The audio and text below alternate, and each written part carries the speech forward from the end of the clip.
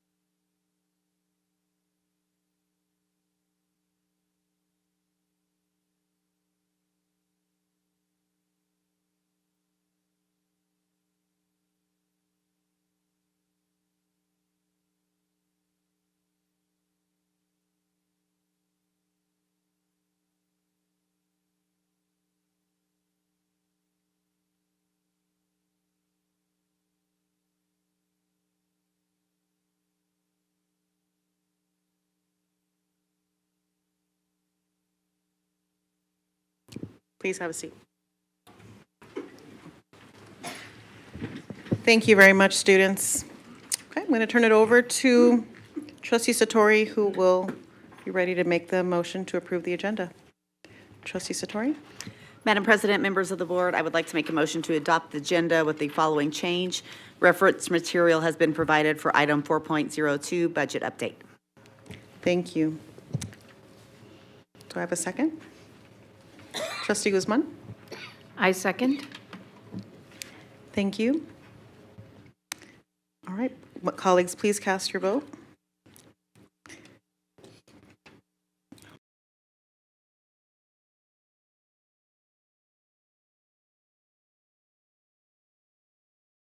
We're going to go ahead and move on to item 1.03, colleagues.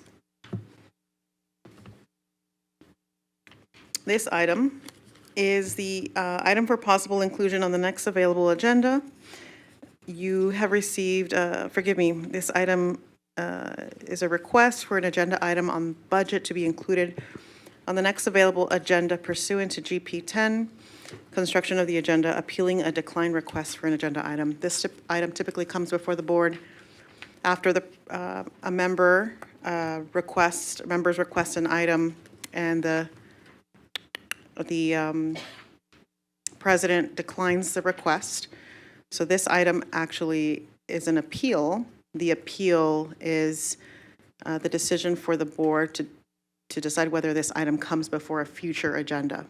And just to provide additional context before I turn it over to Trustee Baron, who was the first person to make this request, I want to share that while the item was requested and you have reference material to document the communication or the conversation, the request was made, denied, and then during agenda review in preparation for the October 10th meeting, I asked Trustee Baron if he would like to still keep this item, given that we were going to have an agenda item to hear an update and presentation on the budget.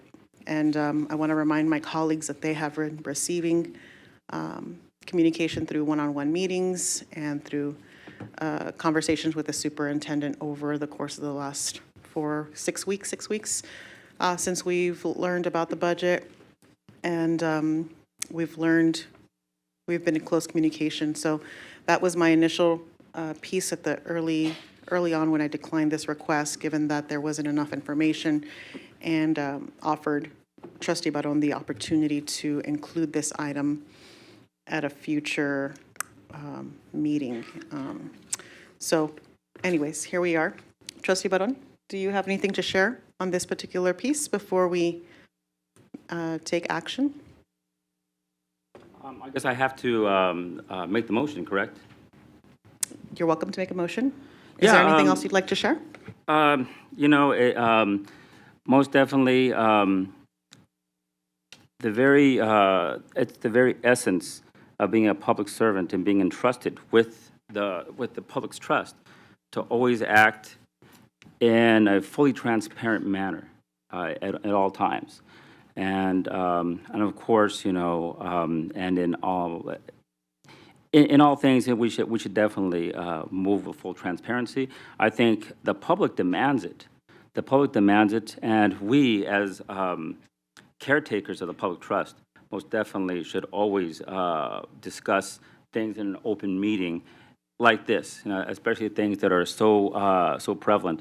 And we've seen so many news articles regarding these issues. The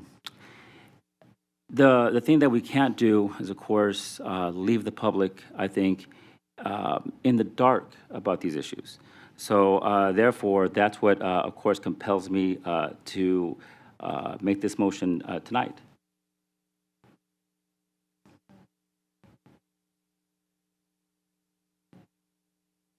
Go ahead, Trustee Barron, if you have a motion. I see a couple of members in the queue. So I'd like to make a motion to place an agenda item for our regular October 24th board meeting in reference to GP 10 and GP 4.1, board members' conduct and ethics.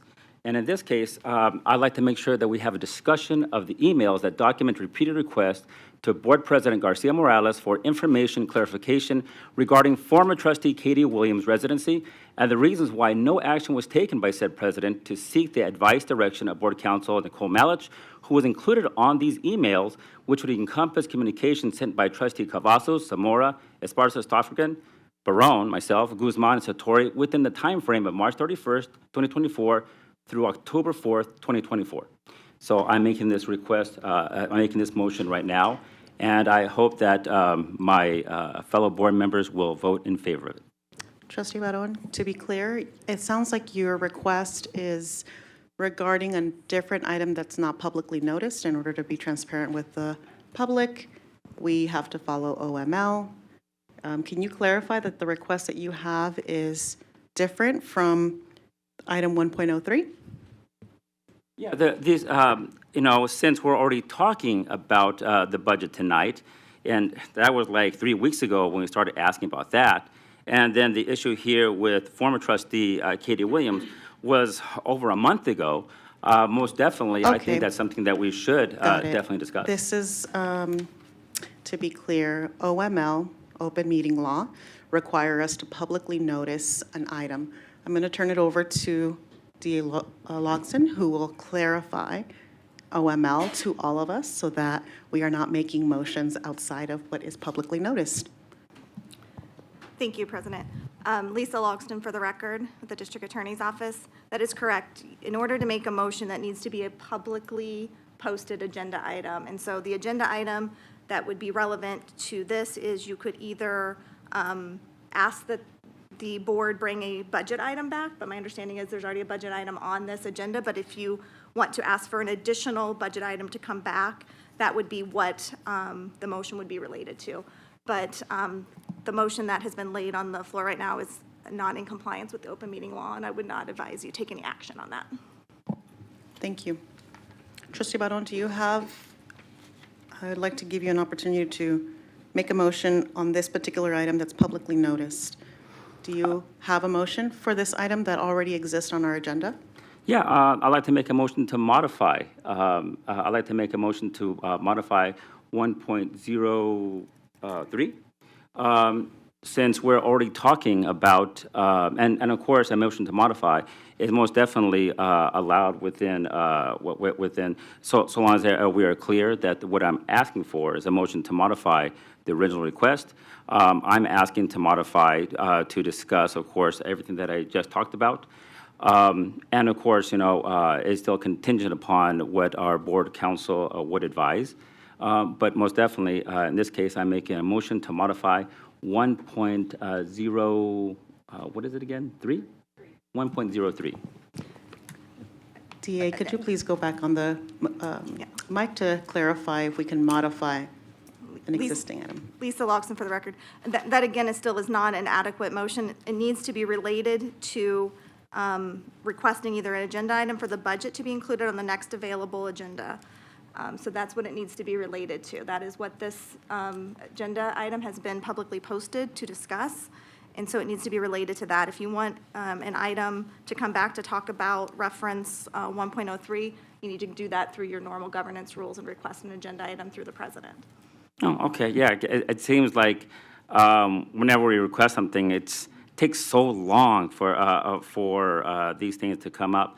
So, okay, then I'll definitely, in the meantime, while that gets resolved, because I'm sure the Katie Williams situation is going to be asked about again and again. So I guess in the meantime, I'll make a motion to bring back any further discussion items related to our budget that might not have been discussed during today's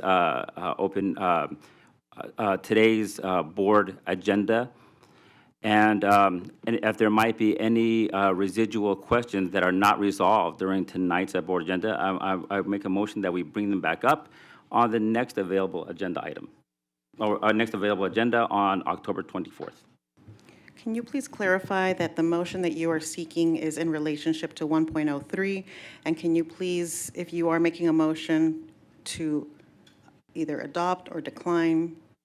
I'm making a motion to adopt a further agenda item regarding the budget, as there may be lingering questions regarding the budget for thank you. October 24th. Thank you. So colleagues, to be clear, this item is a request to bring a future item at a future agenda regarding the budget. Okay, do I have a second?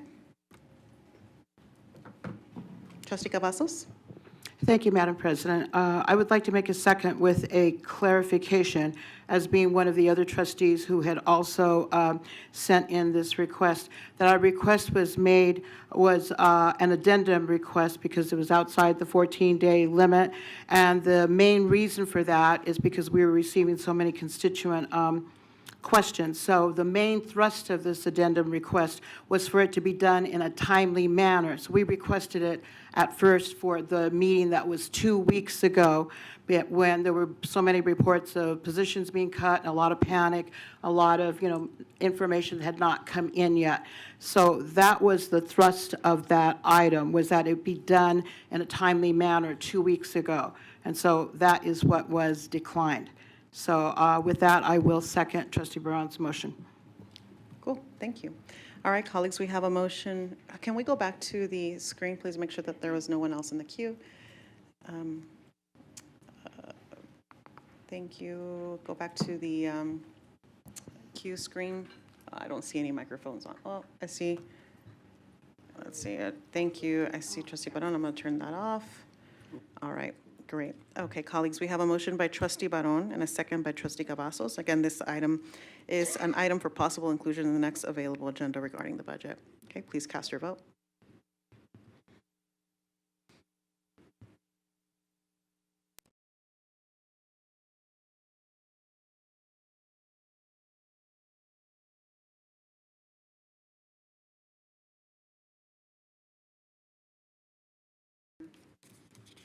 Agenda item regarding the budget, okay, even though there's one today.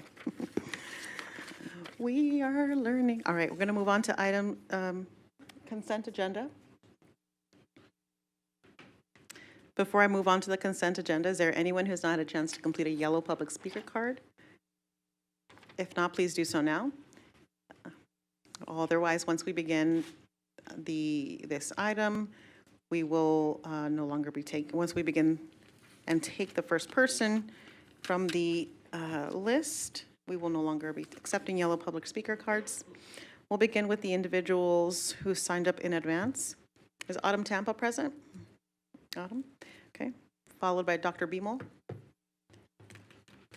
Do we have?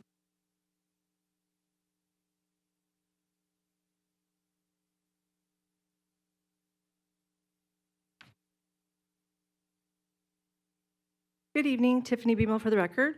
When the executive director of Gentlemen by Choice spoke to you all to inquire about an MOA, I was immediately intrigued. So I'm very glad that this is before the board tonight and hopeful that this passes. I encourage the schools to look into this program because it seems very hopeful and helpful. I did some research on Gentlemen by Choice and their mission to present essential leadership, image, financial literacy, and etiquette skills training to some of our most disenfranchised students is something that every site should be willing to investigate and potentially invest in. This is a worthwhile cause, and I don't think it is ever a problem to have more mentors and coaches in the lives of young people. Thank you for giving them the platform, and I hope that we'll see a lot of success in the schools as a result of this MOA.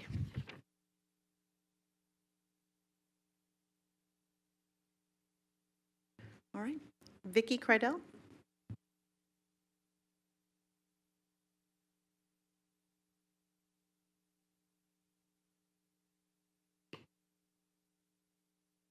Good evening.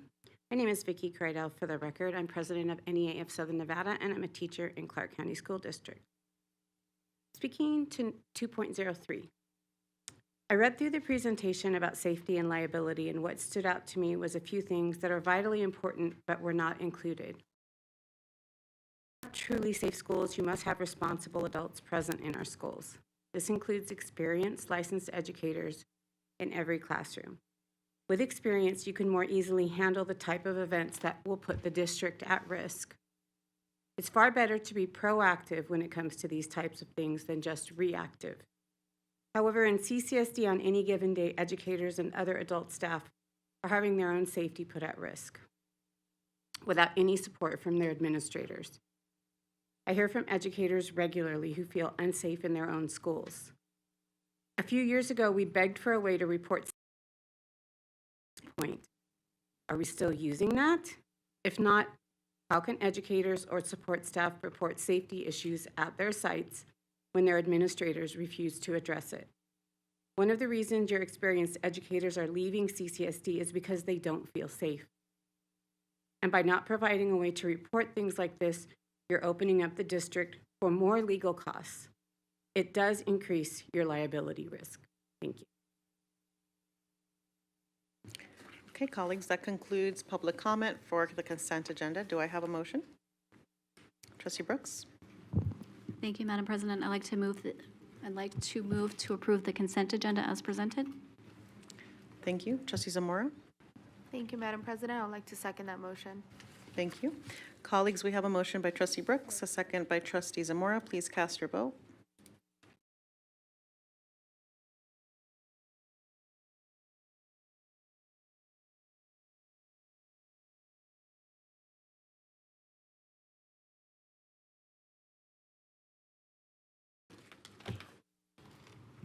Thank you, President Garcia Morales.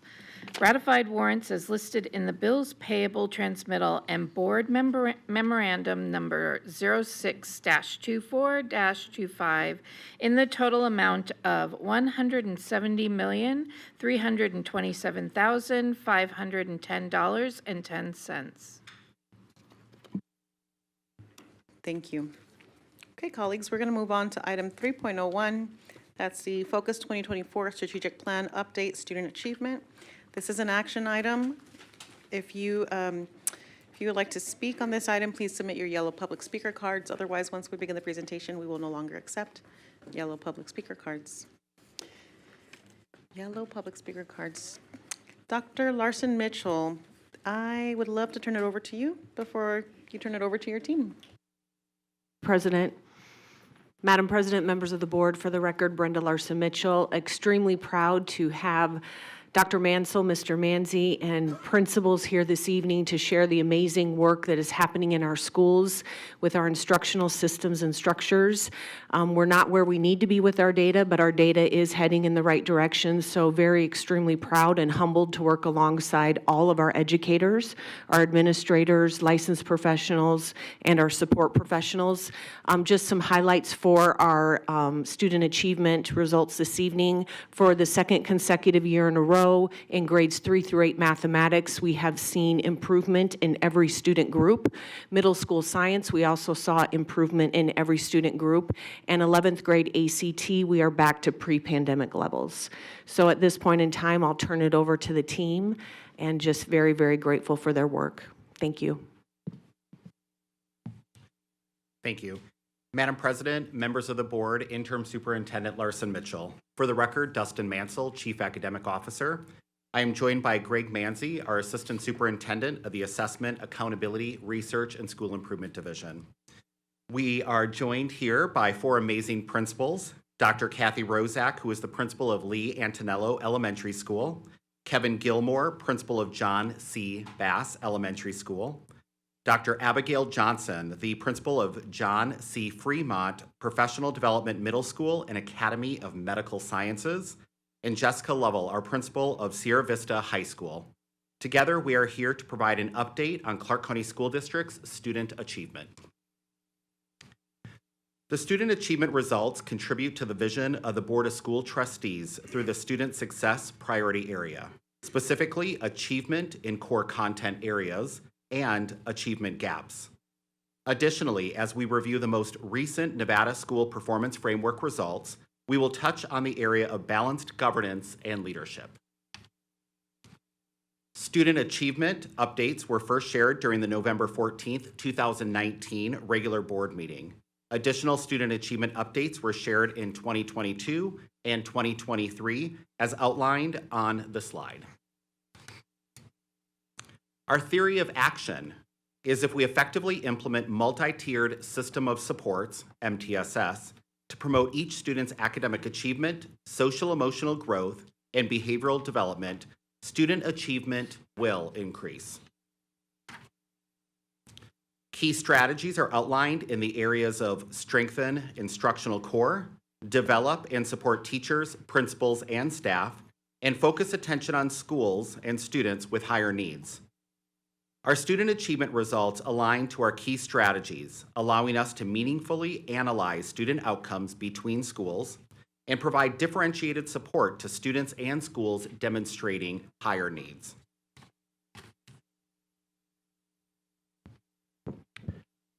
Madam President, members of the board, Interim Superintendent Larson Mitchell. For the record, Greg Manzi.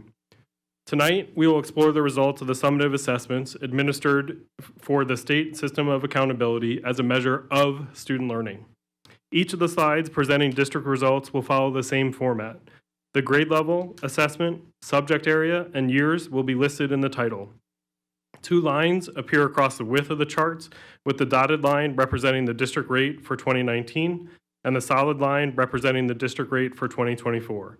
Each set of bars represents the student group's results by ethnicity, English language learners, students eligible for special education, and Title I schools.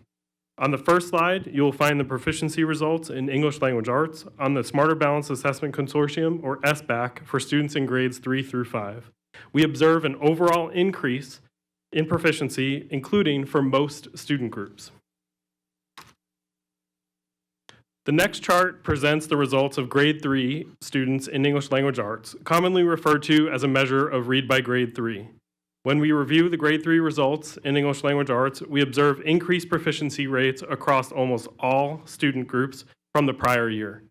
An important note that also applies to subsequent slides is related to the American Indian Alaskan Native student group. Due to the small group size, we tend to see larger swings in proficiency rates with a student representing a higher percentage point value. For this student group and measure, each student represents nearly 2 percentage points. Students in grades 6 through 8 did not demonstrate year-over-year improvement in English language arts. The year-over-year rate declined from 37.9% to 37.1%. though some student groups, such as Black African American and Native Hawaiian Pacific Islander student groups, did improve slightly. The ACT serves as the state accountability assessment at the high school level. Here, 6 years of results are available as the ACT was administered during the 2019-2020 school year prior to the school closures.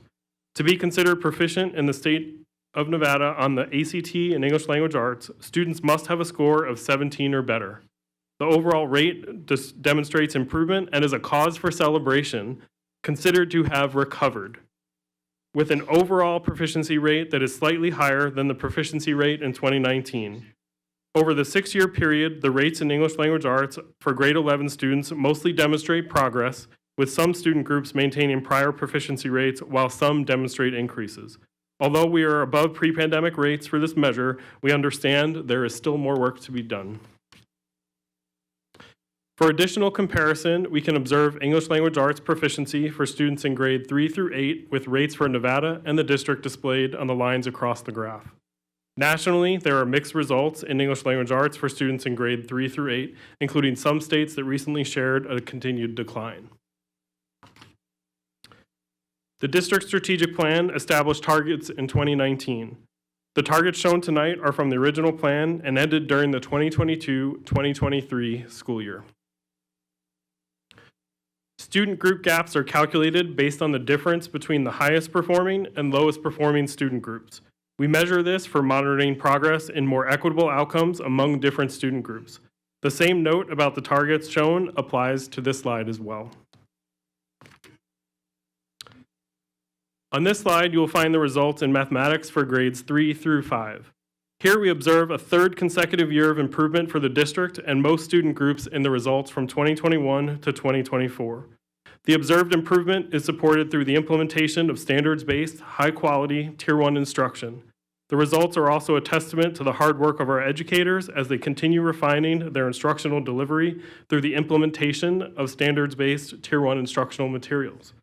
While our students are rebounding, we have additional improvement to gain before we see a return to 2019 student outcome levels. Students eligible for special education are among the first student groups to have reached recovery to the 2019 rates. Students in grades 6 through 8 also demonstrate year-over-year improvement, including for most student groups. The proficiency rate in mathematics for students in grades 6 through 8 improved from 23.4% to 24.3%.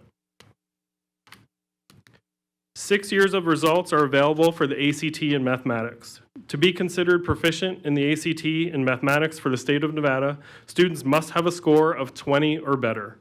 Over the 6-year period, the proficiency rates in mathematics for grade 11 students demonstrate a decline. However, some student groups are improving year over year when reviewing the most recent 2 years of results. The achievement gaps across student groups in mathematics are also apparent and continue to promote a sense of urgency as we work to address student needs. To compare rates, we're able to review mathematics proficiency rates for students in grade 3 through 8 with rates for Nevada and the district displayed across the lines on the graph. The same note about the established targets applies to this slide. Here, we see the summary results for each grade band as shared from the previous bar charts. For mathematics, student group gaps are calculated based on the difference between the highest performing and lowest performing student groups. The same note about the targets shown applies to this slide as well. Our last achievement area for tonight's presentation is science. The science assessment at the elementary level is taken by students in grade 5. This is important to note as our ability to gauge improvement within the grade bands based on the state assessment is less sensitive than in other content areas that assess additional grade levels. In middle school, students in grade 8 take the state science assessment. The middle school results represent our highest overall science proficiency rate at 33.1%, and are the closest to recovering to the 2019 rate. At the high school level, we observe a district proficiency rate of 19.6%. This measure includes all students that participated in the assessment during the 2023-2024 school year, typically grade 9 and grade 10 students. For the comparison data, we reviewed grade 5 and grade 8 results. Here you can find the updated Nevada and district rate.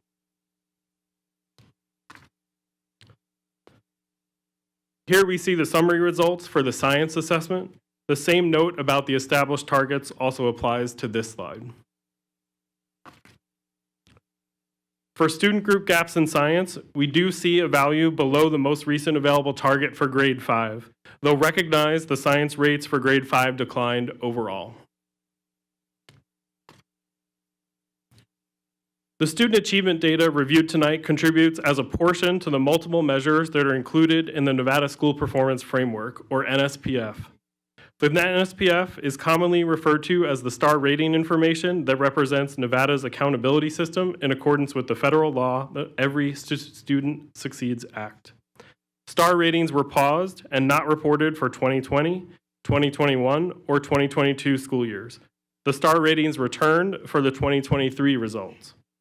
For the 2023-2024 school year results, 38% of schools were rated as 3-star or higher. The context of this measure is important as it is applied to a school count. We know that the schools in the district serve a variety of population sizes. When we apply this analysis to the school enrollment, we learn that schools rated 3-star or higher in 2024 served nearly 50% of the student enrollment for the district. Additional insight about the NSPF reveals that 200 schools increased their index scores year over year. 80 schools increased their star ratings. 6 schools increased their star rating by 2 stars in 1 year. And 1 school earned a perfect index score at the elementary level. Due to the unique nature of the Nevada School Performance Framework, comparable data is limited to reviewing only Washoe County School District, showing a result of 43% of the schools rated 3-star or higher. Madam President, members of the board, Interim Superintendent Larson Mitchell. For the record, Dustin Mansell.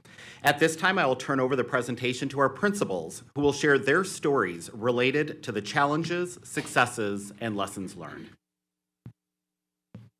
Madam President, members of the board, Interim Superintendent Larson Mitchell. For the record, Kathy Rozak, Principal of Lee Antonello Elementary School.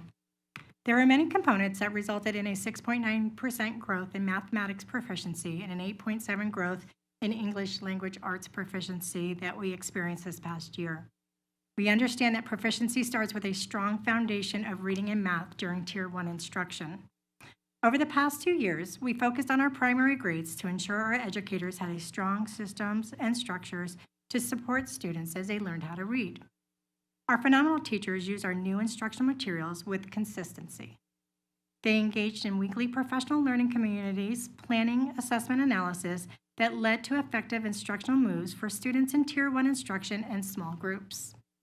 We also set up a system of ongoing support for students in both reading and math to support students after school.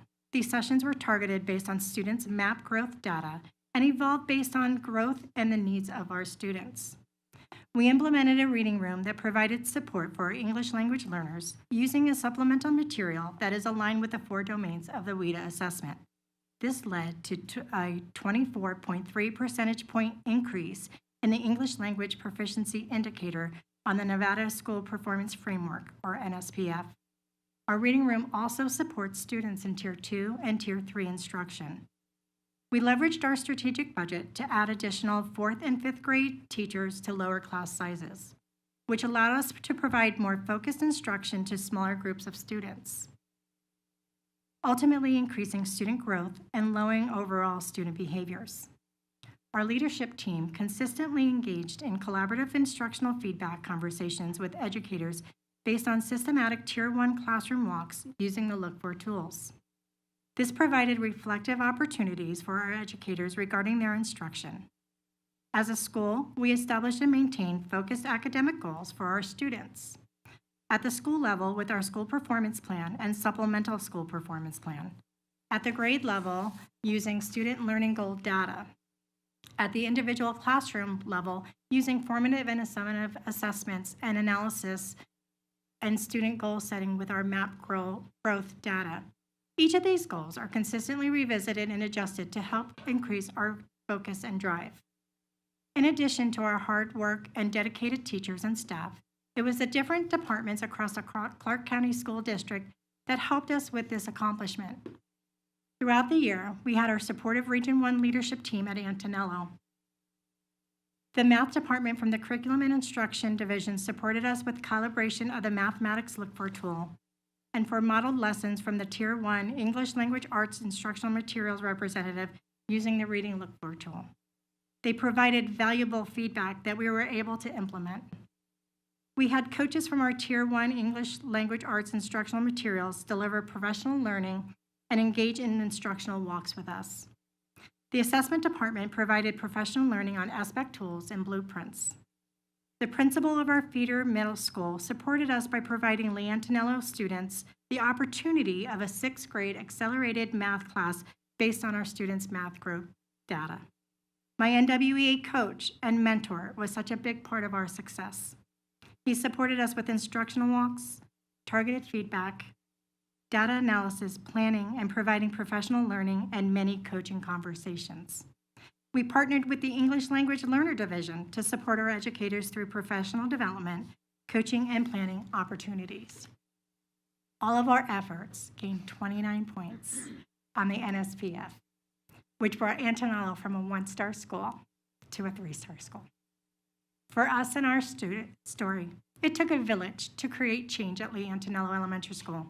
I am proud and I'm thankful for my amazing staff, students, community, and CCSD Village.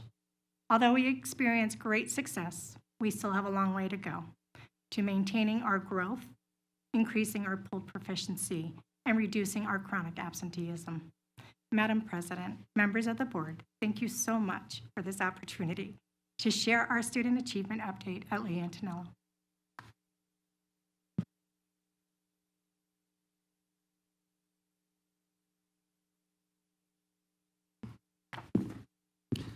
Madam President, members of the board, Interim Superintendent Larson Mitchell, for the record, Kevin Gilmore, principal of John Bass Elementary School. I am the proud principal of John Bass Elementary School, and I'm honored to be here this evening to celebrate the successes we've experienced during the 23-24 school year. The areas I will highlight are the following: how Bass Elementary School increased our ELA proficiency, how we met the adequate growth percentile in math and ELA, and how we increased proficiency with English language learners according to WIDA. During the 23-24 school year, our staff utilized the teaching and learning cycle model as a model to help and analyze various forms of data. English language arts proficiency improved at Bass from 50.5% to 59.3%, as well as our ability to meet adequate growth in math and ELA due to targeted instruction, interpreting data more effectively to make instructional decisions, and ensuring staff have the proper resources and professional learning to deliver instruction to all students. We also had to ensure there was a full understanding among staff to make each instructional minute count. At Bass, our professional learning focused on the implementation of district-purchased, research-based materials aligned with our standards. Alongside the use of Tier 1 resources, it was important for our staff to also address the gaps in learning through an effective MTSS model that focused on 30 minutes of intervention and enrichment for students identified by MAP growth and FastBridge data. Both are used as benchmark assessment data for our school. During additional preparation periods, our specialists were used to also provide content-based instructional support. Students within our ELL population demonstrated success with proficiency on the WIDA assessment and increased from 28% to 31.6%. This assessment measures language proficiency of students who are receiving services due to languages other than English being indicated on the home language survey, which includes the language spoken in the home. Our students were able to make gains due to after-school tutoring using Title III funds, participation in additional academic clubs, as well as having a continued focus on language acquisition during our professional learning communities. Our conversations regarding student academic development are constant and always data-driven. Teachers know their students and communicate with administration and each other on academic plans focused on specific needs derived from various pieces of data. With every summative assessment given to our students, our teachers take great pride in identifying which assessments best align with the Nevada academic content standards and use the available resources provided by CCSD in order to ascertain the highest level of success. If that level is not reached, it is the data that drives the instruction and the teachers who develop a tiered approach to meet the individual student's goal. Throughout the 23-24 school year, our school did have additional challenges. We underwent a comprehensive remodel to our entire school building, inside and out. But our staff continue to do what they do best, and that is to teach. They knew the challenges, but with the right tools in place, we knew that success was within reach as we watched our MAP growth data and SBAC data trend in the expected direction. However, in order for a school to be successful, there needs to be a culture of support, high expectations, and positivity. This is something that each person, staff, or community member can feel the moment they step into our building. These are the foundations of our success. At Bass, we have a team of teachers and support staff that work well together, but also share a desire to improve students academically and socially. When we anticipate challenges, we make it a point to work through them, but more importantly, we are models to our students of how we approach obstacles and how we overcome them. Our students must embody the mentality that they too are capable. As I said before, the proud principal of Bass Elementary School, I am beyond excited for the gains of our Bass students that they have made this year. I am also beyond excited for our staff that come to school and work hard each day. Because of the combined dedication within the Bass community, we were able to make a significant jump of 18 points on our NSPF and achieve 4-star status. Thank you again, and I appreciate to have this moment this evening to speak with you all.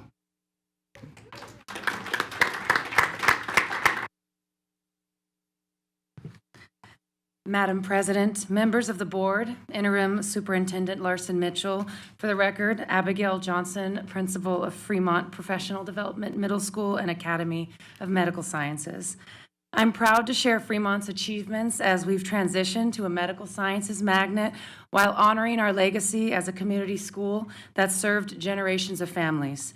Our journey represents a culmination of ongoing school improvement efforts centered around actionable data, professional growth, and multi-tiered systems of support that resulted in a 17.5-point increase on our star rating. I'm grateful for the opportunity to share our progress regarding accelerating the growth of our emergent bilingual students, narrowing English language arts achievement gaps, and reducing chronic absenteeism. To improve our English language proficiency, we first focused on educating emergent bilingual students and their families about the WIDA assessment. Many students didn't understand its significance for high school readiness, and we encouraged buy-in by inviting them to become active participants in their language development. Our comprehensive support plan included integrating cooperative learning strategies and differentiated groupings that aligned with our tiered interventions. We enrolled newcomer students in our focused language studies course, which accelerated their mastery of fundamental language skills. We analyzed student performance over time across the WIDA domains and provided extensive opportunities for students to engage in targeted language development and practice based on these areas of growth. We taught strategies for success on the WIDA exam and empowered our students to understand all components of the assessment so they felt prepared to excel. For instance, students scoring below standard on speaking and writing routinely recorded themselves for feedback and mirrored our school-wide structures to prepare for the writing component. Nothing happens in isolation at Fremont. We capitalize on the power of integrating common structures across content areas so that our students become confident using the strategies no matter where the learning is happening. Overall, these efforts doubled the number of emergent bilingual students making adequate progress to 41.3%. This year, we're continuing our tiered approach and incorporating WIDA model assessments for additional practice and data to guide our instructional decisions. To tackle achievement gaps, we analyzed both academic and behavioral data, which led to collaborative discussions about why some student groups were underperforming while receiving the same instruction. Acknowledging our own equity challenges sparked strong staff buy-in for reflection on our instructional practices, and we came to an agreement that students with academic gaps do not benefit from receiving remediation in place of grade level instruction. We recognize that students needed integrated literacy instruction across subjects, and as we connected our practices to our outcomes with the support of Region 2 leadership, HMH, and NWEA consultants, we improved teacher capacity to maintain rigorous instruction while providing the necessary support. The backward assessment model, which builds instruction beginning with what students need to know by the end of the unit, became the driving force behind teachers' planning. We integrated this model into our school-wide professional learning communities as a component of our teaching and learning cycle, and by building connections between the learning intention, our success criteria, and that assessment, we enhanced teacher clarity and improved our collective efficacy. Students engaged in goal-setting conferences, reflecting on their strengths and areas for growth, and we provided them the tools to help them achieve their goals. Ultimately, our initiatives accelerated ELA growth overall, but were nuanced enough to provide the individual support needed to close our gaps. Our Black students, who have historically experienced achievement gaps at Fremont, doubled their math and ELA proficiency, tripled their science proficiency, and reduced their rate of chronic absenteeism by half. Though through the CCSD Everyday Matters campaign, we reinforced the message that consistent attendance is vital for academic success. We emphasize the cumulative impact of missed instruction and often refer to the highlighted family engagement resources.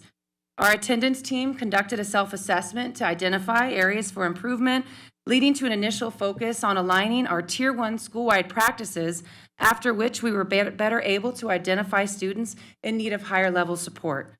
We maintained a proactive focus on family involvement and removing barriers, providing targeted interventions ranging from attendance plans, daily check-ins, attendance groups, and home visits for students at risk of chronic absenteeism. We recognize students for maintaining attendance over specified periods, fostering a culture of self-efficacy and accountability. That way, even if a student missed a day, they still had the potential to be recognized the following week or month. Our collaborative efforts were rewarded with a reduction of our chronic absenteeism from 33% to 16.3%. Every day at Fremont matters to our students' future and their ability to pursue their dreams. I am incredibly proud of our exceptional staff, students, families, and community. This success brings us joy and the belief that our only limits are those we place on ourselves. This is just the beginning for Fremont, and I'm grateful for the opportunity to be a part of this movement. Thank you.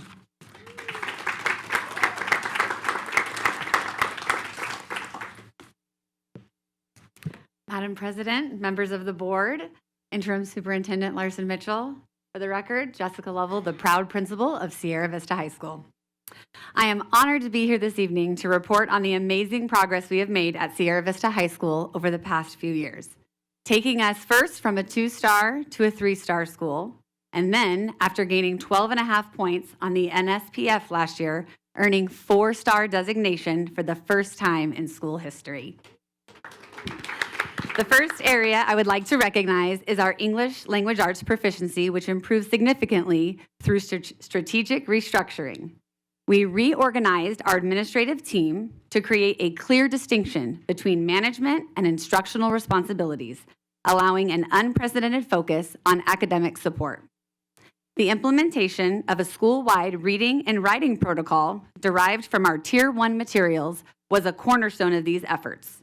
Students now actively engage with texts in art, band, and other specialty courses, reinforcing critical literacy skills across diverse contexts that align with their personal interests. Our teachers were instrumental in our efforts to increase student achievement. They collaborated in weekly PLCs and worked with our leadership team to engage in instructional walks, learning from each other and refining their instructional practices. Gone are the days of being siloed in a classroom. Their focus on engaging students in quality Tier 1 instruction, along with maintaining their focus on cooperative learning structures in every classroom, were the foundations of our success, as evidenced by our MAP progress monitoring data and which ultimately informed what we would see on the NSPF. Our English language learner achievement was the next area where we saw meaningful growth through our WIDA assessment data. By hiring a dedicated ELL strategist, we transformed our approach to supporting newcomer students. We recognized that recently arrived students have fundamentally different needs than those who have been here longer and adjusted our supports accordingly. This individualized approach has led to significant progress, specifically an increase of over 4% of our English learners demonstrating growth on their WIDA assessment from the previous school year. We are now expanding this practice to include content area teachers in individualizing their support. Finally, we've dramatically expanded our post-secondary preparation opportunities. Through our partnership with the University of Nevada, Reno, we now offer 16 dual credit courses on our campus, eliminating traditional barriers to college access. Students who may have previously felt that college wasn't for them are now experiencing college-level academics in a supportive, familiar environment, surrounded by their peers and backed by our dedicated teachers. We have also added new advanced placement courses, including AP African American Studies and AP Seminar, reflecting our commitment to diverse, challenging academic opportunities. To ensure success, we have implemented an AP dual credit support class and fostered a school culture where every student understands that they can succeed in college-level courses with the proper support. One thread that connects all of these efforts has been our emphasis on student engagement and motivation. Our journey in transforming student achievement has consistently reinforced that motivated students not only perform better academically, but also develop crucial life skills that extend far beyond the classroom. In addition to the strategies I mentioned for connecting students to campus and coursework, we also used PBIS structures to incentivize and reward students for their academic achievements. These accomplishments reflect the dedication of our entire school community, the district and region leadership teams, our teachers, staff, families, and students. We are committed to building on these successes and continuing to refine our approaches. We believe that these gains are just the beginning of what our school community can accomplish. Thank you for your continued support of our mission to provide excellence in education for all students.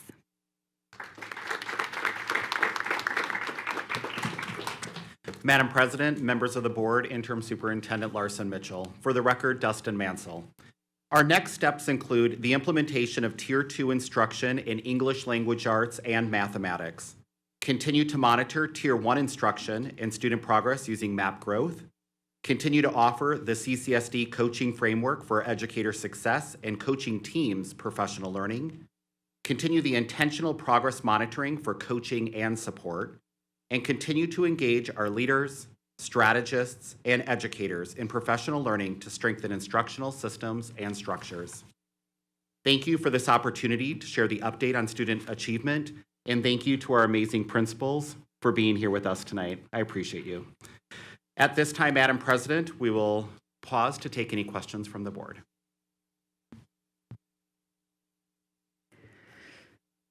Pause to take questions from the board, pause to celebrate the incredible work, pause to acknowledge one another, our system, our teachers, our students, our families, pause to acknowledge my colleagues on the board and who have several years ago dedicated and committed to focusing on these goals for the board, for the district, and also have followed up with investments to ensure that progress is taking place. So thank you. Thank you, Dr. Larson Mitchell. I know you've also been an incredible lever in this work, and we're incredibly grateful for your leadership.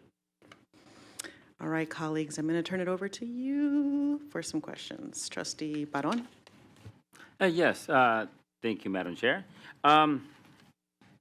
I've been one of those teachers who, was faced with a daunting task of course, of getting groups within your class, within your school to measure up, and it's something that as long as you're a professional, you definitely are daunted and you rise to the occasion. And we did that at Rancho High School.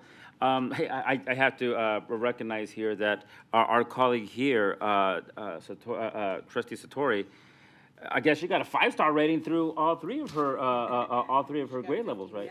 50, yeah, 15 stars. That's pretty amazing, right? It is a big deal, and congratulations to all of you. I always thought that probably the number one measure of success is having a building leader who knows what they're doing, and they attract really good teachers, and they know how to manage these things. So obviously, all 4 of you are rock stars. But my questions are going to be in particular to Dr. Rozek, because of course she's in North Las Vegas. Hey, number one, are you coming to our mayor's breakfast? I am coming to you. Hey, I'm gonna make sure everyone in the room, knows about you and your staff, most definitely. So. Well, thank you, because I'm going to share my story as well. No, how long have you been there at Antonello? I have been, this is my 6th year, 3 years as assistant principal, and I'm going into my 3rd year as principal. Thank goodness, again, continuity. Obviously, you've built up a good staff around you. I do have a couple of quick questions. Hey, were you able to get one of our city's grants for that we had available to all of the building principals? Yes, I'm glad you asked. We actually got a grant last year, towards the end of the last year. We're using it to reduce our chronic absenteeism. So we are spending the time coaching families, supporting students. We're creating clubs for the students that need extra support. Currently, we are doing an attendance challenge for October.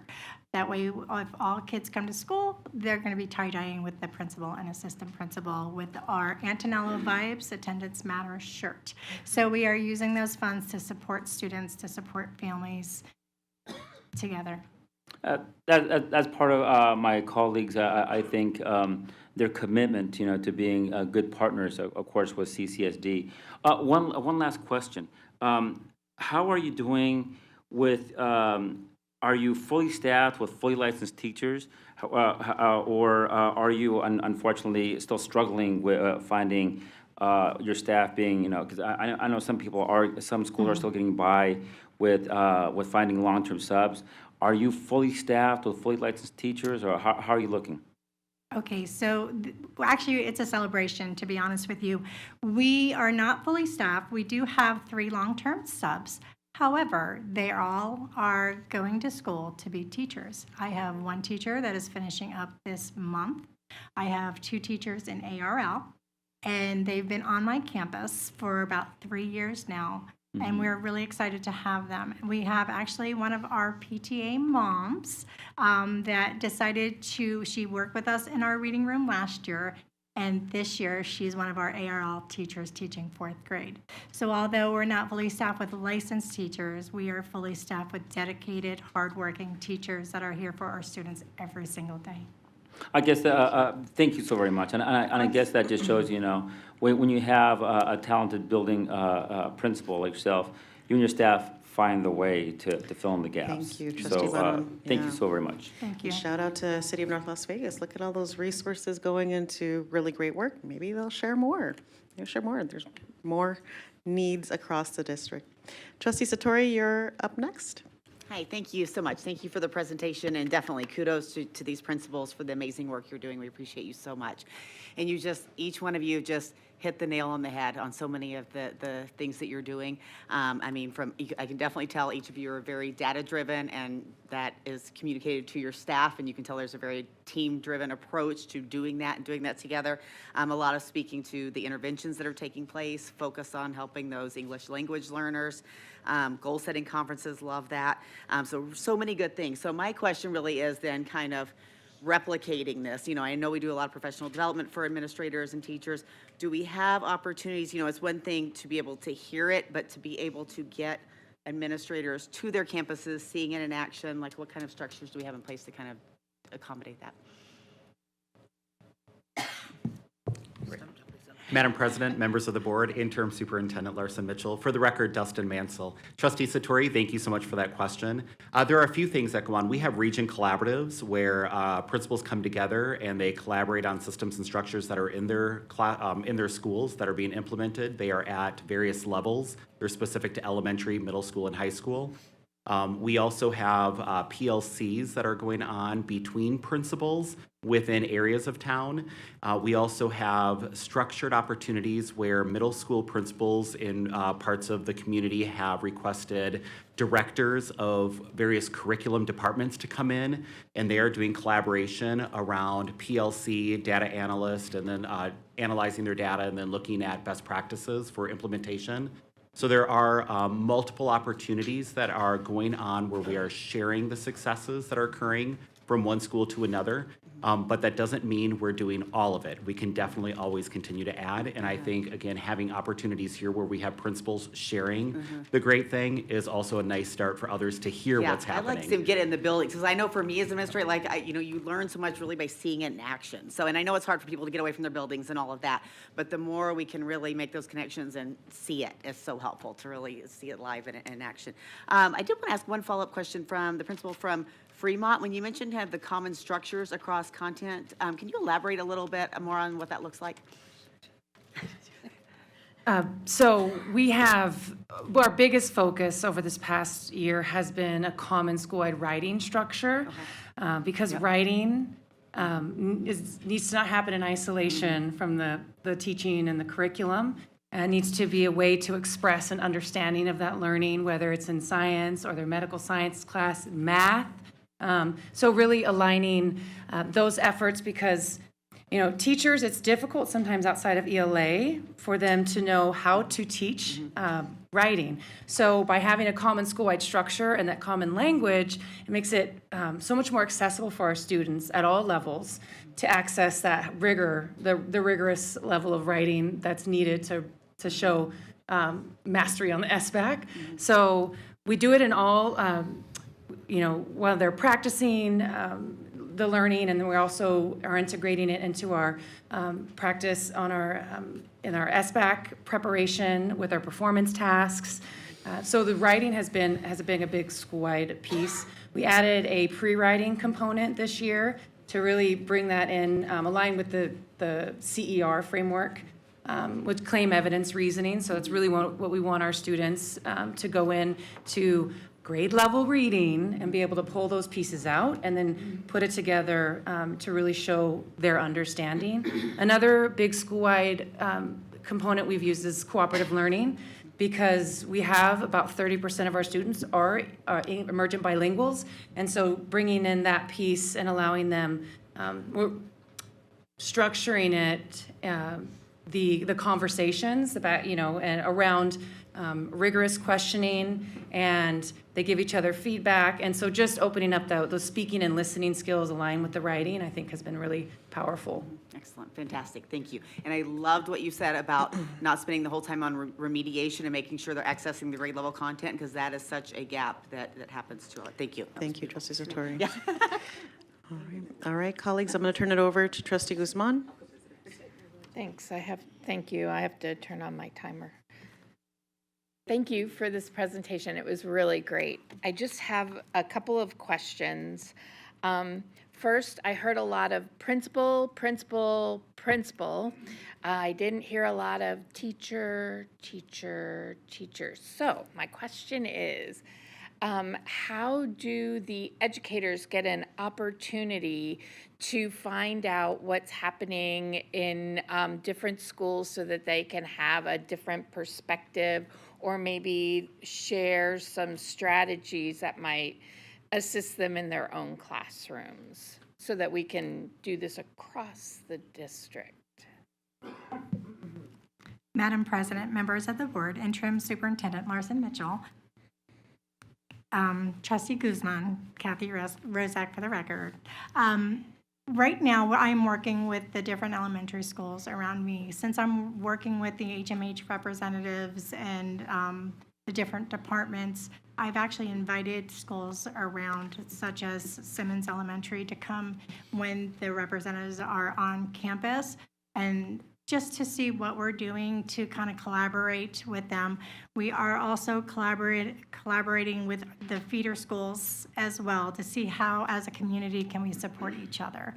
So that's in the beginning processes of doing this, but again, Antonella, we welcome anybody who would like to come over because we are one school district, Clark County School District, and we have to support each other and we have to support the teachers because with grace and guidance, they're doing a wonderful job. They are. Thank you, thank you. Thank you. And then I have another question that has to do with the curriculum. How long have we had our new ELA math and science curriculum in place?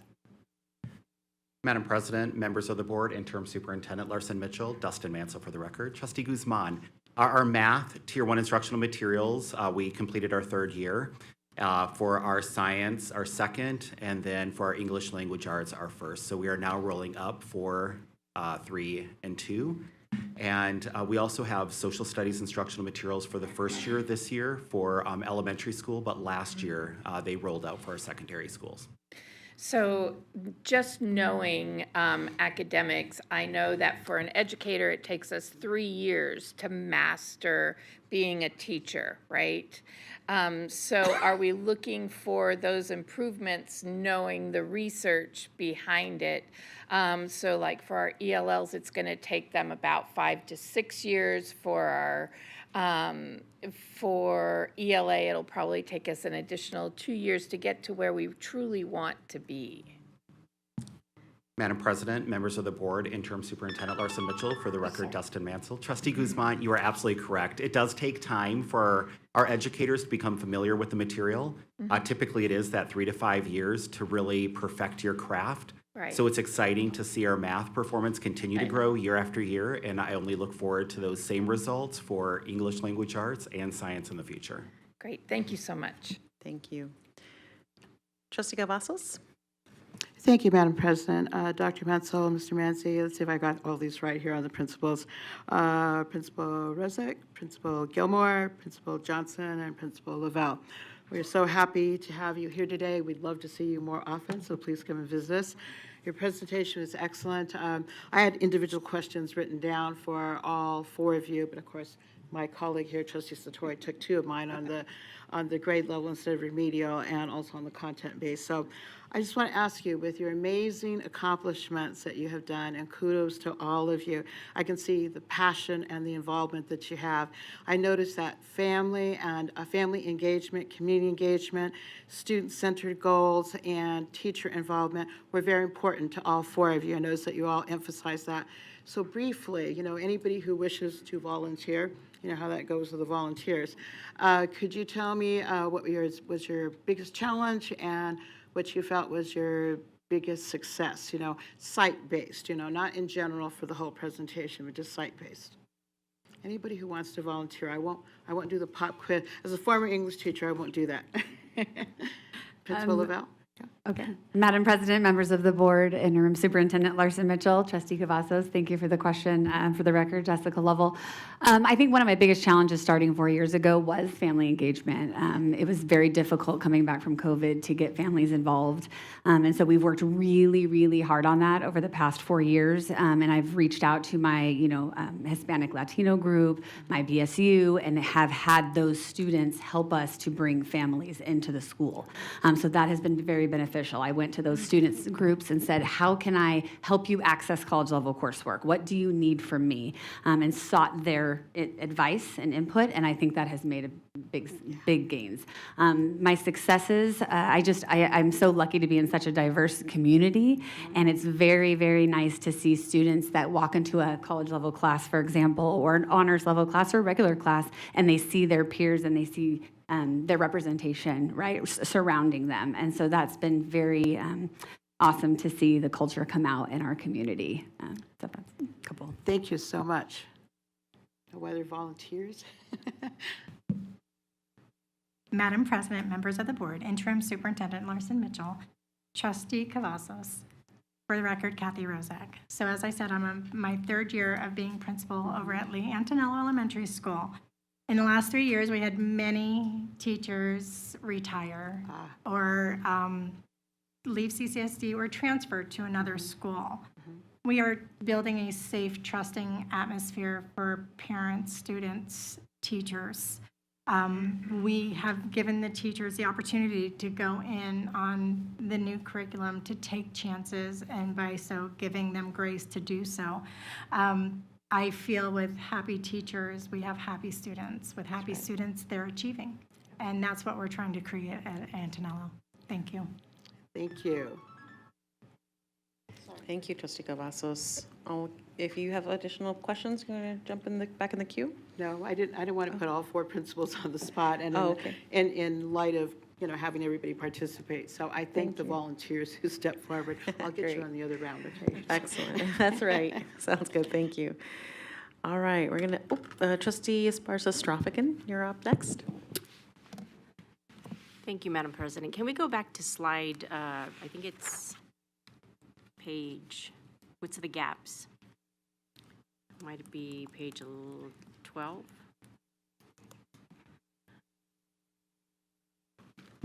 Yes, okay.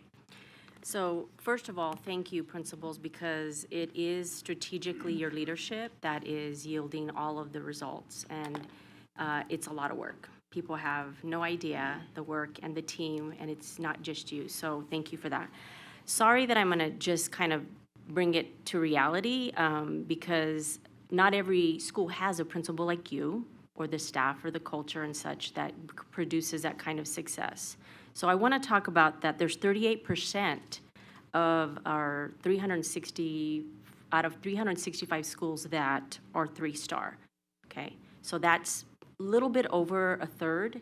So I'm worried about the ones that aren't having that kind of success. And this is not to you, this is to all of us. These gaps are very concerning to me. They're very wide. So what I think about is the kids that we mentioned and the things that you guys have done strategically are ELLs and our special ed. So systemically, how do we replicate? And I'm worried because we're in a budget crisis. I know we're gonna have that conversation a little bit next. And you did strategic things, reading rooms, you did learning strategists, you did ELL facilitator. So I'm worried about those resources that might not be there for the success to continue as well. And this is not a question, these are all comments. So the other thing that I wanted to ask, here's my real question, the gaps we have to pay attention to. I'm very concerned about the marginalized students. I'm also hearing that teachers, so if we meet students where they are, we know kids have to have Tier 1 instruction, but you're using supplemental materials.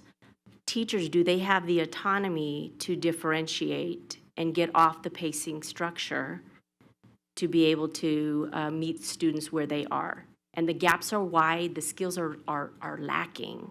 So I just like to hear from Dr. Mansell, like, what does that look like? Because I heard you mention Tier 2 is happening, but let's talk about that. Madam President, members of the board, Interim Superintendent Larson Mitchell, for the record, Dustin Mansell. Trustee Esparza-Strophigan. Tier 2 instruction is part of MTSS, so every single student receives Tier 1 instruction. Tier 1 instruction is grade level specific or content specific at the secondary level, and Tier 1 instruction includes differentiation and scaffolding. So students that are struggling with accessing the Tier 1 standard or the grade level standard, the teacher should be scaffolding and differentiated at Tier 1 instruction at that within the whole group. It could be small group. It could be planned, that they are pre-teaching vocabulary, pre-teaching skills, so that when they teach the whole group lesson, students can access it. They're also monitoring through formative assessment to see if those scaffolds and differentiation worked, and if not, they're pulling that student back for reteaching or re-practice of the skill. When it comes down to Tier 2 instruction, it is more strategically focused on a student's skill deficit, using data to identify, and there's more than likely a targeted plan that has been developed by a team of teachers or the classroom teacher. And that plan really focuses on additional instruction outside of the Tier 1 instructional block. At the elementary level, it is much easier to do. They have an accelerated period within their master schedule, which every single school has built into their master schedule. And during that time, students are pulled into small group to be provided that intervention or Tier 2 instruction. For students that need both English language arts and mathematics tiered instruction, they do it within the 30 minutes or within the Tier 1 block where it's small group differentiated. At the secondary level, I know that our middle schools at times may have a fundamentals period if they are 7 or 8 period or 4x4 block schedule. And then there's also some additional coursework that are elective options for our newcomer students, our LTELs that are also considered Tier 2. Thank you, Dr. Mansell. I know I have like 30 seconds, so Nope. here's my You can get back in consideration queue. to be asking is, are we getting feedback from teachers? Are we conducting feedback groups from teachers? So that's something to be considered. Thank you for that. Trustee Bustamante Adams, you're up next. Got it in. Thank you, Madam President. I echo my colleagues. Congratulations for your leadership. It does matter who the leader is, and so you guys demonstrated that. Also, thank you for setting the bar high for everyone, for staff, for the students, and for us, right, to be able to serve you. So thank you for that. I do appreciate the information, especially about the recently arrived students, the dual credit, the fact that you guys said we're just beginning. And the community needs to understand that, right? Is that we're just beginning. It's about consistency and delivering the high quality instructional material that we've been talking about. My question has to do with, also in the fact that you appreciate the diversity in our community. It is an asset, and some people treat it like it's a bad thing, and it's not. It's probably one of our greatest gifts. So my question has to do with, after you guys get them down from elementary, middle school into high school, we learned that some of the students are not connecting with employment or going on to post-secondary, right? They're called disconnected youth, and we had a press conference on that today. My question is, what can we do better to make sure that all your work that you're investing in, at the end, that we have a young adult and connected with the community from an employment standpoint so that they can become a productive citizen? What can we do? Is it connecting you to the business community? Is it having industries come and teach to what you're doing in your school at Science? That's my question. Madam President, members of the board, Interim Superintendent Larson Mitchell, Trustee Bustamante Adams, Jessica Lovell, for the record, thank you for asking that question. I think the resources that you mentioned are all perfect, right? We were fortunate enough with our budget, somebody spoke about that, to be able to create what we call the post. So post-secondary space in our campus where students can come and be able to talk about what does life look like after college, right? And I have an active counselor in there pulling kids down regularly to say, okay, are we taking the ASVAB? How am I connecting your advanced manufacturing program with the Tesla unit? Or, or you want to go to a trade school? So I think those resources are important in all schools, but especially in high schools when those kids are having those crucial conversations. And then we have to start early, right? We have so many kids right now in advanced courses in math and in middle school, which is great when it lends to us, but then how do we get them on a career path that speaks to their strengths, right? So I think starting early and having those conversations as early as 5th grade and then on to middle school. And so that when we get them, they have some sort of an idea. Obviously, we know we change our minds all the time, especially students, but at least getting them thinking about that. So I think staying the course, the connections to what you're saying, the jobs, job fairs, all those kinds of things would help tremendously. Thank you. I think Commissioner wanted to answer a question too. You're okay. It's us who has to have the timer. Ms. Johnson?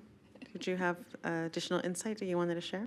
Thank you. Certainly. Madam President, members of the board, Interim Superintendent Larson Mitchell, Trustee Bustamante Adams, I want to second what Ms. Lovell spoke about with bringing it back, and I think it's a beautiful thing what Clark County did with our magnet program at Fremont, because too often we had students advancing to our amazing magnet schools or CTE programs, and they said, you know what?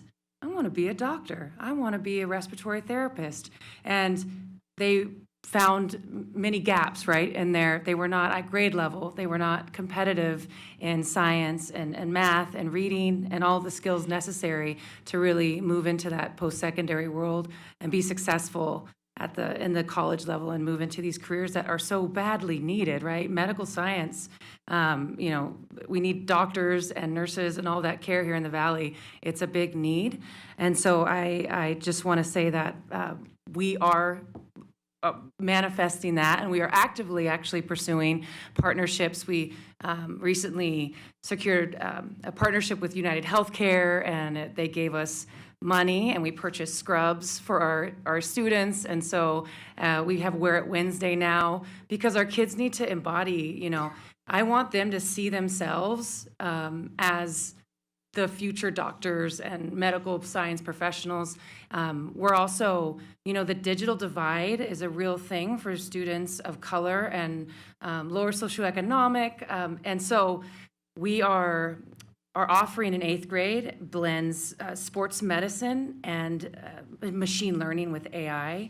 So we're empowering our kids to be on the forefront of that movement. And so I think it's important for it to not begin in high school. It needs to begin in middle school, because I always tell my students, you can be anything you want to be, as long as when you leave here, I want you to be empowered and prepared to be competitive, not in Vegas, not in Nevada, but like nationally and even like globally. I don't stop even at the nation, right? Because we really are in an increasingly globalized society, and everything is connected. So I just want our students to know that they have it in them, and to see people that look like them in these roles is critically important. So thank you.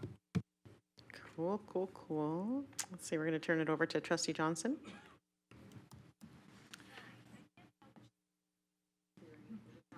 All right.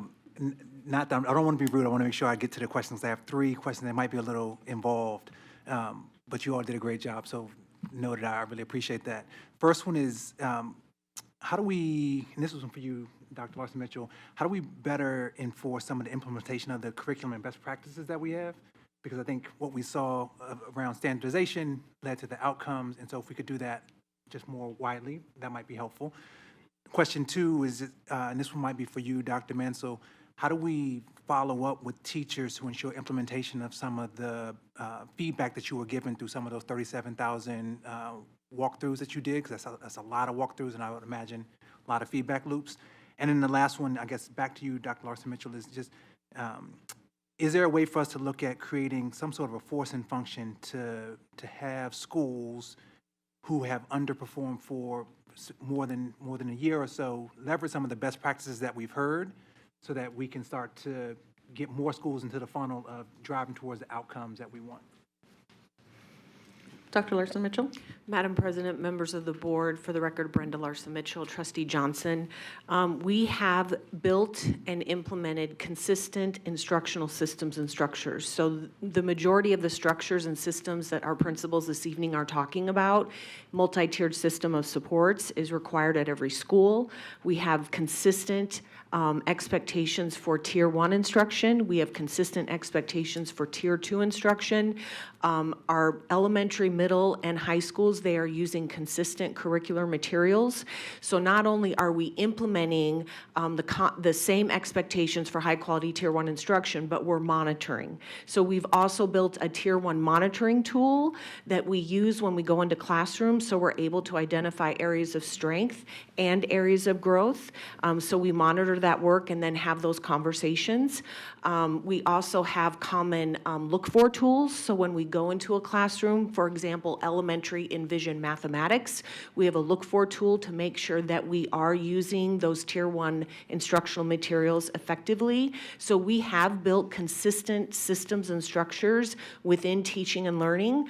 Kind of to your third question, Trustee Johnson, we also have the differentiated school support framework, which is where we support schools that may be maybe trending downward, maybe chronically downward, low performance, where it's about support.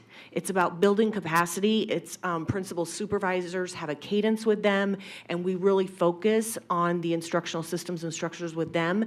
Usually, we may be at the school once a week, again, providing support.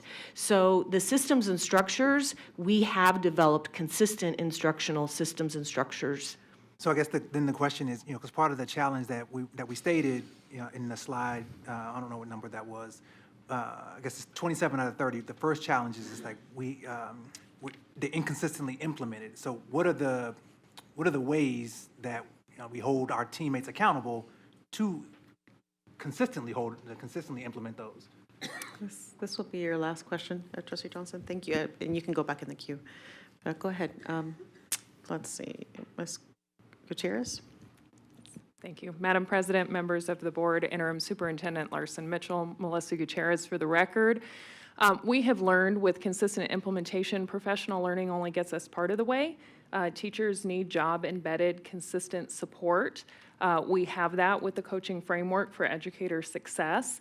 They are able to co-create goals with a coach, whether that be implementation managers, their supervisor, a learning strategist, but it gives them that voice and choice to decide how they want to learn, what goals they're going to set for themselves for implementation, and then be able to monitor those goals and have that all within their job day so that they don't have to come for extra duty time or outside of the contracted day. It is job embedded. They can apply it immediately, and they can monitor it and have that ongoing support from a coach.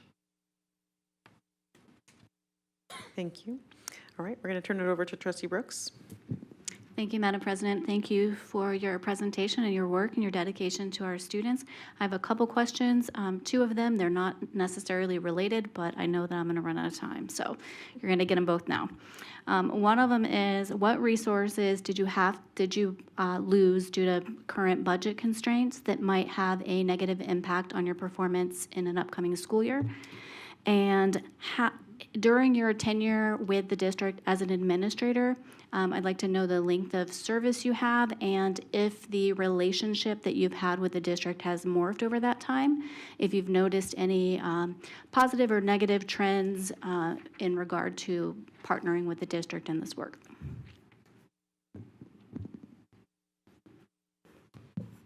Madam President, members of the board, Interim Superintendent Larson Mitchell, Trustee Brooks. For the record, Kathy Rozak. This is my 19th year, I believe, in the district. I will say, again, being an administrator, this is my 6th year. I have been nothing but supported by Region 1. So I welcome them to come out because I was one of those schools that we were one-star school. We trended 1 star. We went to 2, we went back down to 1, and we had to figure things out. And with the help of all the different departments in Clark County, we were able to do that. So that's why I said we have a long way to go. And we're not just resting on, whoa, we're a 3-star school now, even though we did celebrate. But we know we have to stay focused and we have to keep closing those achievement gaps with all the different subgroups that we have. And it's really important, like I said, if the kids want to come to school. That's the big part, right? We have to create that environment for them, especially in elementary, as they trend to middle school and high school. So for us, I feel very passionate about that piece to it. It's just creating that community, that support as we move forward. And I am thankful for the support that I've gotten over the last 6 years with my former principal, with my different supervisors from Region 1. They have been the biggest support for me, and I wouldn't have been able to do it without them. Madam President, members of the board, Interim Superintendent Larson Mitchell, Trustee Brooks, for the record, Kevin Gilmore, Principal of Bass Elementary School. I've been in the district for 25 years, so I've seen quite a bit of the changes that have happened. I will say my school I've been at for 11 years. I was 4 years as the assistant principal, and I was promoted to the principal, and I can't leave. It's a great place to be, and even being in Region 3, and I know one of my Region sasses is behind me, but Region 3 is the place to be. I don't know about that. I'm gonna have But aside from that, though, I've seen quite a bit of the curriculum changes through the years, and I will say for the most recent future, or most recent times that I've had in Clark County, we've actually begin to put a lot of structures into place, and I think that has been extremely helpful, not just for me as an administrator, but for my staff as well. Just even before the buzzwords started to come out of MTSS, those were things that we were talking about at BASS, because we needed to make sure that there was a process for this, there's a process for this. How are we going to intervene with kids that are struggling? And through time, this is what you tend to get. You get that success, you get that capacity within your building of where you have staff members that want to be in your building and they want to be a part of everything. The success of my school, I will tell you, I won't take credit for that because it's all because of my teachers. My teachers are the reason why our star rating had gone from 3 to 4. We have been beating our brains for quite a few years about being a 3-star school, sometimes on the brink of maybe becoming a 2. And this was one of our prouder moments this year when I got the phone call from my SAS alone. That just shows the support there that our SAS as a school assistant superintendent is. I got the phone call, hey, I need to tell you something. And I'm like, oh my gosh, I know that the data's coming out. The NSPF report cards are going to be here tomorrow. You're going to be a 4-star school. And, you know, it was just nothing but excitement at that point because finally the reward was there. And it was because a lot of the structures that we were educated on through the years and put in place within our site. Cool, thank you. I'd like to jump in the queue before I turn it over to colleagues who've had a chance to share. I'd like to actually hear from, continuing on Trustee Brooks' question, I'd like to be able to hear from our additional administrators who have not shared, like what have you noticed that has supported your growth and your school's growth from the district and from HQ. Madam President, members of the board, Interim Superintendent Larson Mitchell, Trustee Morales, thank you for the question. Jessica Lovell for the record. So this kind of speaks to Trustee Johnson's question as well and what Ms. Gutierrez said. So I was one of the principals when I first started that was on the support plan, let's call it support plan, differentiated support plan. Had a lot of support from my region and my NWA coach to work through a lot of the things that were happening at Sierra Vista being a new principal.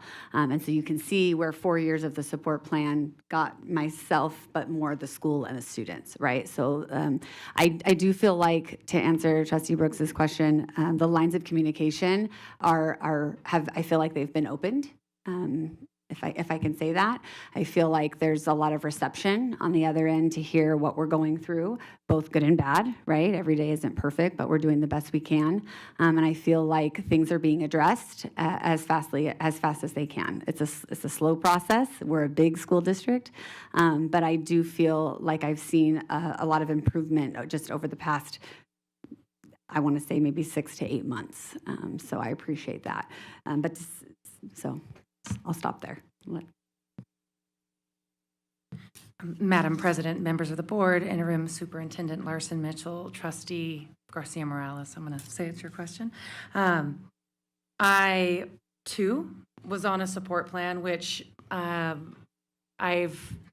it's almost like they're practicing what they preach in terms of instructional, and what we do in our classrooms, gradual release model, right? Which is the I do, and then we do, and then you're going to do it, right? And so the I do, I think, has been consistent district-wide, and we have these consistent structures. This is how we approach. We have common curriculum and common practices and a focus on emphasizing these similar things, such as the teaching and learning cycle and that collaborative process in the PLCs. And so we all know that's what we do. Well, it's the I do, right? So, and then we're working together to empower our teachers, because every school's a little ecosystem, a little microcosm with its community and its students, and we really know how to best reach our staff to then reach our students. So It's hard to, it's difficult because things need to be translated, right? And that takes time. Like Ms. Lovell said, it really does take time to get people on board because we have to push, but we can't push. There's a point, the zone of proximal development, they call it, where we don't get comfortable because that means, right? We have no laurels on which to rest yet. We're still moving on our way up, but we need to keep leveling up, we call it, at Fremont. And so that's the we do, and now it's really, I've been, I'm doing it. We're doing it, the school's doing it, and those supports have been able to be pulled back to now be directed to other schools maybe that are in that more formative period of let's build this together and really focus on those pieces. Excellent. Thank you for your vulnerability and for sharing all the great work that's taking place. I'm going to turn it over to Trustee Sparza-Strophic, and with your permission, can I turn it over to Trustee Zamora, who hasn't had a chance to jump in yet? Thank you. Trustee Zamora?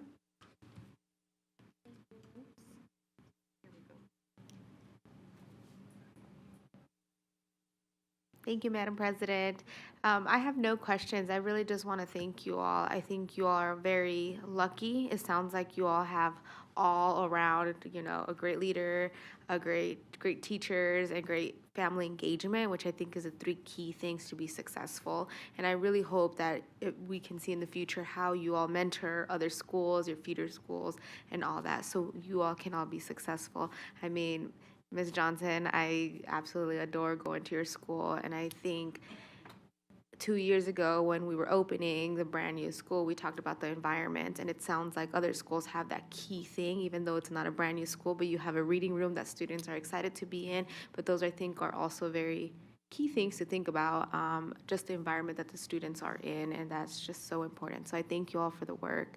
I'm excited to see how we mentor other schools and get to the place we are, especially in the family engagement part. You all know I'm very much pushing how we get families involved, and it sounds like we're going in a great direction. That's actually really good tips, thank you, from Sierra Vista, of going to the clubs and seeing how we can pull those folks in. So thank you all. That was it. Thank you, Trustee Zamora. Trustee Sparza-Strophigan, you're up next.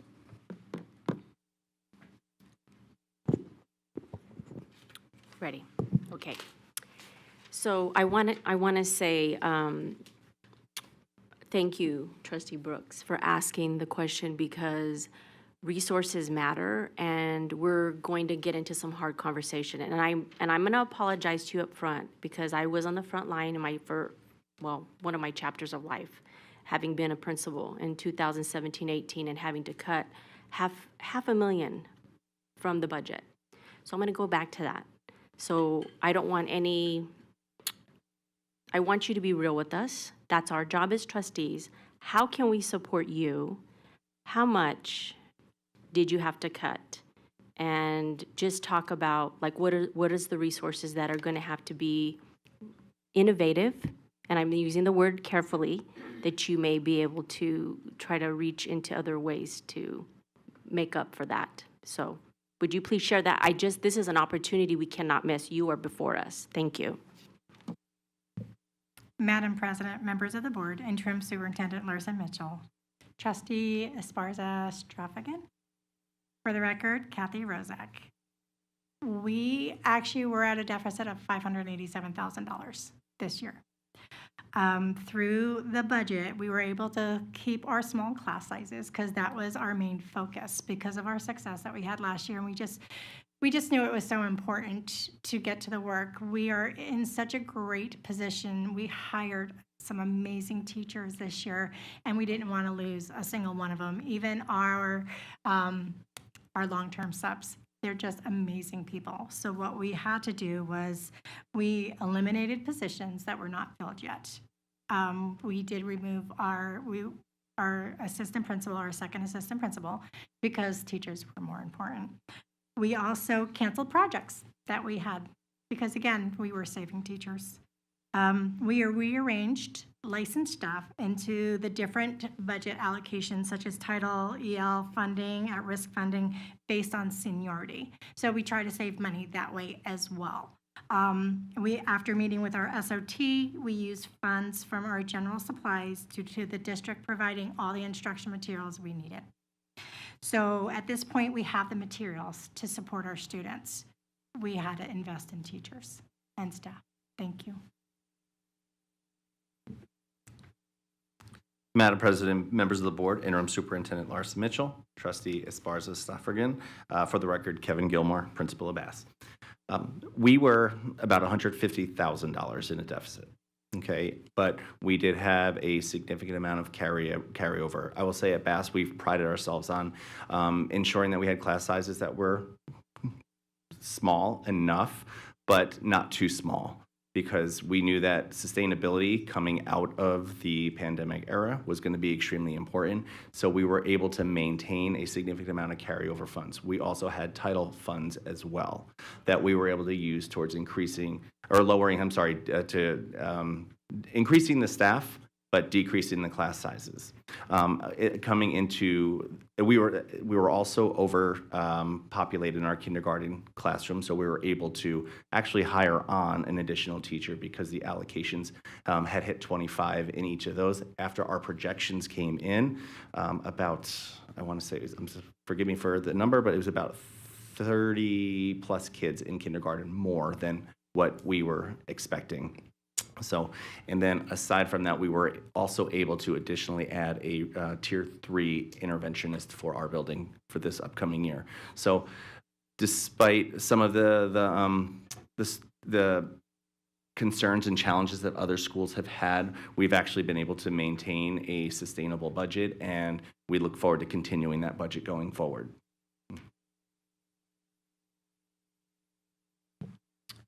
Madam President, members of the board, Interim Superintendent Larson Mitchell, Trustee Esparza Stafford, for the record, Abigail Johnson. We came in a little bit under count, and so that accounted for a significant portion of our reduced funding. We came in about $500,000 under, and so I did have to make a couple difficult decisions. However, there was no question that I was going to remove our licensed teaching staff from in front of our kids. We are almost fully staffed. We do have one long-term substitute that remains in a position. However, she is working toward her licensing. She's in a teaching program. And so I did reduce the number of administrators on my team. I removed a couple of vacant positions in one support staff position that was not in a classroom. And that was, to focus on, I hired several support staff. We added to the budget to push into classrooms to help support with tier 2 instruction and those, providing those scaffolds and that smaller group support. And so that was really important for us to maintain. And so we were able to keep those positions, and I feel confident that we will have sufficient budget once we reach our ideal count as a magnet next year to maintain our block, because that's my very important piece of what we do in order to enable our kids to have mariachi and art in addition to our medical science coursework. So thank you. Madam President, members of the board, Interim Superintendent Larson Mitchell, Trustee Esparza Stafford, Jessica Lovell for the record. I'm going to go back a little bit to Trustee Brooks's question because I think it's important to go backward before we go forward. So this is my 21st year in the Clark County School District, my 12th year as an administrator, my 4th year as a principal. I'm also a product of the Clark County School District, and I never left. I went to UNLV, so I've been around a long time. I've seen a lot. So to answer your question, budget-wise first, I was fortunate enough not to have a budget deficit because I was 100 students over projection. So now I'm worried about where I'm going to put all these bodies as the apartments continue to open. The Southwest Valley is just booming. So I'm not in that deficit that my colleagues were in. However, planning for forward, right, is what we think about. So as you mentioned earlier, I've got learning strategists, I've got a post-secondary education space, I've got an ELL specialist. So my goal now is how can I save money to continue the great work that we're doing. I have additional administrators that some schools don't have. The work is hard. There is a lot of it. And so as we spread it out, we see success, right? One person cannot be great at everything. And I've learned I surround myself with people that are all smarter than me and they just make me look really good and make Sierra Vista look really good. So that's my secret to success. But to answer your question about how you can support us, my ask would be consistency. being around as long as I've been around and going to school here, there's just been too much change. And as soon as we get to a point where we're making progress, something changes and it sets us back. And so if I have an ask of the trustees, of the interim superintendent, it would be to stay the course. We are finally doing the good work. We are. The systems and structures that the interim superintendent and the deputy superintendent have put into place are where we needed to be 10 years ago, however long ago. And so I would just ask that we see it forward and stay the course. Thank you.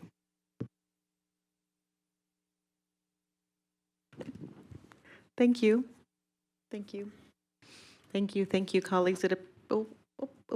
Nope. I wanted to thank you, but you're right. We need a motion. Thank you. And we are seeking a motion. Trustee Bustamante Adams?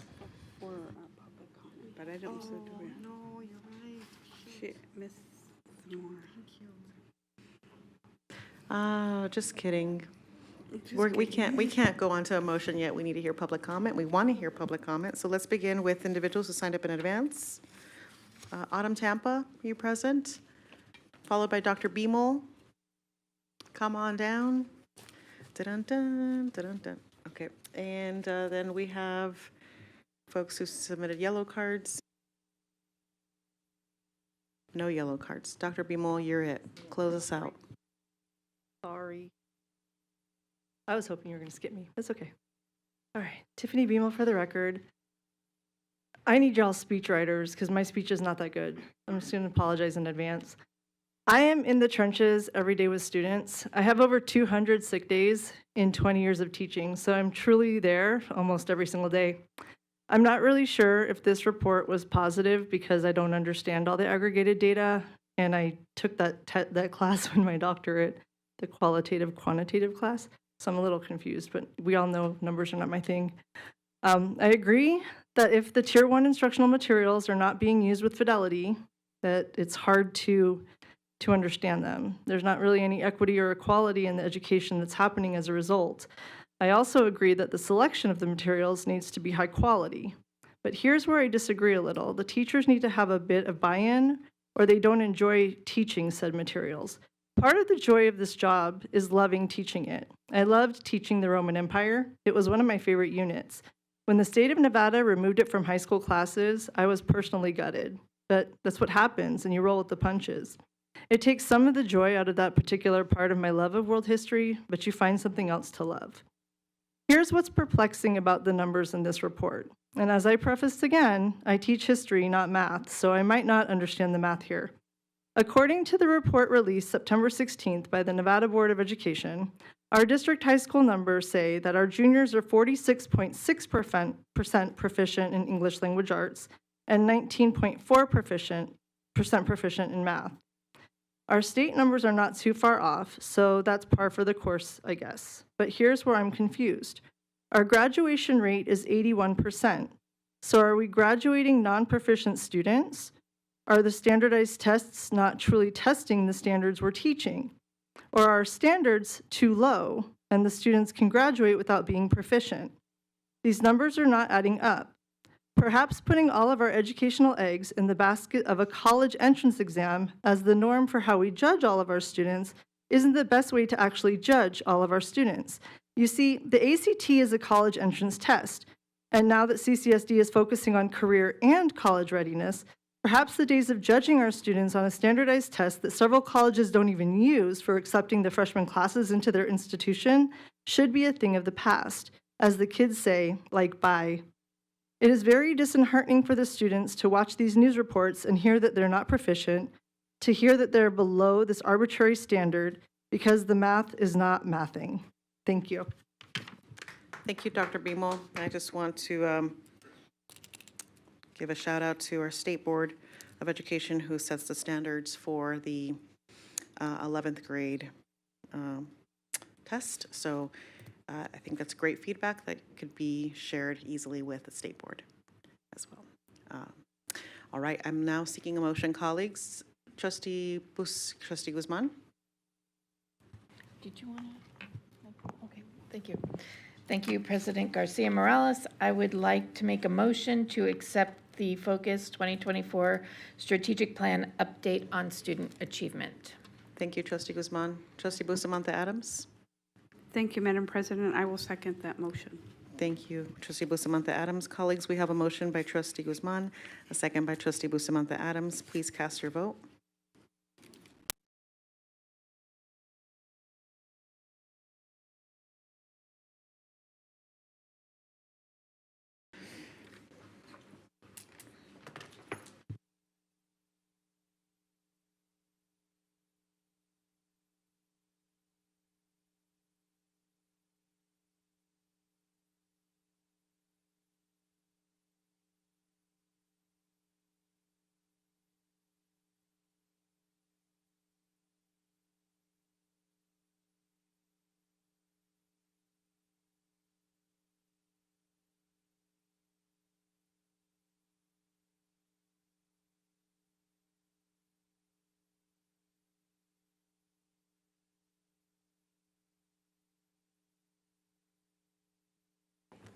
Do we have the sealed bids, or will those be shared with me once we open the item?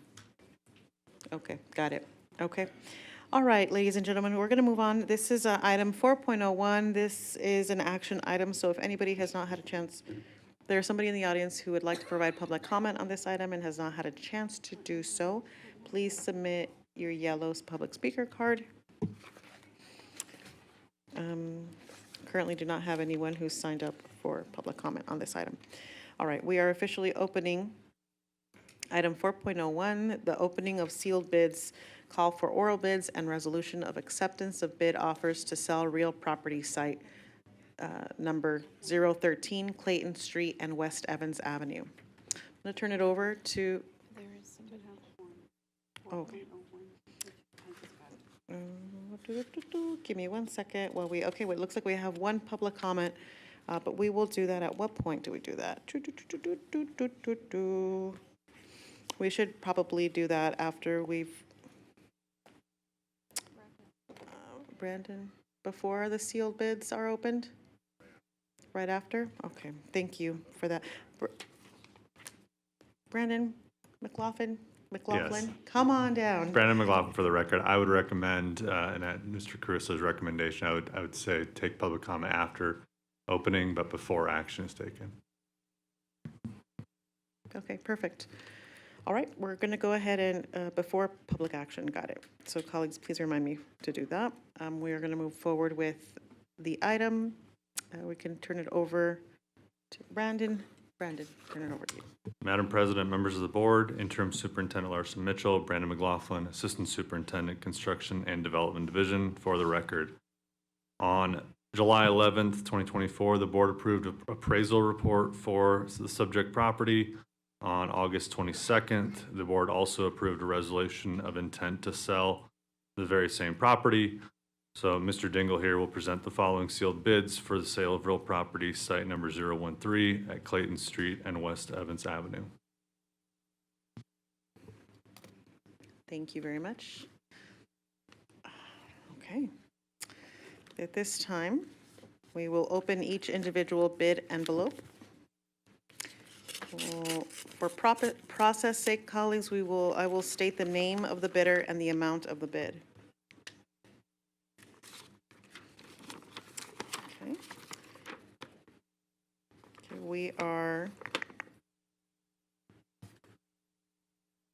All right, this is why I have glasses. We have, the first bid is from Vibranium LLC for $265,000. Okay. So first bid, second bid.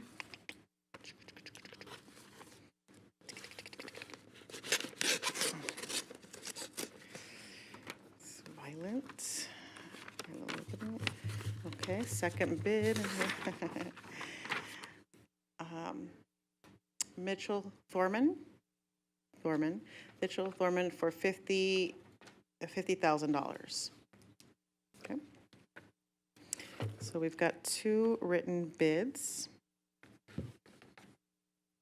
Madam President, Members of the board, Interim Superintendent Larson Mitchell, Chris Dingle, Real Property Management. For the record, the highest bid is $265,000 from Vibranium LLC.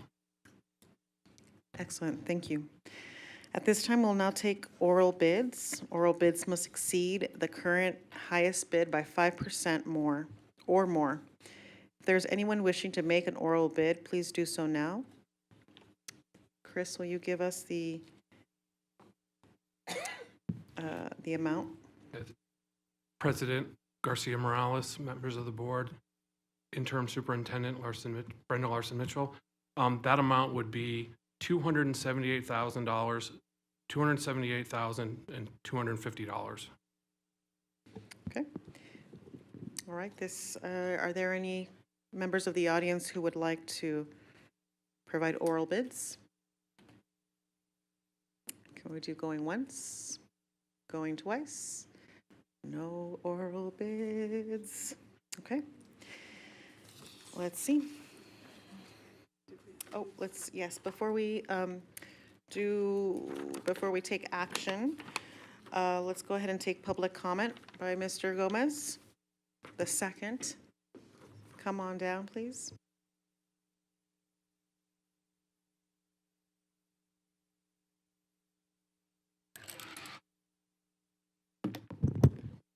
Oh, sorry, hold on.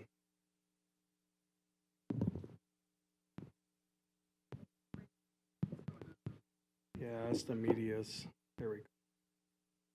David Gomez, for the record, Nevada Peace Alliance president. I wanted to talk about these bids. I was actually going to do a bid orally here, but I'm not doing it for that. I believe that the property is worth a lot more than that. After evaluating the property and looking at where it's at in the corner that it's on, it's right next to Bigelow and some other buildings over there, a church. But nevertheless, you know, this wasn't really opened in a real constructive way to allow many people to make an opportunity to bid. And if it was open in that way, I didn't find it, I didn't see it, and I didn't see anyone, I didn't see it anywhere. I go to libraries, I go to different places, and I look around to see what I can find out and see if things are posted there. So, you know, it's almost like we have a person that's bidding on it, Vibranium, and somehow they're the only highest bidder on there for whatever reason. I don't know. I will find out later because I know how to look at things and evaluate stuff. But I'm telling you right now that we're in a budget deficit and we're selling a land that's way over $800,000 or $260-something thousand. That doesn't equate with me really well, unless there's something wrong with the land. There's no utilities, there's no hookups, there's nothing close to it that obviously they're going to have to start digging and doing other things, which they can't do in North Las Vegas. So I just think that the way you guys construct this and put this together was not consistent with allowing real bidders to come in and make a real bid. Because what I see in here is suits. And most of the times I see suits in here, they're administrators or people that work for the school district. I don't see people in here that are mainly parents unless they have an agenda or a topic. And obviously I don't see no bidders in here. So this isn't open for bid, but obviously it wasn't publicized the correct way. Thank you. All right, colleagues, at this time I'm seeking a motion, and Trustee Guzman has language that we need to use for that. Trustee Barron, do you have a question? Yeah. Okay, let me turn your mic on. Go ahead. Thank you very much. Just to clarify a couple of concerns.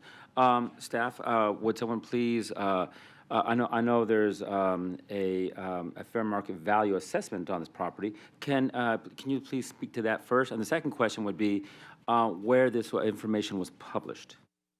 I mean, advertising the sale of the land. Madam President, members of the board, Interim Superintendent Larson Mitchell, Brandon McLaughlin, Assistant Superintendent. For the record, Trustee Barone, I can start out and my colleague, Mr. Dingle, can follow up with some of the more particulars. There is a very prescriptive process by Nevada revised statutes of how we dispose of district property, separate and apart from other municipalities disposing of similar properties. So there is a different stream of it. I am confident that our team, in working with General Counsel, has followed all parameters of the Nevada statutes for advertising and conducting all of the bid process. So I'll let Mr. Dingle elaborate on how we advertised it. Madam President, members of the board, Interim Superintendent Larson Mitchell, Trustee Barone, yes, we actually had this property appraised 4 times by certified licensed appraisers, people that are licensed, and we averaged them out, and that's how we came up with the $260,000. And we trust that the appraisers, that they're licensed and that they are doing their jobs correctly. We filed NRS, as Mr. McLaughlin stated. We advertised it in the Review Journal as we're required. We posted it in 3 different locations as required. Fantastic. And the land, it's zoned, if I remember correctly, it's zoned commercial, correct? I'm not sure on that. That would be, it's in North Las Vegas, so if the person would have to deal with North Las Vegas. I'm pretty sure it's zoned commercial because it's on the side where Bigelow is. And to actually make it worth, commercial there is not going to work. To actually make it worth something, you're going to have to go through a process to get it changed from commercial to residential, which incurs some costs. And, that's not a sure thing, quite frankly. So I think, I could be wrong, but I think staff's assessment on this one is probably pretty spot on. And if you need a motion, if you need a motion on this one, I'd be happy to comply or to follow to second the motion. Thank you. Hang tight for that. We're going to turn over to Trustee Guzman, who has very exact language. You're welcome to get back on the queue and to second that, Trustee Barone. Trustee Guzman. Thank you, President Garcia Morales. I make the motion to accept the bid of $265,000 made by Vibranium LLC for the vacant property at Clayton Street and West Evans Avenue. Do I have a second? That's you, Trustee Barone. Get back in the queue, please. Thank you. All right, here we go. So moved. Thank you. Colleagues, we have a motion by Trustee Guzman, a second by Trustee Barone. Please cast your vote.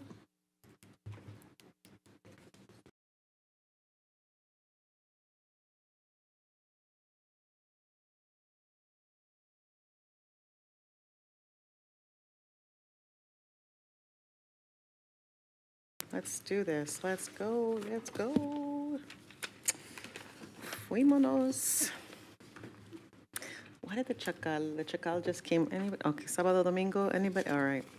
It's our sábado, domingo. Okay. We're going to move on to item 4.02. That is a presentation and discussion regarding the Clark County School District budget. Come. Colleagues, this is not an action item. We will not be taking public comment on this. However, after the presentation, we'll have a discussion.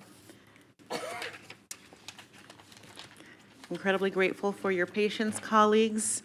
I'd like to acknowledge all of you for your patience as as Dr. Larson Mitchell and her team collected all the facts to provide us most comprehensive insight into the budget and allow her and her team to do the really hard work of distilling what was needed to prepare for today's conversation.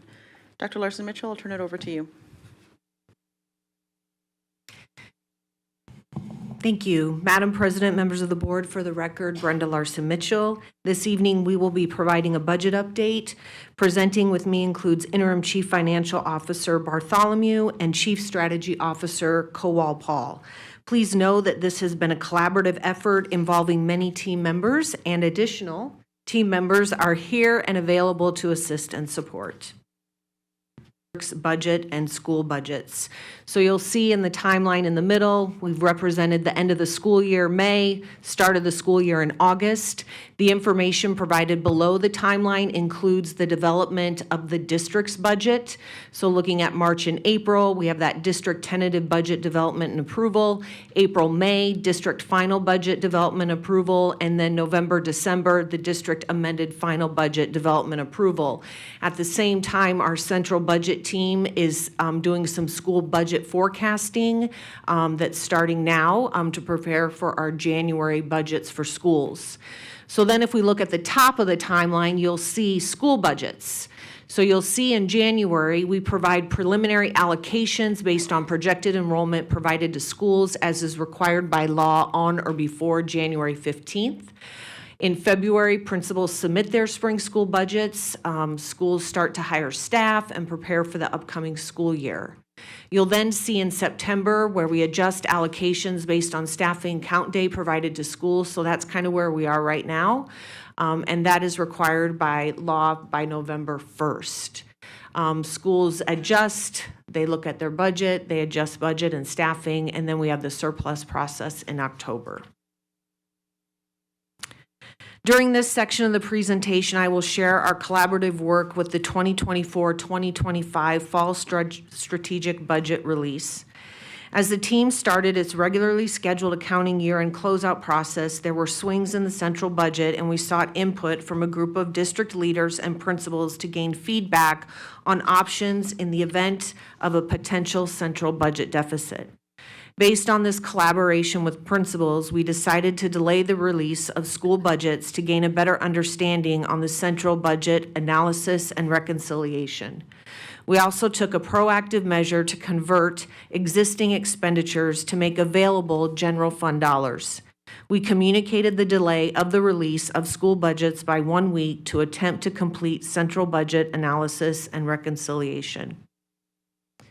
Approximately a week later, which is represented there by September 12th, we met with the group of district leaders and the group of principals again, and we were unable to confirm or deny if a central budget deficit existed. We also learned on September 12, 2024, that the average salary cost of positions was under projected in January 2024 for school budgets. Based on this collaboration, we decided to release school budgets based on the information we currently had at the time, avoid any potential central budget deficit impact on schools, and preserve available general fund dollars to support schools severely impacted if necessary. We communicated a potential central budget deficit, new timeline for school budget approvals, and provided additional guidance for schools on September 13th, 2024. On September 15th, 2024, principal supervisors reviewed the school budgets of the schools severely impacted and identified an anomaly with the allocation of at-risk funding for schools. Based on further analysis, it was determined that inaccurate data was used for the at-risk funding for schools. Therefore, we recalculated school budgets on September 16th and then released school budgets to principals. On September 17th, 2024, it was discovered that payroll data for positions with actual salaries did not include the 8% increase in pay for licensed professionals, and salary increases for column advancements were not included in the average salary cost. Therefore, the system was updated to include the correct actual salary. On September 20th, I facilitated optional principal meetings to share additional context regarding the Fall Strategic Budget 24-25. A request was made for the names of licensed professionals who had applied for the Professional Growth System advancement, and that information was shared with principals. In regards to the 2024-2025 fall school budgets, we have identified primary issues. Schools must receive their school budgets for the upcoming school year on or before January 15th. Therefore, projections are made for schools to allocate their budgets, including projected student enrollment. However, it was discovered that the data for which students were found to be eligible for at-risk funding was developed using free and reduced lunch eligibility rather than the grad score. This inaccuracy was corrected for the 24-25 fall school budgets. In addition, we lacked timely communication with principals. The average unit cost for each type of employee employed to work in the district was provided in the January 2024 school budgets based on the information available at the time. Based on additional information received after January 15th, 2024, the district's good faith calculation of the averages should have been amended to fully reflect salary increases required by the applicable collective bargaining agreements and memoranda of agreement. A secondary issue is we lacked sufficient information to inform and reassure stakeholders, especially surrounding the potential central budget deficit, as the regularly scheduled accounting year and closeout process typically concludes through mid-October. The preliminary root causes that we have identified as a team include insufficient process document and communication and the organizational and process silos. Our current state. So looking at our current state, we have two separate challenges: the impact of January 2024 to September 2024 school budget adjustments and a potential central budget deficit. Let's first take a look at the current state of our school budgets. All principals have submitted balanced school budgets. We are very appreciative of the work of our principals, educators, and members of the school organizational teams. Supports were provided for principals, including budget training and one-on-one budget analyst support. We also had principals who volunteered to serve as principal mentors to help other principals with their budgets, and principal supervisors also worked alongside principals to balance their budgets. Support was provided to some schools to help them financially balance their school budgets. And lastly, no school budgets were impacted by the potential central budget deficit. Many schools eliminated vacant positions or reduced extra contractual hours, and some schools have eliminated filled positions. Employees in positions that were eliminated will participate in the surplus process aligned with the bargaining agreement. The surplus process does happen annually, typically as a result of enrollment changes. This is the fall employee surplus history for approximately the last 10 years. The average number for licensed professionals over the last 10 years is approximately 68. Support professionals is approximately 36, and administrators is approximately 5. For the current 2024-2025 fall surplus process, we have 37 licensed professionals, 45 support professionals, and 5 administrators. At this time, Madam President, with your permission, I will transition the presentation to Ms. Bartholomew. Thank you. Good evening. Madam President, members of the board, interim CFO Diane Bartholomew for the record.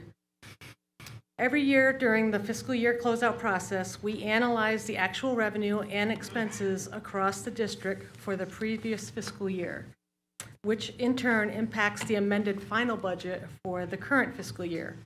It is usual and expected to see adjustments in several areas as actuals and are compared to projections.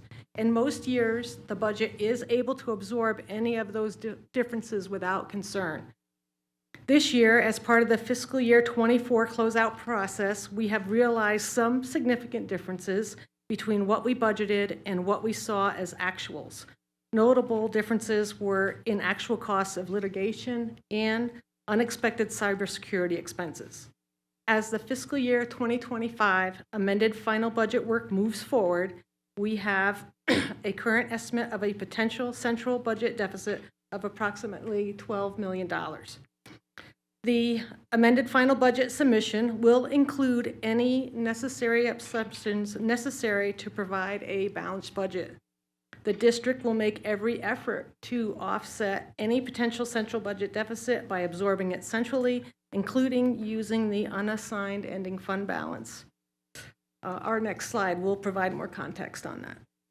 Policy 3110 requires that the district maintain an unassigned ending fund balance of 2% of total general fund revenue.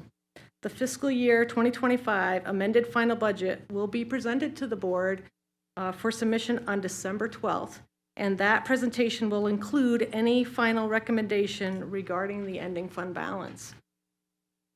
So the next slide, our unassigned ending fund balance. This slide shows our unassigned ending fund balance history. Again, FY 2025 amended final budget is in progress. Estimates are preliminary, but a potential deficit would be estimated to be a very small percentage of the district's budget. If we do determine that it is necessary to adjust the ending fund balance at 12 million, it would result in an ending fund balance still above 4% of general revenue. Madam President, members of the board, thank you, apologies. Kelly Kowal-Paul, Chief Strategy Officer for the record. Dr. Larson Mitchell touched on most of the short-term solutions that we have been implementing. We provided support to schools with significant challenges balancing their individual school budgets. The budget analysts annually engage in a process where they meet one-on-one with principals. The principals speak very highly of that engagement, and they speak very highly of the support they receive by the budget analysts, so that a point to be celebrated there. Also, throughout these last 6 weeks, we've been meeting on an ongoing basis with a number of principals, primarily with the elected principal leaders, and then also the principal representatives on the principal budget committee. And then finally, as Ms. Bartholomew stated, we have the opportunity to adjust the unassigned ending fund balance if necessary to absorb any potential deficit that we see. To address the root causes that Dr. Larson Mitchell discussed, we will be implementing a cross-functional process improvement cycle regarding the development of school strategic budgets. This is a tactic that we use regularly. It will allow us to address the issues that we've found regarding documentation, communication, and accountability of the budget development process, while also helping us break down the process and departmental silos as we collaborate together and develop shared responsibilities across units across the district. The operational goal for that process improvement cycle is to prepare for the release of the 25-26 strategic budgets in January of 2025. However, I'm finding that the more long-term goal for me and expectation is that we will end up at a place where we have the best understanding of how taxpayer dollars are introduced into our system and allocated into schools. And I think that understanding will be to a point where we are able to communicate that with you all, with members of the public, our community, and with legislators. So I think that we're going to end up in a really great position at the end of all this. Let me walk you through what this is going to look like as we move forward over the next couple of months. What you're looking at on the screen here is kind of a process map of the process improvement cycle we'll be engaging in. The red boxes indicate a point of status check. The green boxes indicate a reminder for us to communicate out with stakeholders and you. And then the blue text and arrows give us a clue of the work that we'll be undertaking. So you'll see we started last week with a review of this timeline itself. We started with principal leads, wanted to make sure we were kind of thinking in a direction that felt correct to them, also as the leaders in the work at the school level. We followed up that review with a review at executive leadership team, a review of this timeline. Last week, we gathered existing documented information regarding timelines and processes, anything that's already documented regarding any piece of any process that impacts the development of school strategic budgets. So that would be budget development timelines, hiring timelines, anything that's connected. At the same time, we were meeting with principals. We were identifying known issues, things that would come up from principals, things that came up as we were reviewing what had happened. And we have started to maintain a list of known issues, of yet unanswered questions, and of recommendations. And so this week we are taking that information that we gathered and the list of issues, questions, and recommendations and building a complete end-to-end process map of every piece of the system from allocation to the district to allocation to schools. What we will be able to do then is to attach each individual issue, question, or recommendation to a piece in the process so that as we're analyzing that piece, we will be able to see how any changes would impact the entire system. So we will have another week and a half or so to begin the work of analyzing those individual pieces. And the goal will be to get an initial recommendation to the extended leadership team on October 21st. The extended leadership team is the specific point of review that we chose because not only does it have a little bit broader representation of district leadership, but it also includes district-wide representation of principals.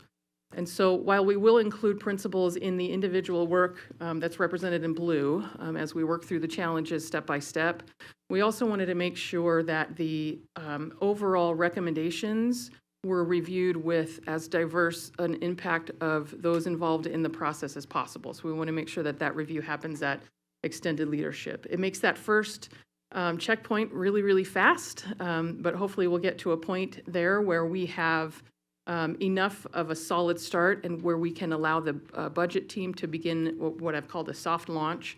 What I mean is we recognize that the team is typically working now to begin the work to developing school budgets in January. And if possible, we would love to not delay that any further than we need to. If we do find in extended leadership that we need to slow it down a little bit, of course we will. After that meeting, we will respond to the discussions with that group and recommendations that come out of it. We'll have 4 weeks to further refine the process, tighten everything up. We will provide a final recommendation to that same extended leadership team. Assuming all goes well there and everybody believes we've kind of made the right decisions and made the appropriate changes, then we will implement a formal launch at that point in November. And by formal launch, I don't mean open up school budgets. I mean begin the work to develop school budgets or hopefully continue the work that started with the soft launch. Throughout that work, with the advantage now of having this cross-functional group of leaders and principals involved in the development of the process, we will now have a greater understanding of what we need to be monitoring along the way so that we can make sure that the decisions are being implemented as we thought they would and that are impacting the system the way we thought they would. And we will monitor that work weekly at executive leadership. You can see there we've got a green box that we will communicate the formal launch. We know we've got some significant interest in this work right now, so we want to make sure that we are keeping everybody informed along the way. So we will have 4 weeks to do the work of developing the school budgets with a target of December 20th for substantial completion. December 20th is the last school day before winter break.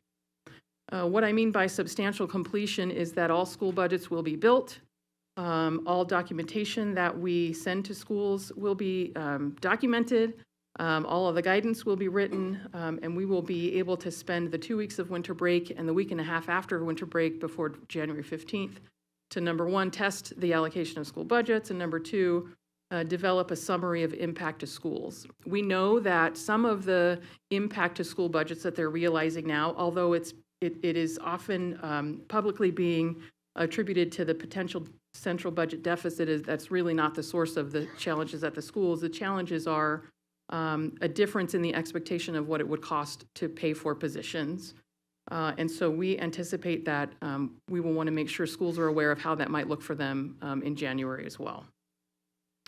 And then finally, when we release the spring allocations to schools on January 15th, we conveniently have a couple of principal meetings where all principals attend or are invited to attend anyway, and we will take advantage of those meetings. They will have access to their budgets at that time, and we will walk them through the release of their budgets. We will walk them through a detailed training about the budgets, including we spoke to them about this today and yesterday, the development of a technical manual, which will allow them to take the information that's provided to them and really understand how each piece is calculated. So if anybody has a question, how did we calculate the average salaries? That will be included. My goal personally is to allow the principals to be able to take the information they have, guess at their allocation, guess at what everything's going to cost them, and get pretty dang close to what actually shows up in their school budgets. So of course, at that point, we will communicate the release of school budgets. We will communicate the summary of school impacts, and then move forward. We are considering one major change with the release of spring budgets in January. Not yet fully contemplated yet, obviously, but the legal requirement for January 15th, by the way, which is a date that we asked to be put into the law, the legal requirement is that we provide schools with an estimate of their allocations for the next year and an estimate of the cost of salaries and services. The requirement is not that budgets are open and that schools build their budgets at that time. So we are considering adding an extra review opportunity where we provide principals with their detailed allocations, we provide them with the detailed estimates of costs, and we allow them to review before they are even able to start making budget changes, before they are required to meet with their SOTs. So we will have an opportunity for those who have firsthand knowledge of what they think their budget should look like to go, wait, I think you guys missed something. And then we have an opportunity to pull it back and go, okay, cool, we got it. And then push it out really, really strongly and with confidence before they start building their budgets. We'll have to talk about what trade-offs we would be making by making that change, of course, but we'll examine that throughout. Throughout this work, we anticipate some assistance externally. We've got a broad kind of variety of inputs here, which I think is great. First, you will see an item following this item on the agenda, which is a request to work with the Council of the Great City Schools to receive some support from CFOs from across large urban school districts across the country. We do have some expertise across the state, but the expertise from a system that's similar to ours would be valuable to us as well. Also, the governor has offered us two pieces of assistance. Number one has requested the expansion of the scope of an audit that has been going on for a year, the LCB audit, which we welcome. And then he has asked the Committee on Local Government Finance to give us some assistance as well, and we've been invited to come provide a presentation to them later this month. Finally, the Nevada Department of Education has offered assistance as well. The state superintendent offered us the assistance of some CFOs across the state, but also internally with her team, and I've been in contact with Megan Peterson on her team, and we intend to start working together on what that support might look like in the coming days. Dr. Larson-Mitchell? Madam President, members of the board, for the record, Brenda Larson-Mitchell. Thank you. Just one clarification that I would like to add. Our interim chief financial officer was at the interim finance committee representing us this afternoon, and I did touch base with the budget team later this afternoon before I came over, and we are now at a 10.9 estimated potential central budget deficit.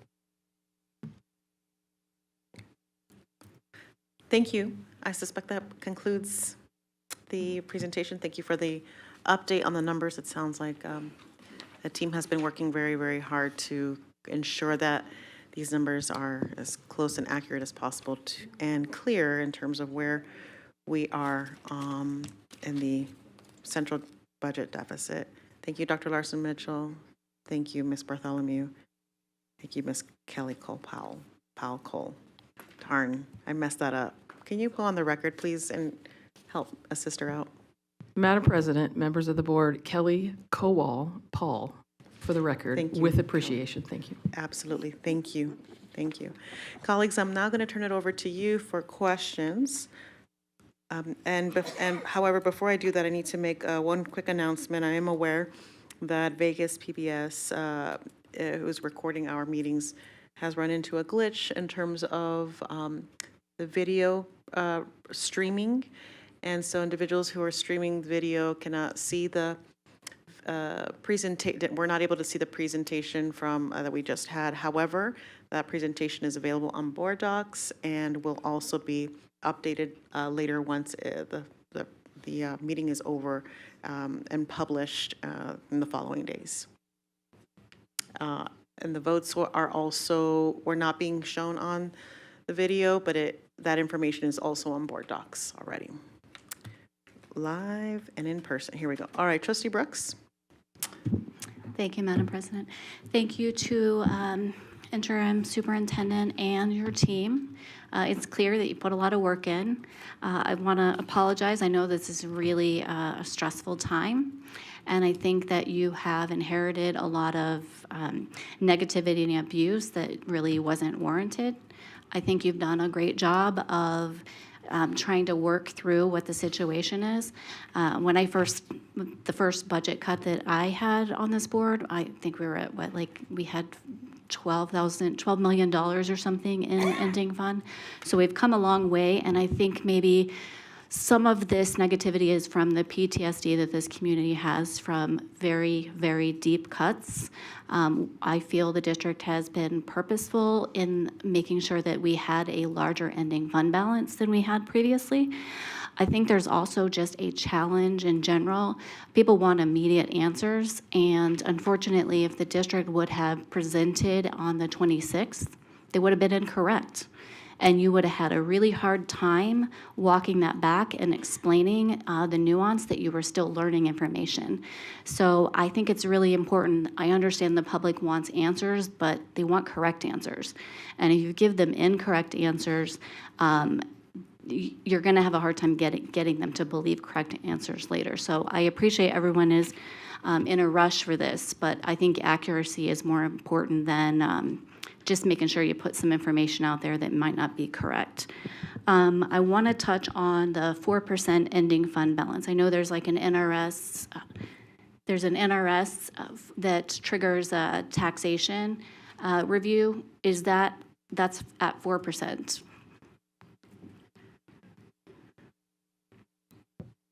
Madam President, members of the board, Trustee Brooks, thank you for the question.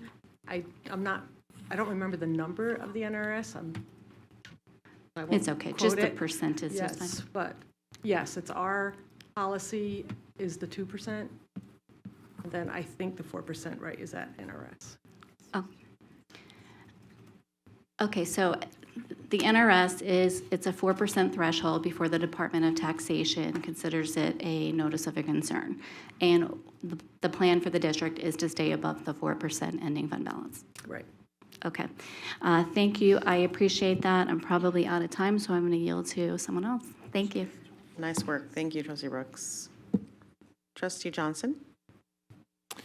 All right, thanks a lot. And this is, I love to dig into the finances of it all. I know these are really big numbers, but at the end of the day, numbers are still numbers. And so it's really helpful for me to hear you all share so clearly what the challenges were and then really break them out into the categories versus, district challenge versus school challenge. And just one of the things that I was trying to make sense of is just for clarity, when you submit this budget in January, it's more of a forecast. And then when we review in the fall, it's a bit of a true up to the forecast. Is that correct? Madam President, members of the board, Trustee Johnson, Brenda Larson-Mitchell for the record. Yes, with school budgets, what we release in January is a projection. It is a forecast. You are correct. So forecasts are, they have the opportunity to be incorrect because you're forecasting with sometimes imperfect information when you're making those forecasts. And then if I understood it right, you just mentioned that this was a $10.9 million potential central office shortfall. Could you just share like the overall district budget, what that figure is? Madam President, members of the board, Brenda Larson-Mitchell for the record, Trustee Johnson, we have nearly a $4 billion budget, so the $10.9 million is less than 1%. Yeah, it's about 0.03%, correct. Mm-hmm. So less than 1% in terms of differentiation in terms of the forecast so it seems like it's a pretty accurate forecast if you're going to be at 99.7% accurate and then that last 3%. And again, I don't have a $10.9 million check to write you, but so I recognize the number is large, but if our budget were smaller, that 10.9 would be much, much more important, correct?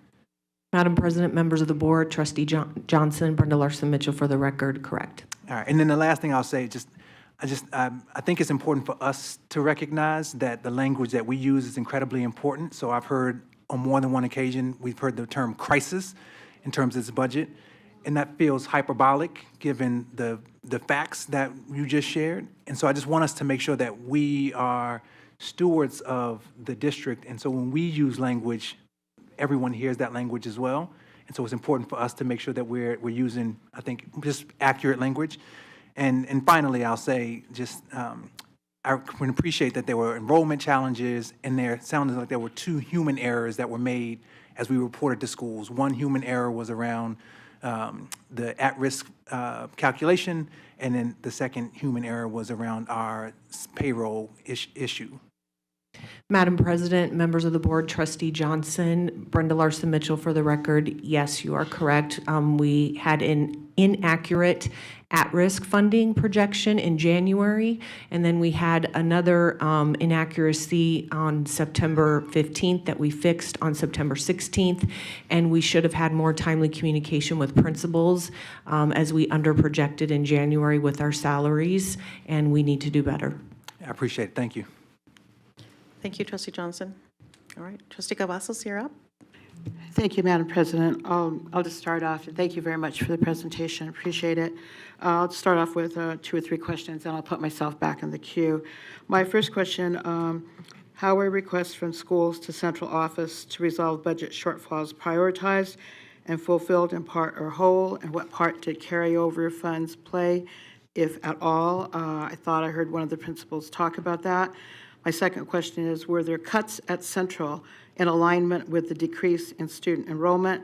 And my last question is from a constituent having to do with being told that that there is $30 million on the one-to-one Chromebook replenishment. $30 million has been cut, and that at this time the district is not able to say if we're going to be able to continue with that replenishment. So that's that. The first 2 were my questions. The last one is a constituent question. Madam President, members of the board, Trustee Cavazos, Brenda Larson Mitchell for the record. I'm sorry, I forgot the middle question. The middle question? The middle question was having to do with were there cuts at Central in alignment with the decrease in student enrollment? Thank you for that. I appreciate it. So right now, with our estimated 10.9 central budget deficit, we are looking at absorbing that centrally using the unassigned ending fund balance, and we also are working collaboratively with chiefs to review some things that we may be able to cut centrally, again, avoiding any impact to schools. So we are going through that process as well. As far as the appeals that were provided to some schools that needed financial support, if I may have Ms. Gutierrez come up and help with that answer. Thank you. Thank you. Madam President, members of the board, Melissa Gutierrez for the record, Trustee Cavazos. School principals took a look at the goals in their school plan of operation. They took a look at their staffing and their programming, and then they worked very closely with school supervisors, with budget analysts to determine the need to request additional funding. And were carryover dollars involved in any of that as far as getting those balanced? So school principals and SOTs work together to make decisions as to whether or not they are using carryover funding to purchase staffing or to purchase programming. Thank you. I think the last question was the constituent question. Madam President, members of the board, Trustee Cavazos, that's not something we have at our fingertips, but I'd be happy to do a little bit of research. Yeah, follow up. Sure, that would be fine as a follow-up. And I'm going to cede my time right now, and I'll get back into the queue, Madam President. Thank you, Trustee Cavazos. Yes, excellent. Thank you. We're going to turn it over to Trustee Bustamante Adams. Thank you, Madam President. Just want to say thank you, Interim Superintendent, because what Trustee Brooks said is some of this stuff was inherited. And so thank you for tackling the challenge. Thank you to the entire team for spending the evenings, weekends to be able to get this right. And so I just want to thank you. I am encouraged that I heard that principals were willing to mentor one another on the budget. That's phenomenal teamwork, so thank you. Also, the forecasting that Trustee Johnson mentioned, right? 0.03. Working at the state level, our economic forum sometimes didn't even come that close, so thank you. My question is about the central budget. So at one time we reported 20 million, then it was 12 in this presentation. Now we're down to 10.9. And so what I'm understanding is that the reason the number is fluctuating is because we are closing out, right? And I don't think that's what the public understands, is that as we close out, the number will change. And then I believe at the end of this month, we will have a number that we could report. Is that accurate? Madam President, members of the board, Trustee Bustamante Adams, Brenda Larson Mitchell for the record. Yes, you are accurate. In our communication that we put out to schools and community and staff, we are in the midst of our year-end closeout process, which typically runs through mid-October. And then thank you. And then my other question is on the unending fund balance. If we're going to stay at the 4.5, which I saw in the presentation, then it wouldn't affect our bond rating. Is that accurate? Madam President, members of the board, Trustee Bustamante Adams, Diane Bartholomew for the record. The unassigned ending fund balance does play a role, somewhat into our bond ratings, but because the district has other revenue available, especially our statutory reserve, we have a significant statutory reserve, which helps the district in that aspect. So it almost balances it out. So yeah, lowering the unassigned ending fund balance that little bit should not have an impact. Thank you so much. And then my last question is about communication, right? We all know we need an increase in that, so I'm appreciative of the governor offering his assistance also at the executive branch. But what has been the communication to our bargaining units, especially CCEA, and our communication to our legislative branch, since they're our funders? Madam President, members of the board, Trustee Bustamante Adams, Brenda Larson Mitchell for the record. Ms. Triana has been communicating with our bargaining groups. I have as well with some of them.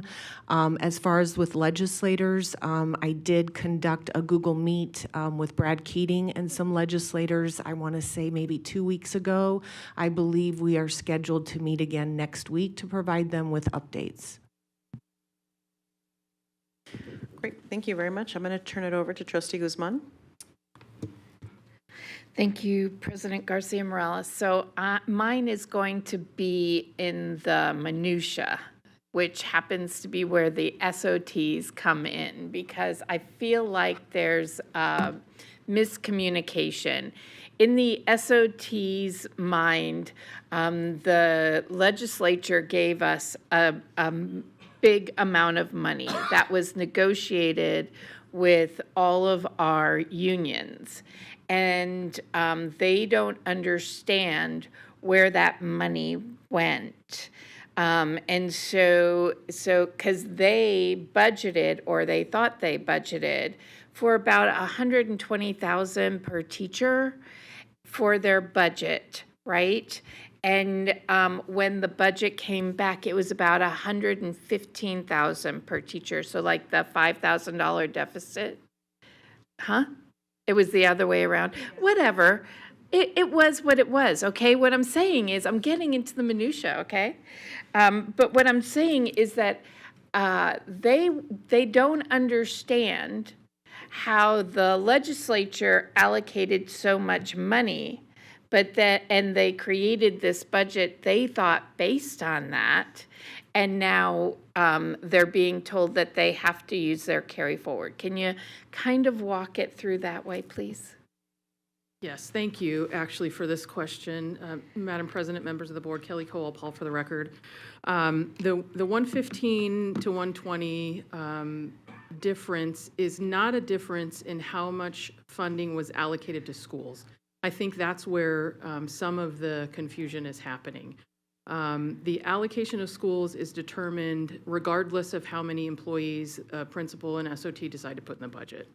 The mix-up is probably the wrong word, but the change from 115 to 120, whatever, impacted schools in the same way an unexpected increase in the cost of materials would be. So if you were building a budget based on a $10 book, and then once you got to fall and realized the books were $15, that's the same as what happened. They built a budget with positions they thought cost one amount, and then came back to the fall with positions, by the way, which they had already staffed in most cases, which is the biggest challenge, the biggest part of the challenge in all this. But those positions that they already budgeted, already filled, already have kids in front of, cost more than that. So my follow-up is so when we're thinking about that, and they were supposed to appeal if their budget was in a deficit. Talk to me about that appeal process, and let's say a school that budgeted for a certain amount got less, but they had carry forward. Would they have received money if they said that they had a financial shortfall? Madam President, members of the board, Melissa Gutierrez for the record, Trustee Guzman. All schools that were experiencing significant difficulties balancing their budget and requested additional support received it. But they had to fill out the form, right? They did need to request additional support, yes. And the principals knew to do this from past experience? Madam President, members of the board, Melissa Gutierrez for the record, Trustee Guzman. Yes, the appeal process has been in place for many years. It is also available to all school principals on our web-based training site. In addition to that, school supervisors made them aware of that information in case they did not know. I met with school supervisors myself, and that was one of the things that we discussed, was the possibility of an appeal if schools needed it and requested it. Thank you. Thank you, Trustee Guzman. Trustee Zamora, you're up. Thank you, Madam President. Thank you all for the presentation. One of my first questions is, I do appreciate the timeline and kind of the dates of when the communication started, but can I get clarification when the issue was actually discovered? Madam President, members of the board, Trustee Zamora, Brenda Larson Mitchell for the record. We knew, in spring, due to salary increases, which our employees deserve, that we were going to be tight, including unanticipated expenses such as litigation and cybersecurity expenses. And then as the team got in there to, start the closeout process and year-end closeout, there were large swings, and we weren't able to identify a number. I mean, it went from large in the negative to sometimes we were okay.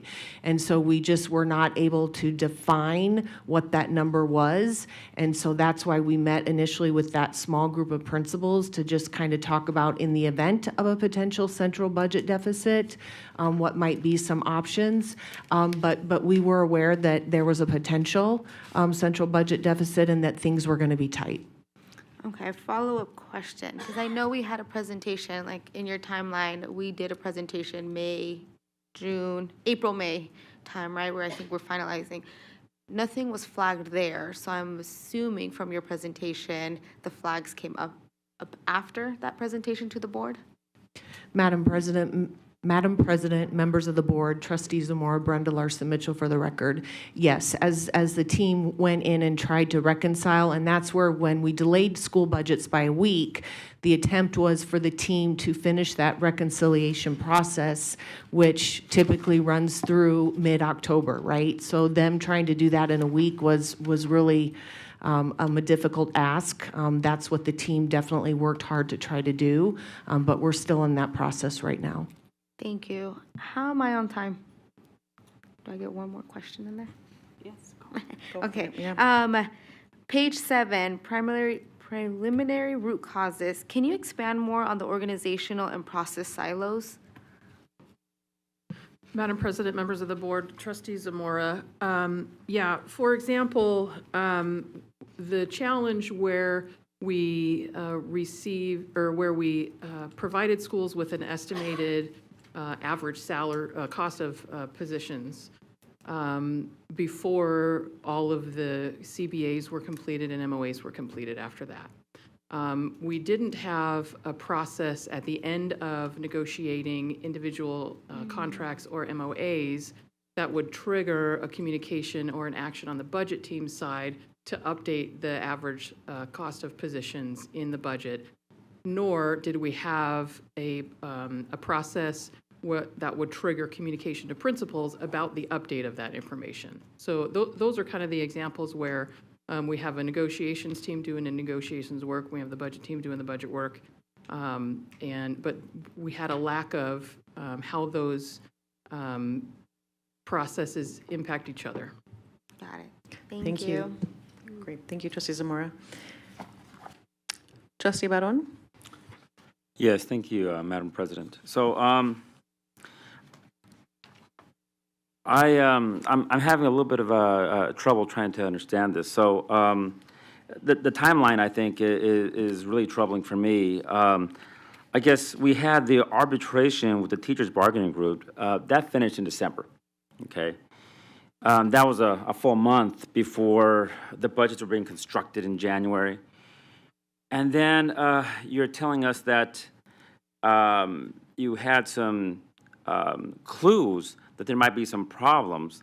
I was just thinking now, I of course, filed my paperwork for retirement, but had I stayed as a teacher, right, I knew I'd be due for an 8% jump here. But besides that, I might be also getting a column raise because as for CUs, I know I had a whole bunch of them, right, that I wound up leaving on the table. And quite frankly, I know there's going to be, there are several people that I was working with, they're going to be getting CUs. It would be kind of like natural that those would also have to be calculated. So what I'm hearing is that, you knew that there were going to be some issues when you suspected there was going to be some issues, but you didn't take a deep dive to figure out that that was actually going to be a problem coming up. I guess, over the city, we're talking about a city that our city was 3 weeks from actually shutting the doors here. I'm very, very conscious about ending fund balances and making payments work out and all this, right? I guess I'm trying to figure out why wasn't there an alarm raised when you had, hey, and again, from January to the end of the school year and then through the summer, we're talking about a lot of time here. And I think we have a pretty competent team. I'm referring to you all here.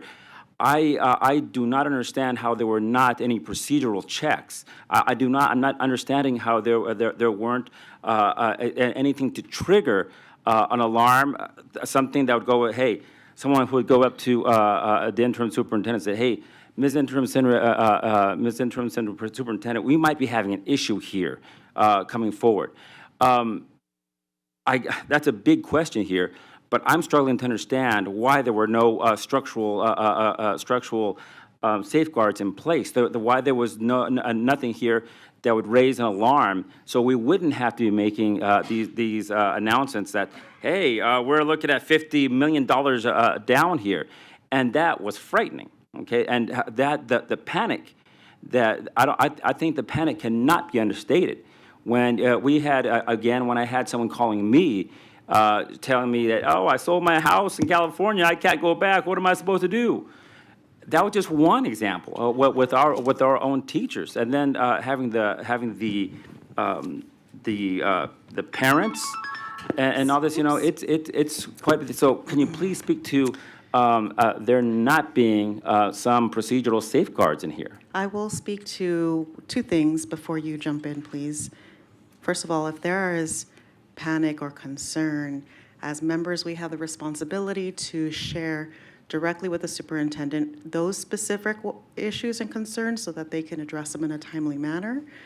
And it's unfair to kind of bring up the panic about what, as Trustee Johnson shared earlier, the words and the language we use are absolutely essential and critical to the success of the organization. We also are on the same team. We're on the same team. This is not an interrogation. And so I ask members moving forward, if you have questions of our team, that you use a respectful tone. Otherwise, that will not, we're going to have problems. Are you going to deny my question? I'm not going to deny your question. Good. I'd like to hear the answer. I'd love to turn it over to the team to provide you and to illuminate all of us on your specific requests. Thank you. A lack of procedural safeguards. Sure. Madam President, members of the board, Trustee Barone, Brenda Larson Mitchell for the record.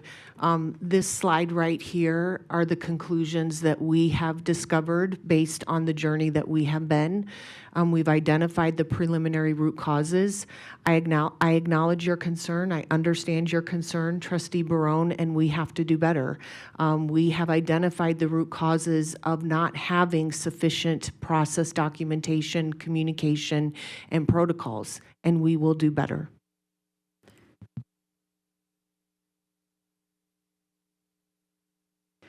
Okay, let's see. Thank you for that, colleagues. Trustee Satori, you're up. Thank you. Question, so when you were speaking to like how tight the budget is for this year, and then some of the unanticipated costs like the litigation and cybersecurity. So my question is kind of like, I'm sure there will be likely unanticipated expenses that could occur this school year. Where do we stand kind of on being able to handle those as they arise?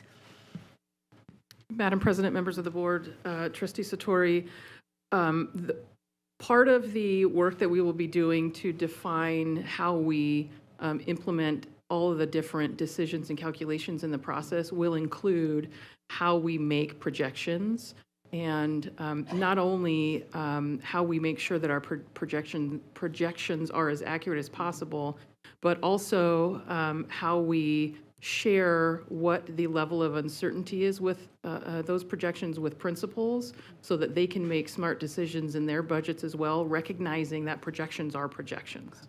So that'll be part of the process that we'll work out along the way. Okay, thank you. And my one follow-up question as well.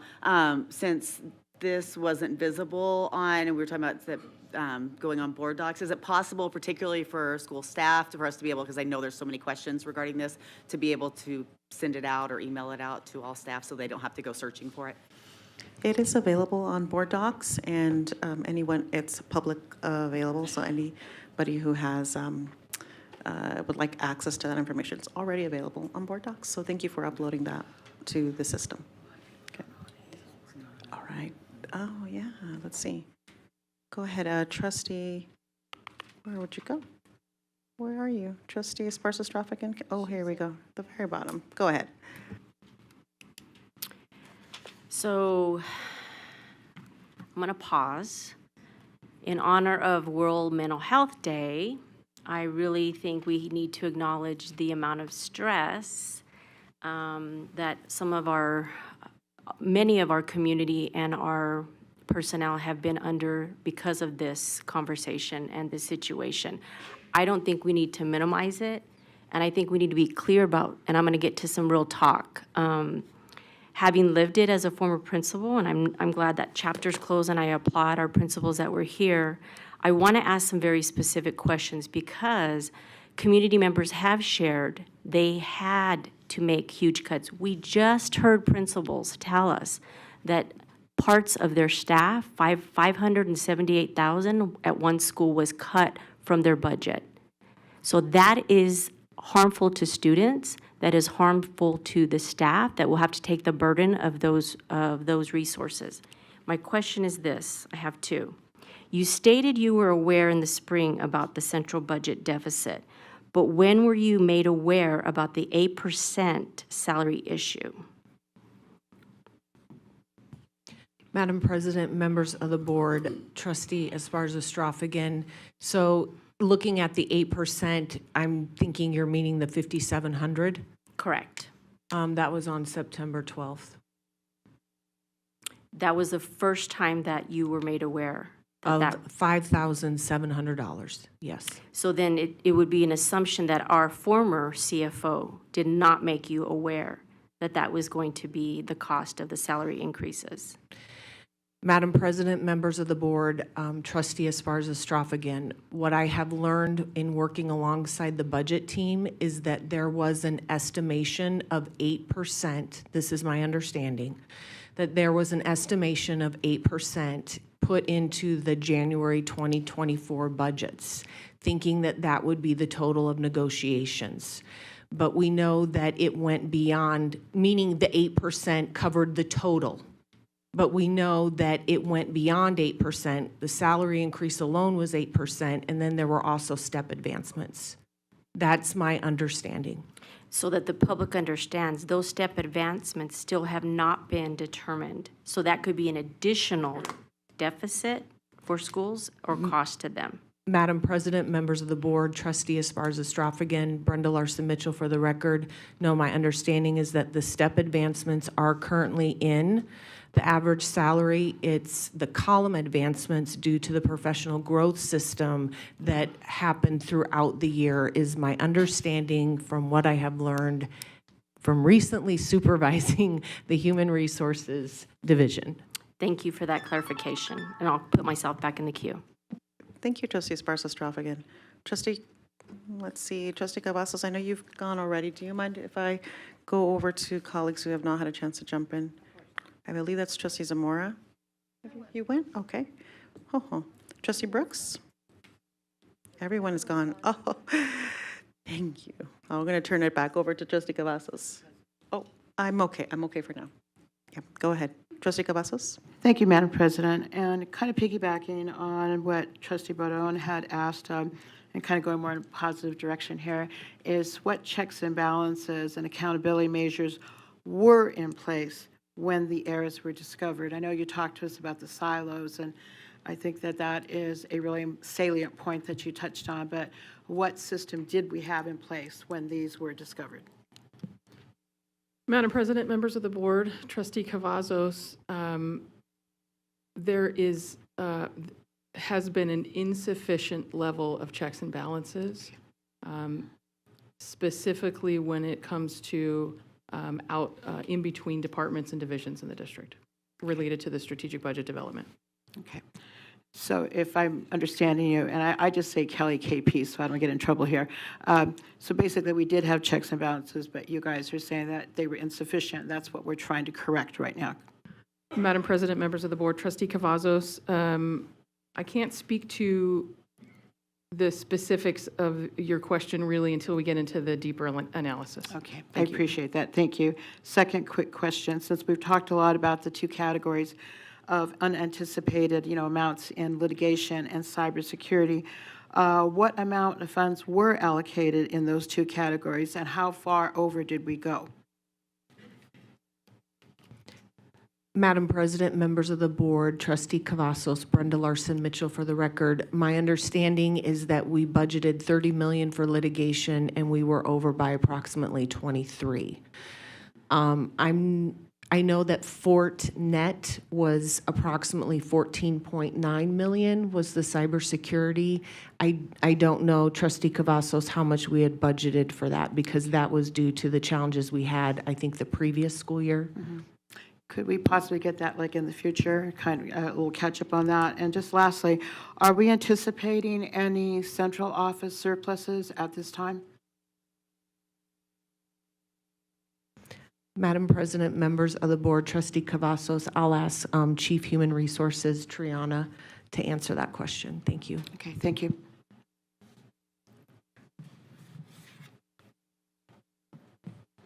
Madam President, members of the board, Interim Superintendent Dr. Larson-Mitchell, Rowan Triana, for the record. At this time, there are no surplus central office staff at this time. Okay, thank you so much. That's all I have right now. Thank you very much. Thank you, Trustee Cavazos. I'm going to go down the queue here. Trustee Zamora? Thank you, Madam President. I do want to take a moment because I don't want it to feel like an integration. I understand we're in the same team, but I do appreciate, Interim Superintendent Brenda Larson-Mitchell. You have always made me specifically feel that I can have a dialogue with you when it comes to asking these questions, and the team as well has been really good at that. We're just dialoguing, right? There's a lot of talk in the community. There was fear, and I saw it all. So I kind of want to see what happened for it to be to the point where our principals are cutting homework packets and, cutting all these, we don't have ink, they can't print out these things or anything. But on page 9, you have no school budgets were impacted by the potential central budget deficit. So I kind of want to clarify that because I have seen a shift of, homework packets specifically in our elementary school. I don't really know about high school, but it's just what we've seen. So where's the miscommunication or what's going on there? Madam President, members of the board, Melissa Gutierrez for the record. Trustee Zamora, all schools balance budgets with funding in their general supplies line item. Any decisions to purchase general supplies or what general supplies they do purchase are made at the school level.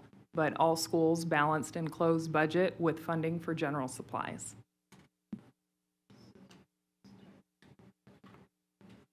Madam President, with your permission, members of the board, Trustee Zamora, I think it's important to clarify that statement that the school budgets weren't impacted by the central office deficit. At the same time, we talk about some of the things that schools are experiencing, and so I don't want to let that go away. The central office deficit did not, potential central office deficit did not in any way impact what was allocated to schools, nor what it is costing schools to purchase positions or services. Plain and simple.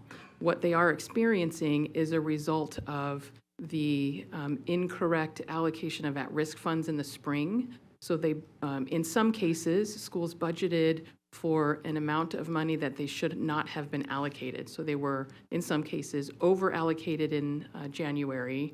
That number was trued up in the fall. So they are experiencing that as a budget cut, for sure. But the reality is, those dollars should not have been allocated to them in the first place. And so how they are choosing to make those adjustments is what Ms. Gutierrez said, that is up to the principal and the SOT. Thank you. hope I that clears really it up. appreciate that because I think that's really important to clarify the things. There is confusion, right? We're having this conversation. It's very high-level conversations, and we want to just make sure everyone knows. But I do have a follow-up for that one. Do you know how many Title I schools were affected by the budget shortfall? Madam President, members of the board, Trustee Zamora, Kelly Cowell-Paul for the record, I don't have that number off the top of my head. Title I schools are like 3/4 of the district, though, so. Yeah. Thank you. Thank you, Trustee Zamora. I'm going to turn it over to Trustee Guzman. Thank you. I have to just turn on my timer. So some constituents are still confused, and they asked me just really quick to ask you this question. How was the free and reduced lunch accounted for if schools received free meals and families did not apply for free or reduced lunch, and where does that number come from? This is a very big deal for some reason. Madam President, members of the board, I'm going to call on Mr. Casey. Fabulous. He's coming, obviously. We're calling Go in team. the troops. That's right. Thank you so much.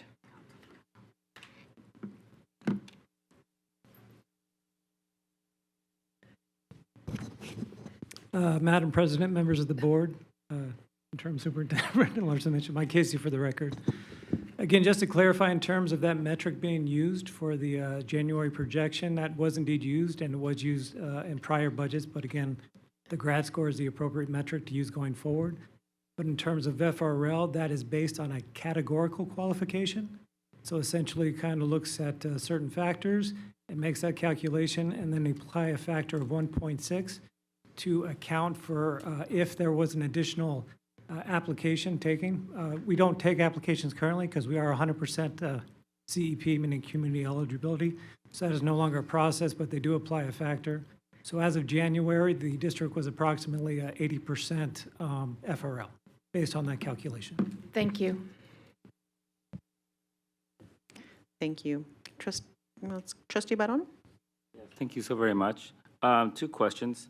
When was the last AB 469 subcommittee meeting, which I'm not sure if this is going to have a bearing on it, but when there was a response to this, as I understand, there was a promise that there would be, that the district would be absorbing the central office, or maybe I heard that incorrectly. But when we say that there are going to be, are there any central office cuts?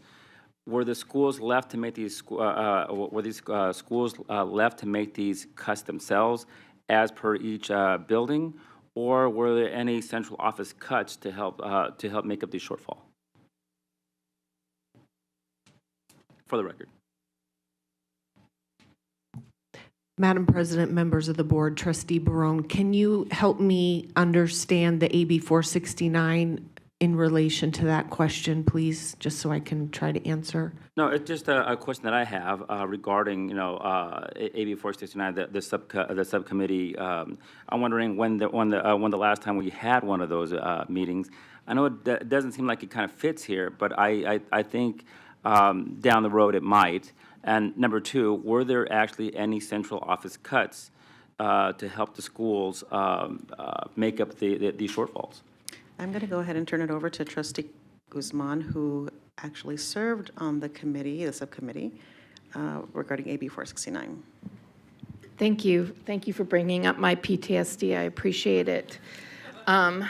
So the AB 469 subcommittee last met, that was your question, probably 2 years ago. And we met and ensured compliance by the district.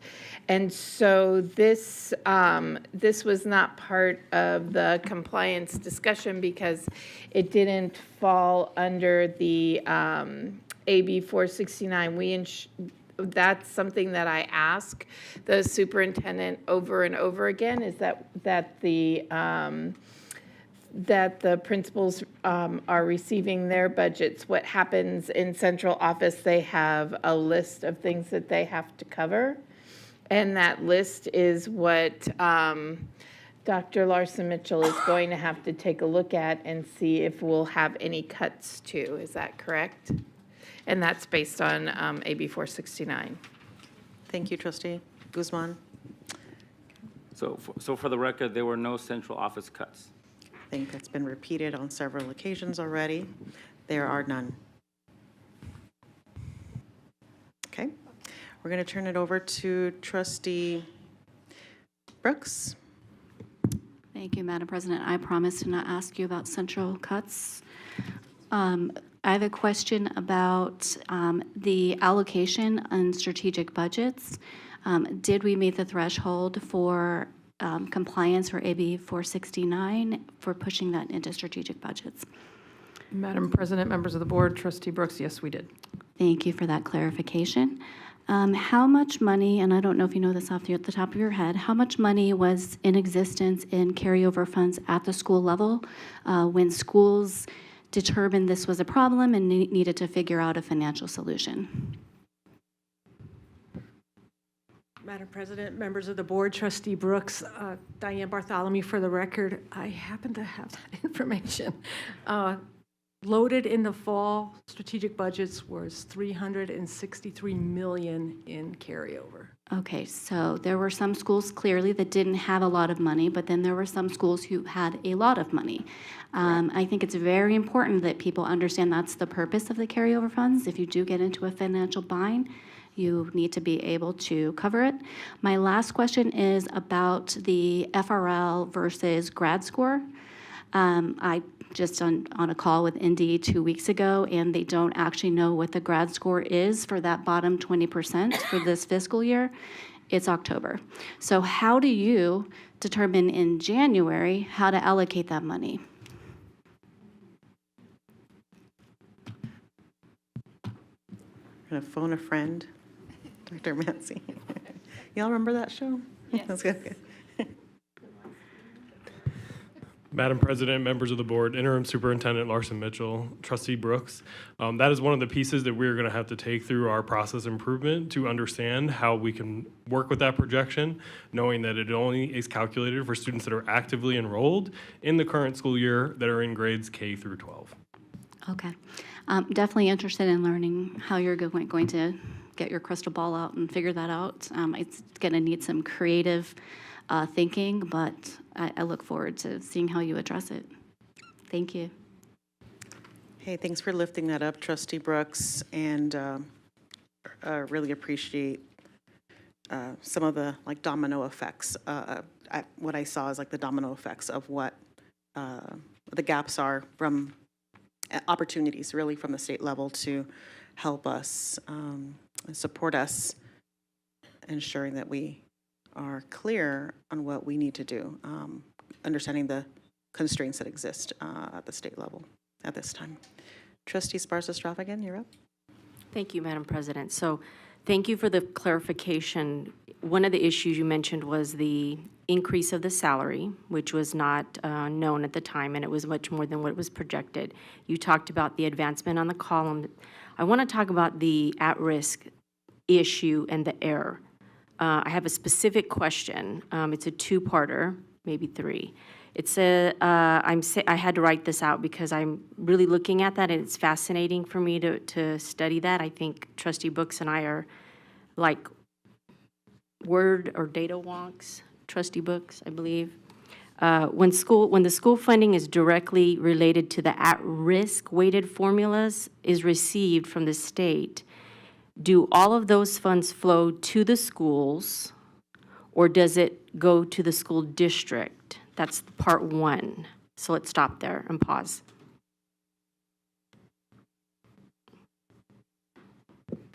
Madam President, members of the board, Diane Bartholomew for the record. If I understand correctly, so we are allotted a bucket of at-risk for when the legislation drops, and then that is allocated based on our at-risk score, which it was FRL. The methodology changed. Now it is grad score. So it's based on, so we do have a waterfall, right? Special ed, EL, at-risk gate. So depending on where your enrollment falls, it's going to depend on what allocation they get. But does it go to the schools or does it go to the district?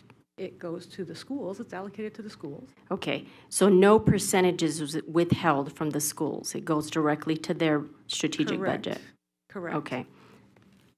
So they get it directly, and so when that happens in the spring, they're going to also see that amount of money directly in their strategic budget. Correct. Thank you for that clarification. Thank you, Trustee Sparsa-Stroffigan. We're going to turn it over to Trustee Cavazos. Thank you, Madam President, and thank you again to one of my colleagues, Trustee Sparsa-Stroffigan, for asking that first part of my question so I can just go on to the second part. So I believe I got that part. I just, will we be able to know, and I have kind of talked with Interim Superintendent Brenda Larson-Mitchell with us briefly on our one-on-ones, will we be able to kind of get an idea or to know the specifics of which schools got an increase in at-risk money, and was that amount, was it in proportion to the money that was cut from other schools? Will we be able to kind of get an idea or report on that? Madam President, members of the board, Trustee Cavazos, Diane Bartholomew for the record. So, correct. So when we get our bucket of at-risk dollars, yes, depending on the enrollment at a particular school, that's what they're going to get allocated. So yes, if money comes from somewhere else, it's going to go, it goes to somewhere else. Thank you. And just a quick question that's not exactly a follow-up. It's kind of a follow-up to my previous question. And apologies to Trustee Brooks, but it does mention the phrase central office. Would technology positions be counted, those that were surplus, would they be counted as central office positions?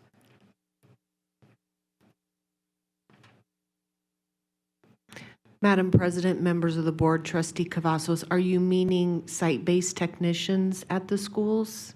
I don't know the exact department. I know that it was a question that was asked of me early today, and I was not able to get back to the constituent, but my understanding was that they were not site-based. I think that's a really great question to follow. If there's something in writing that you can send to Dr. Larson-Mitchell so that she could do some follow-up to support your question. Thank you for your assistance, Madam President. Thank you, Interim Superintendent Dr. Larson-Mitchell. I will look forward to being able to kind of dig down, and I will be glad to do a follow-up with the person who asked so that you can have more information on that inquiry. Thank you. Thank you. All right, Trustee Zamora? Thank you, Madam President. I only have two more questions because I was going down the presentation. So on page 15, we're talking about the extended leadership team, and we're talking about principals. It's still, there you go. How are we choosing the principals that are participating in this? Madam President, members of the board, Trustee Zamora, Brenda Larson Mitchell for the record. So every year we have principals participate in extended leadership. We meet once a month. They're selected based on region, transformation network, and we have high school representation, middle and elementary. Very diverse. Perfect. Thank you. Last question. I just need clarification. The deficit amount of 10.9 million was determined before or after school budgets made their cuts? Madam President, members of the board, Trustee Zamora, the 10.9 was learned this afternoon. After. Thank you. That's it. Yay. Thank you, Trustee Zamora. Trustee Barron? Thank you very much. My question kind of like follows Trustee Zamora's. At first, we were informed of a very large number that was quite alarming. Then it got revised to 20 million, and then 12, I think, and then 10. I don't understand quite exactly how it keeps on getting revised. Was there a new calculation? Were we learning more about what the deficit actually was?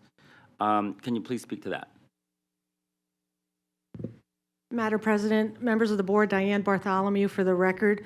So remember, amended final, we have a three-phase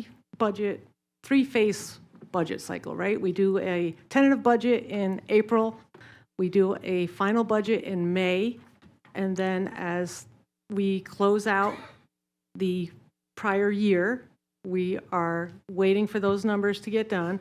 So the amended final budget, which is why we do an amended final budget in December, because we're waiting for those finalized numbers to all come through and make sure that we've got everything covered.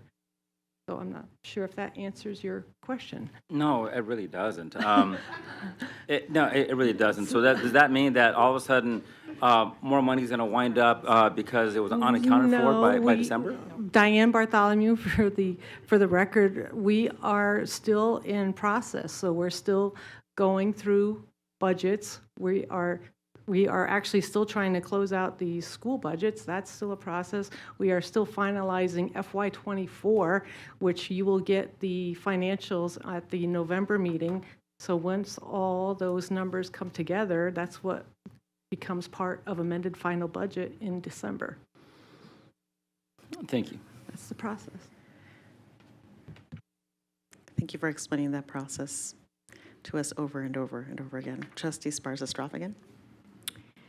So the one thing I want to say about your check and balance is really important because I appreciate that you're going to include principals now ahead of time in the conversation prior to releasing so that these mistakes can be prevented. Let's look to the future. People are really scared because the 8% hit this year, the 10% is going to hit next. Nope. So let's talk about carryover. They've already dipped into their carryover. My question is, the state is only allowing a certain percentage for schools to carry over. What is that percentage that they're allowed to carry over, and what is the amount of time that they can spend it down? Madam President, members of the board, Diane Bartholomew for the record, Spurs, Sarafkin. It's SB 282. The amount is 5% over their available expenditures. So, and they will have 2 years to spend those funds. And to my understanding, it's also a very limited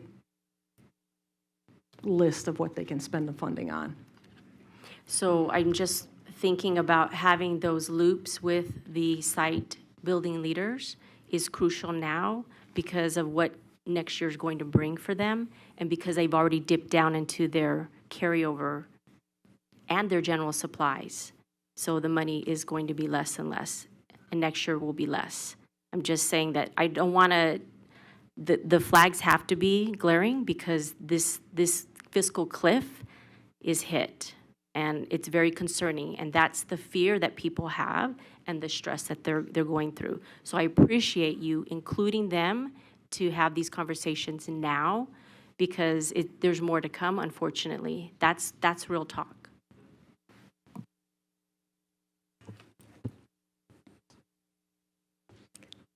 Thank you for that, colleagues, for those questions. I don't see anybody else in the queue. Is there anything else, Dr. Larson-Mitchell? Madam President, members of the board, no, I don't think there's anything additional. Thank you very much for that comprehensive overview, and thank you for your work and especially helping us get that potential central deficit down to 10.9. Appreciate your commitment and your diligence. Really, thank you. Thank you. Okay, colleagues, we're now going to move on to the next item, which is an action item. So we will be taking public comment on it. If you are, if you'd like to provide public comment on this item, please submit your yellow public speaker card. Otherwise, we will, once we begin the presentation, we will no longer accept yellow public speaker cards. All right, this item is 4.03, Council of Great City Schools review of the Clark County School District's finance operations. Point of contact. So colleagues, just as a reminder, once we turn this over to Dr. Larson-Mitchell to provide additional context for us, we will take public comment and then we will take action. Dr. Larson-Mitchell, please. Madam President, members of the board, Brenda Larson-Mitchell for the record. As we just presented, we are very grateful and appreciative to the support from the governor's office, from the Nevada Department of Education. We'd also like to work with the Council of Great City Schools as they represent diverse, large urban districts, of which we are the 5th largest diverse, large urban district in the country. We want to get better. We want to determine what systems and structures we need to build and implement within budget and finance to do better to serve and support our schools and ultimately our students. So contracting with the council, it would be approximately 4 days. Working with some CFOs in other large urban districts across the country. They would conduct 2 days of interviews with customers and team members. On the 3rd day, they would present key findings and a high-level report of findings.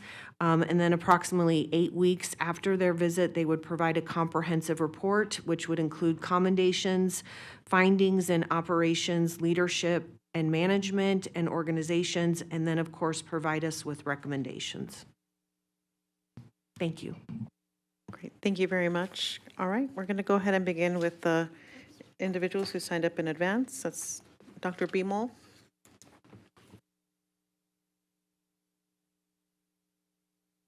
Followed by Vicki Kreidel and then Marie Nisis.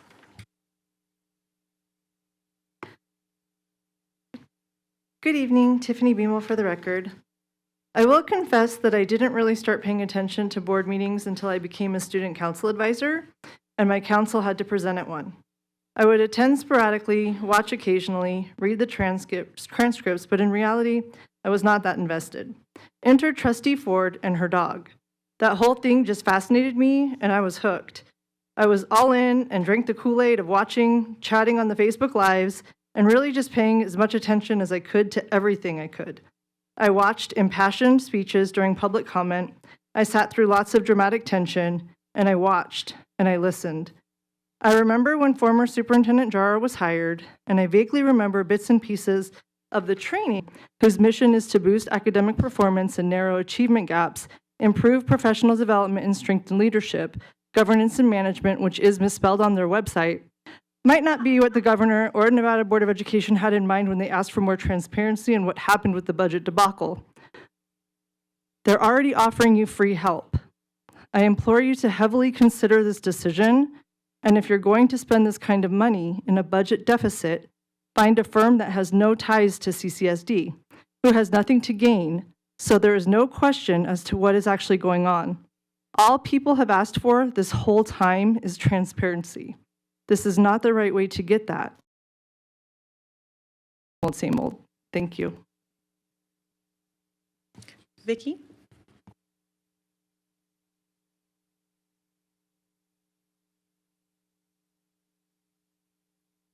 Good evening. My name is Vicki Croydell. I'm president of NEA of Southern Nevada and a teacher in Clark County School District. As we've just been hearing, we're in a budget deficit. Now is not the time to spend $50,000 to hire Council of Great City Schools to look at our budget. Make sacrifices, surplus people, and cut programs, and then throw money around on consultants that aren't absolutely necessary.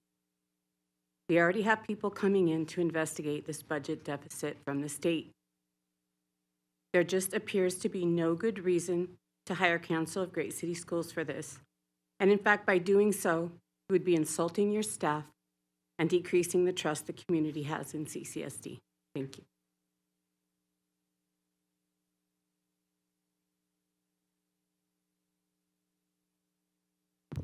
Good evening, trustees. Marie Nices, CCA president. As I continue to hear about budget cuts from frontline educators, I am dumbfounded by the proposal to spend $50,000 on hiring the Council of Great City Schools to preview CCSD's budget. Pouring money into an external consultant while SOTs had to make budget cuts is nothing short of gross miscalculation of resources. That $50,000 should be redirected to address the actual budget cuts. Are there truly no qualified individuals within CCSD who can understand this their budgetary needs and challenges? Furthermore, the decision to engage the Council of Great City Schools raises serious ethical concerns given the ties between CGCS, Trustee Brooks, and the interim superintendent. Why would you entrust this critical assessment to them when there is a potential conflict of interest? Additionally,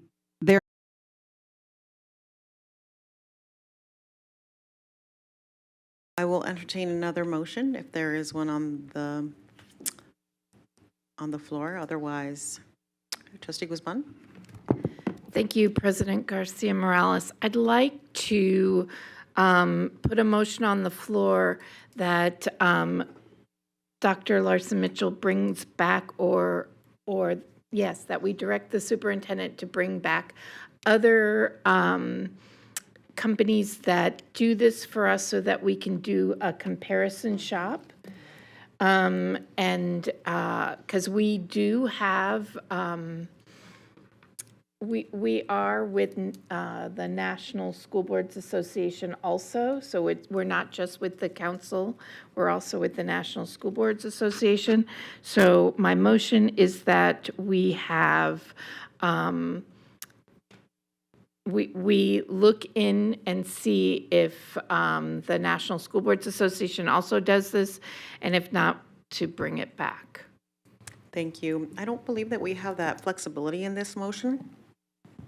Excuse me, in this item, given that this is specific to the Council of Great City Schools, not a general, like we're future recommendations. So, yeah, I'd love to turn it over to council to confirm that for us.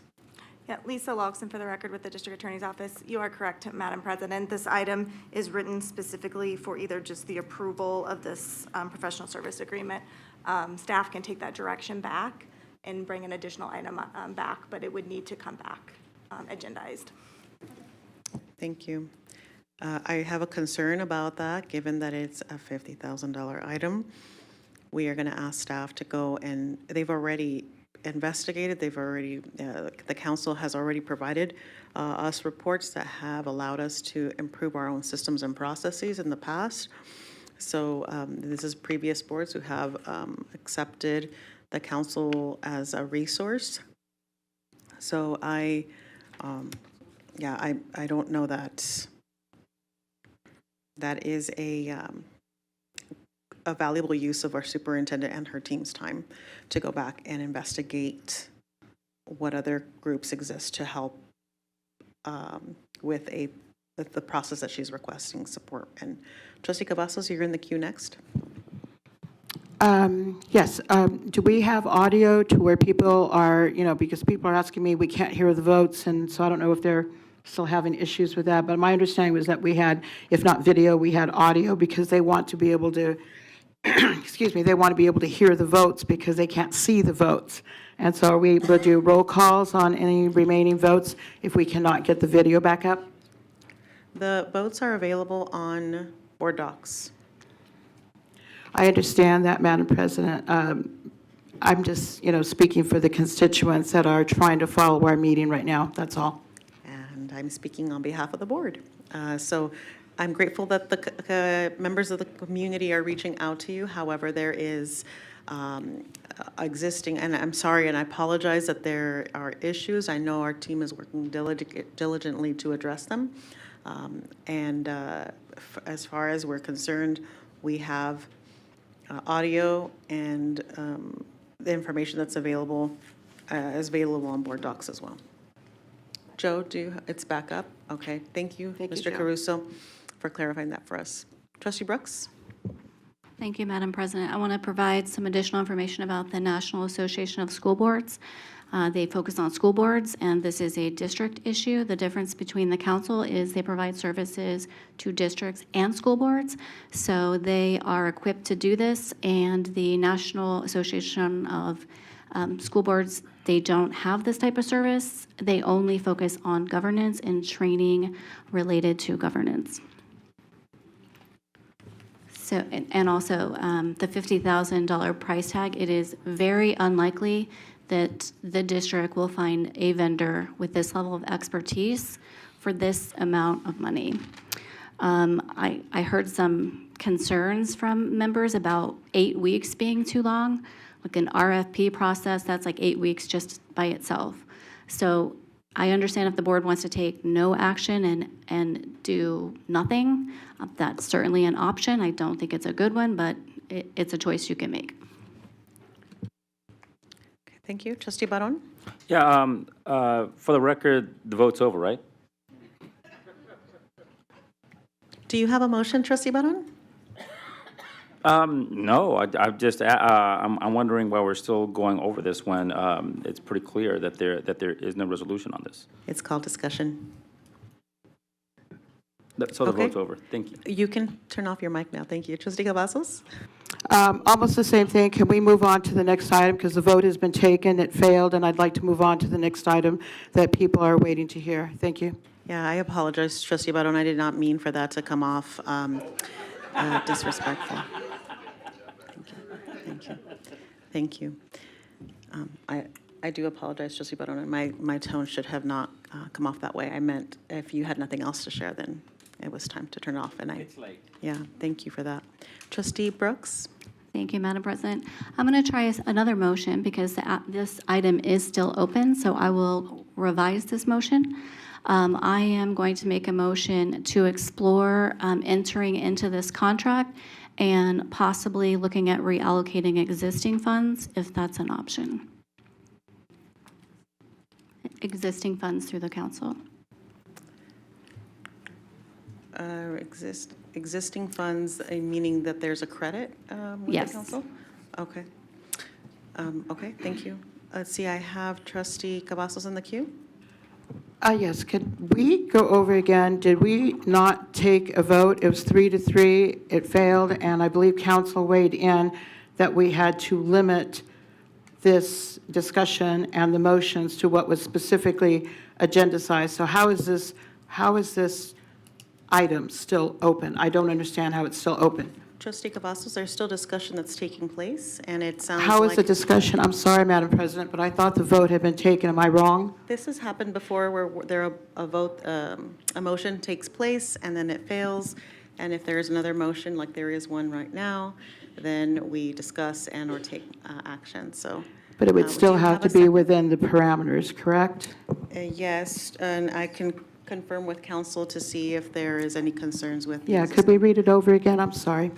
So my understanding of the motion is that it is to enter into this professional service agreement with the council contingent on it being within the available budget and not an additional $50,000. So it would be, so I'm not sure if that's something, so if the superintendent goes, or the interim superintendent goes back to the council, and that is not something that is able to be done in this contract, then the contract would not be entered into. So it would be contingent on the $50,000 not being an additional expenditure, if I'm understanding your motion correctly, which is within the agendized item. Trustee Cavazos, I'm going to put you back in the queue. Thank you, Madam President. So if I'm understanding correctly, we're going to have the interim superintendent contact the Council of Great City Schools, and we're going to ask them if they could do this free and with no, sorry, with no additional $50,000, and that would be within what budget parameters? Who is that question directed to, Trustee Cavazos? Is it Trustee Brooks? I'm Because she just made the directing motion? to whoever can answer it. Do you have a, is this a sec, oh, you have a question? I and have a also- question, Thank you, and thank you. if I could get it clarified, I could possibly have a second. What was your question again? The question again is the motion to have the interim superintendent go back to Council of Great City Schools and see if they could do this study that is proposed here, this assessment, for no charge at all. That is incorrect. The motion is to explore whether or not existing funds that we have allocated through to this organization can be reallocated for this purpose. Okay, so I would need a little bit, possibly make a motion, make a second, between what existing funds paid to this organization.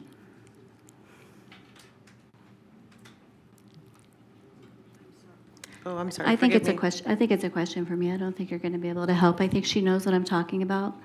Listen, it's getting late.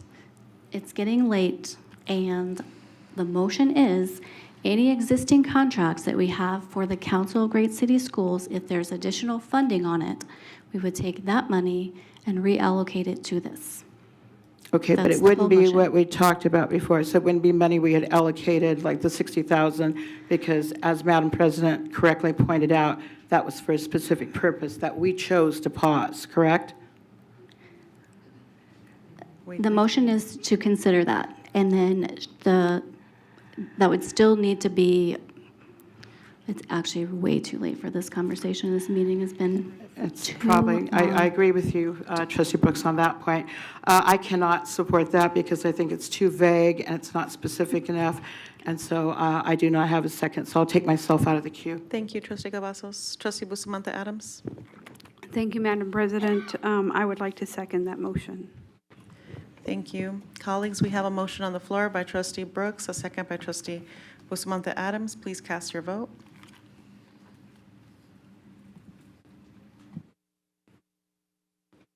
Colleagues, that motion does not pass unless there is another motion on the floor.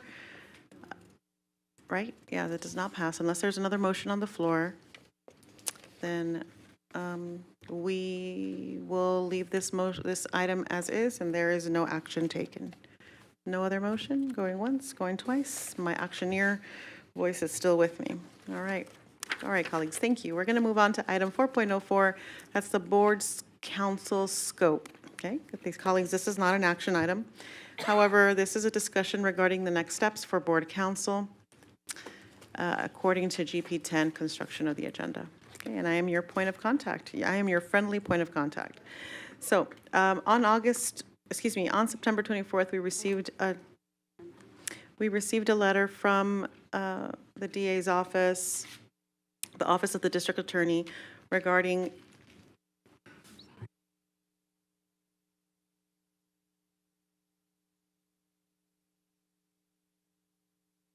Yes.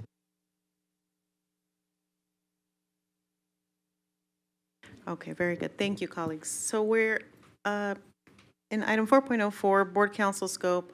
I'm your point of contact. On September 24th, we received a notification from the Office of the District Attorney that we were going to require a shift in the support from the county with respect to council.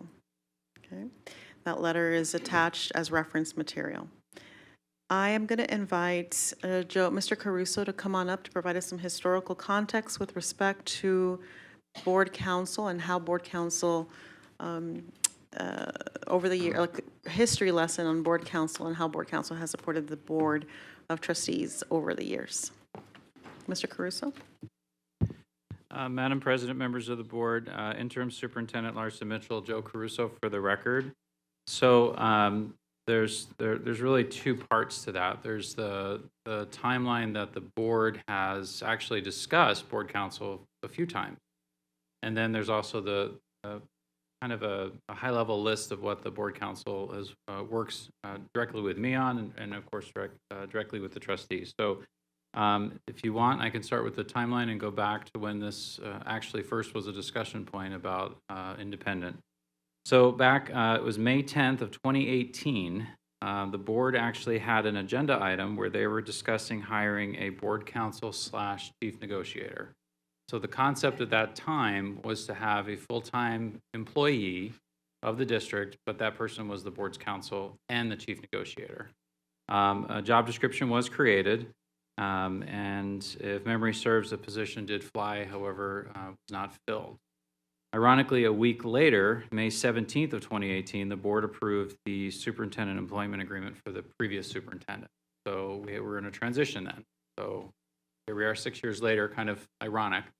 So fast forward from that point, September 24th of 2020, the board did approve the superintendent to hire a confidential employee who served as a chief negotiator and assistant general counsel. So the concept of a board counsel and chief negotiator went to the side. That position, chief negotiator, went back under the office of the general counsel. So that position, of course, reports up through the superintendent.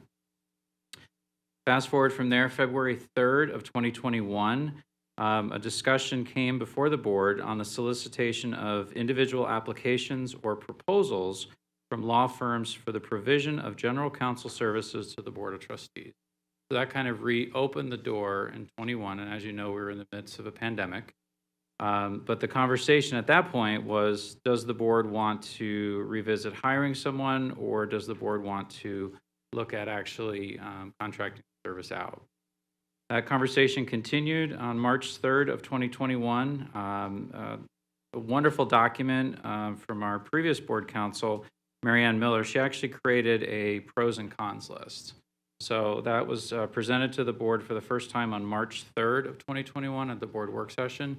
And that document is actually really helpful to look at because it does give a great overview of options. Do you want to hire someone internal? Is the position better to have someone where it's outside counsel? And then she went through some samples for that. So that was a great discussion point for those of you that were on the board at the time.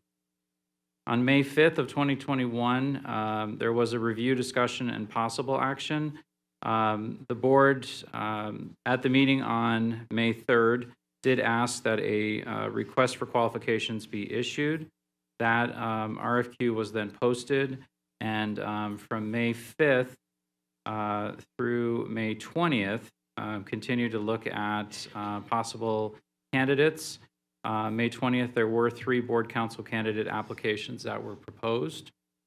On June 10th of 2021, the board did make a motion to approve the firm Holly Driggs. So that was a motion that was made at that meeting.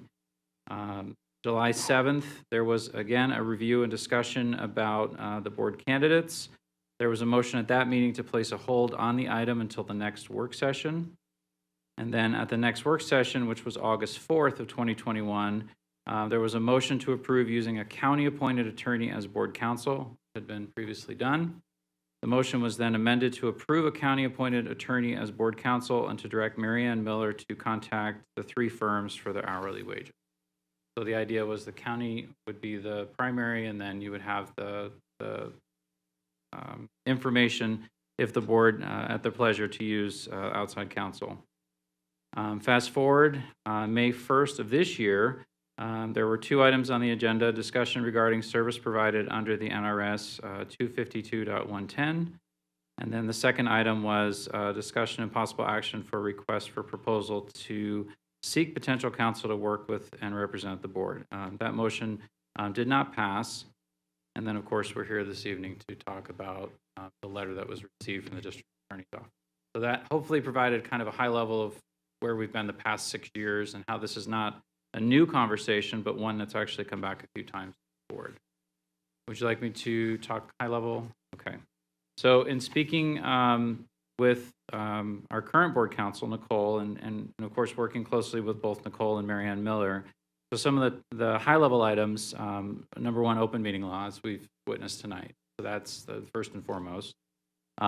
Working very closely together with public records requests. As you know, we both review the board and 100% take our time to be careful. We have that, as you know, is alone, especially with the amount that we've received. You need an attorney who is well-versed in legal research. Nicole works very closely on making sure that if there's any questions on the NRS, we have the expulsion review board hearings that the board attorney works with. Obviously, we're in the midst of a superintendent search, so I've been working very closely with her on that. We're in the midst of a vacancy at the same time. And then, of course, knowing the statute, and this, of course, was a conversation a few meetings ago regarding what the quorum is for being of the elected. And I know that that was a conversation that came up as that case. So there's a lot of research, and of course, any other issues that do come up, and then, of course, the litigation side as well. So hopefully that answers the question both on the timeline and high level. Thank you. So colleagues, I want to offer steps forward, moving forward, given that we, as we know, we've paused the superintendent search. We are waiting for District B representation. There will be a election, and we'll have new members join the board in January. I'm asking actually for a moment for us to create a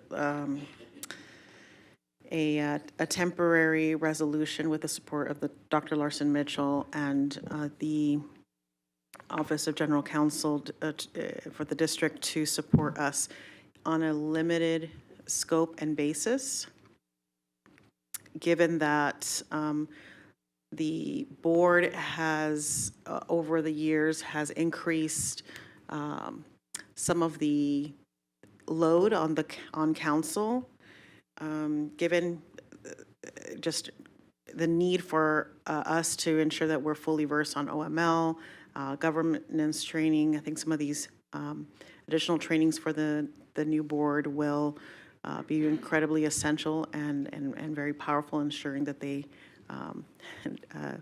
can conduct their roles in an effective manner on the board.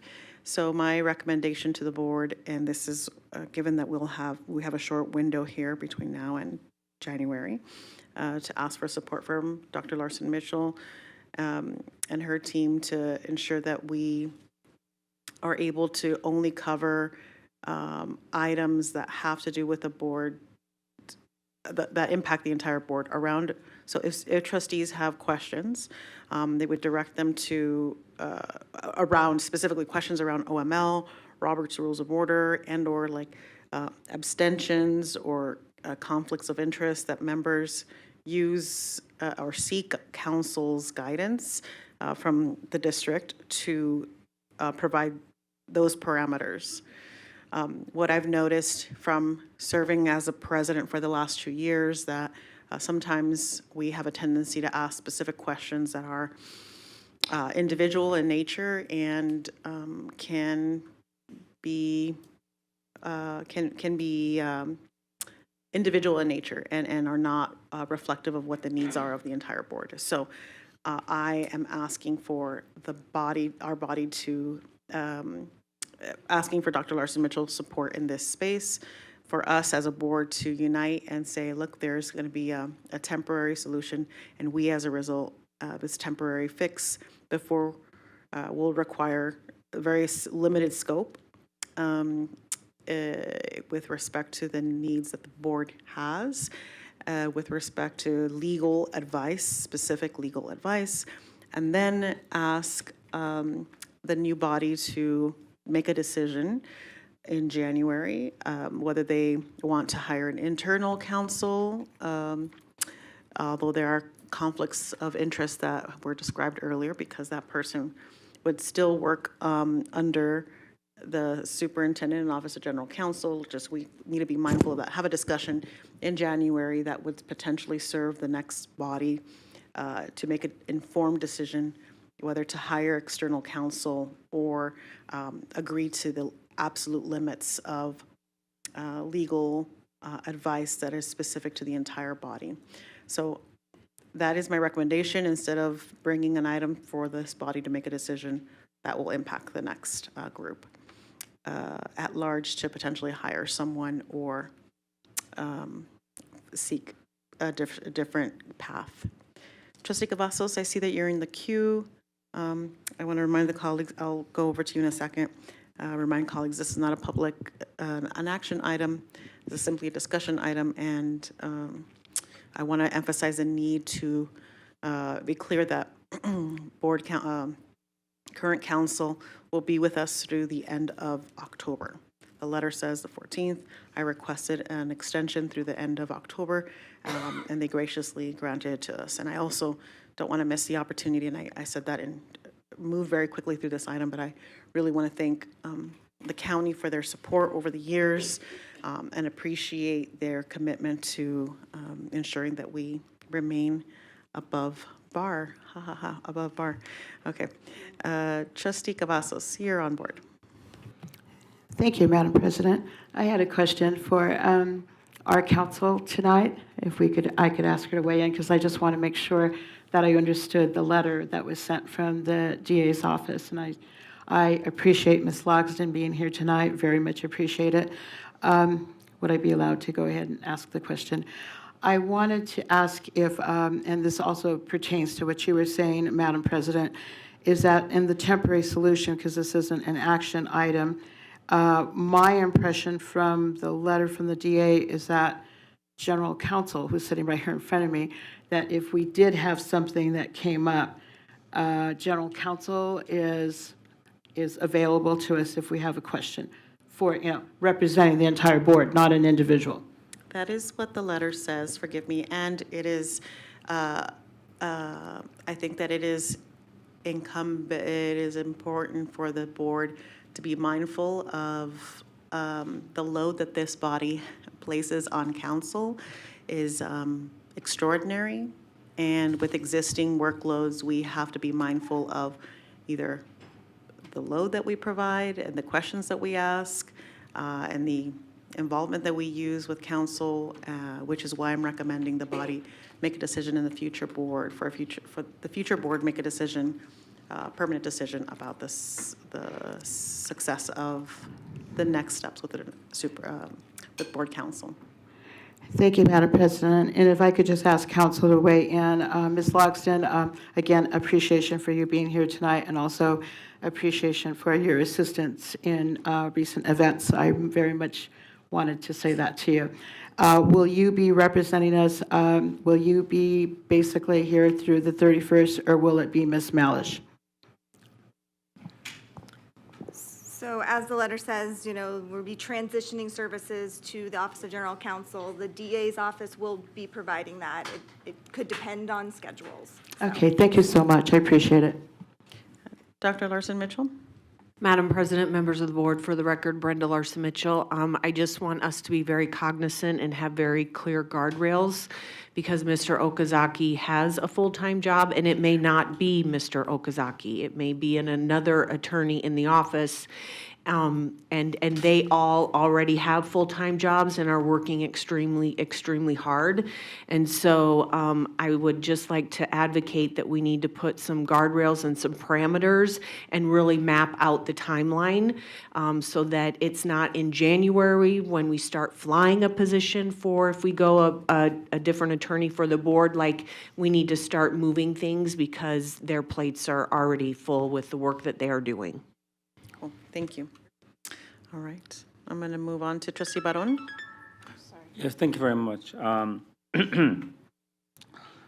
is the 5th largest school district in the country.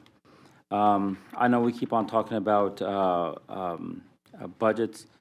Having a really good attorney being part of the organization can make all the difference in the world. The city of North Las Vegas, I have been spoiled by having, of course, working with a young woman who is now the president of the Raiders. and then having another board attorney who she and her team have won one award for their legal expertise after another.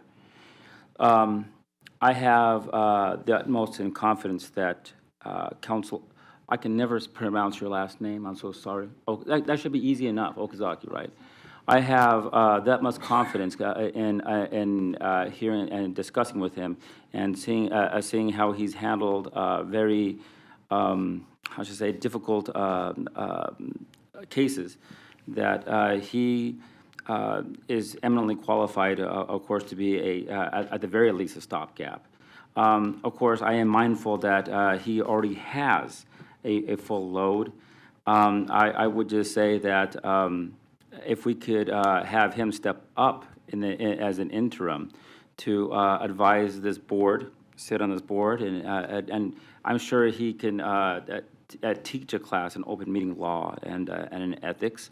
I think that we could probably, balance him a little bit more to advise this board and take the occasional question. It might mean a little bit more for others, but again, my experience with the other staff, with the other assistant board councils that I met, they're pretty good. They're pretty good. I think they could probably handle just a little bit more of the burden.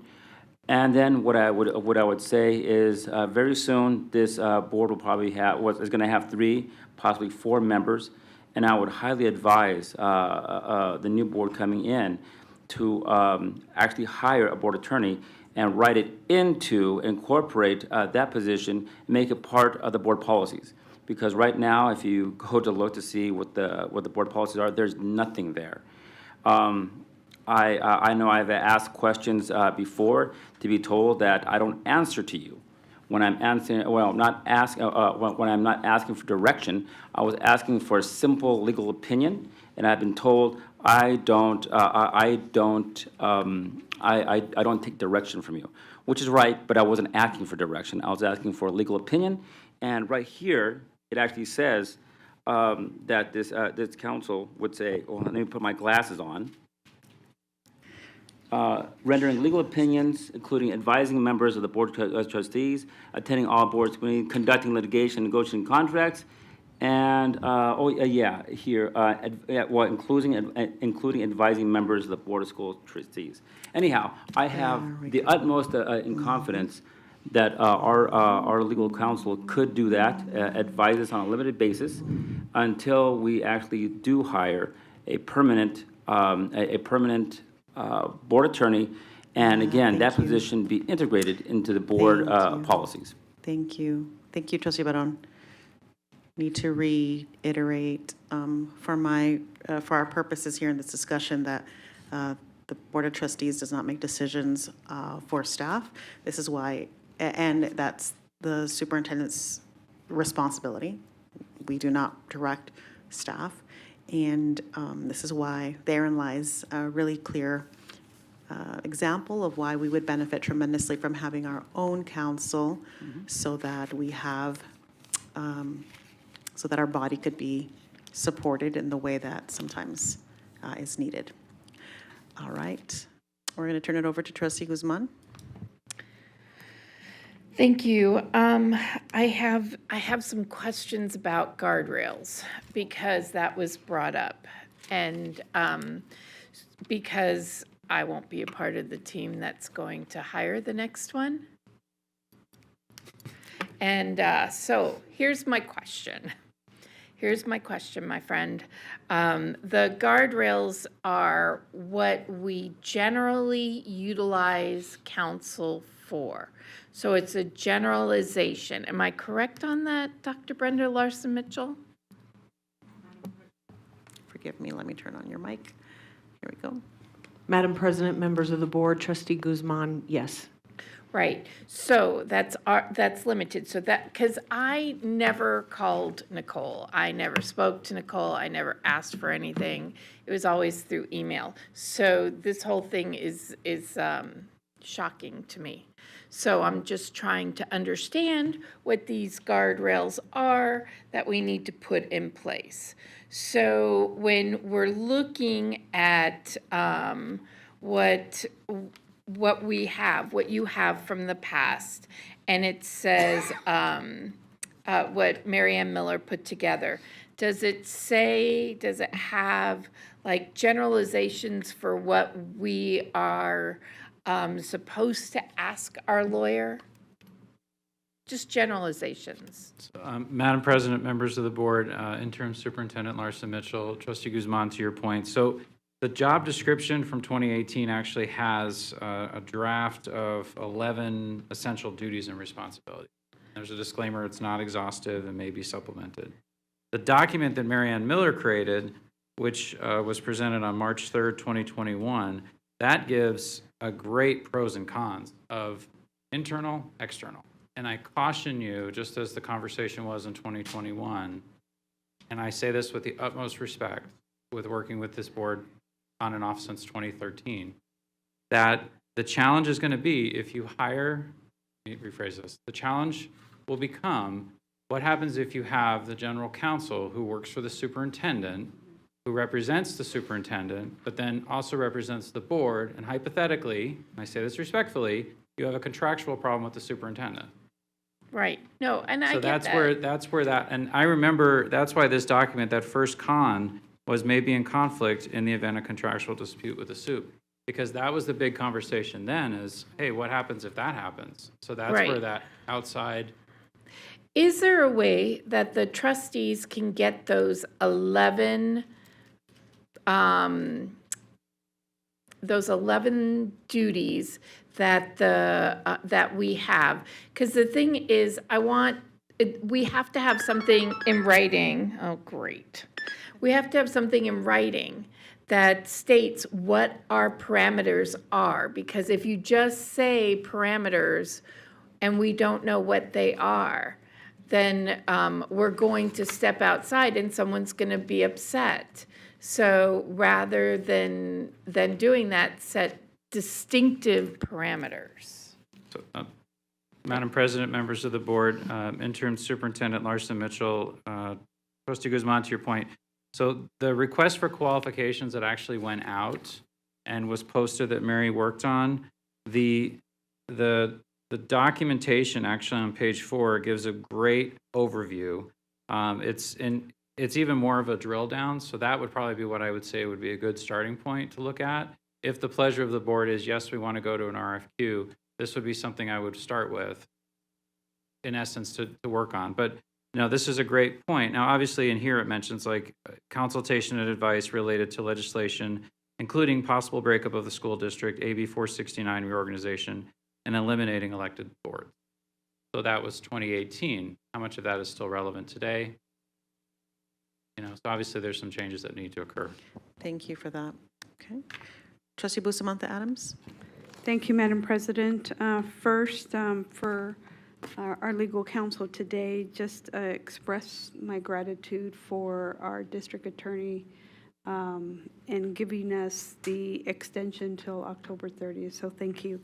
I also would like to ask a question on the letter that was received from them on September 24th.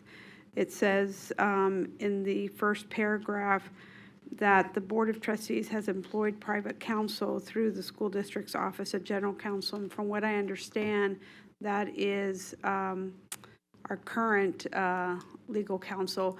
And my question is, if that were to be not that it's not accurate, but if that were not the case, would the district attorney then be obligated through NRS to provide us legal counsel? I hope that made sense. Would you like me to respond? Lisa Logston for the record. So the statutory obligation under NRS 252-110 says, except for with respect to matters for which a Board of Trustees of the school district has employed private counsel. So our research and interpretation of that statute is that when this board, many, many years ago, created an Office of General Counsel you essentially have employed private counsel. You've determined to have private counsel in sense of in-house counsel, not privately employed, but the fact that they're public employees doesn't mean that they're not private counsel to this board. And so this is the same structure that Washoe County uses. They do not use their district attorney's office. And so we believe that this is allowed under the law and is the correct interpretation going forward for this board.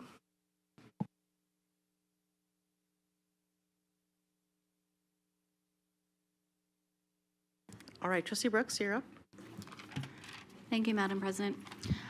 I'm supportive of the direction that has been provided by you. I don't think this board would agree on an attorney or a path. I served for 2 years as a president, and the amount of time and energy that is spent on engaging with counsel from the time during my presidency where I did not even have the person's cell phone number it's just an astronomical shift. I understand there's some members who are probably wondering, because they probably never called Nicole, but there's a handful who are just based on public records who are, I don't know how she would get anything else done.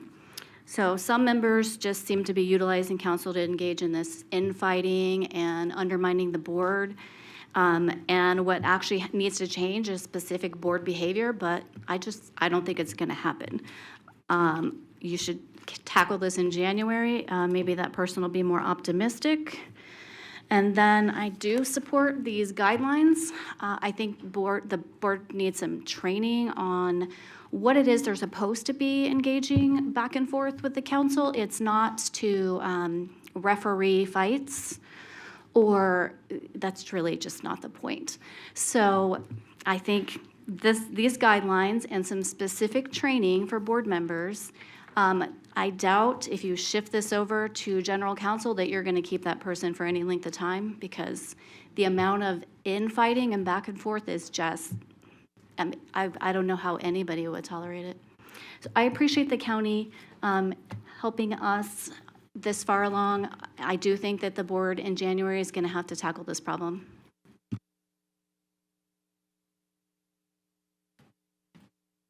Trustee Baron?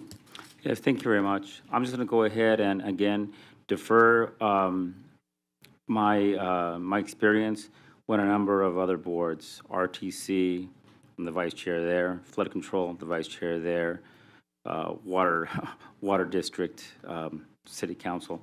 Look, there should be no there should be no conflict if there's something going on between the superintendent and the board. A city attorney, this board's attorney, what their primary responsibility will be is to serve the district.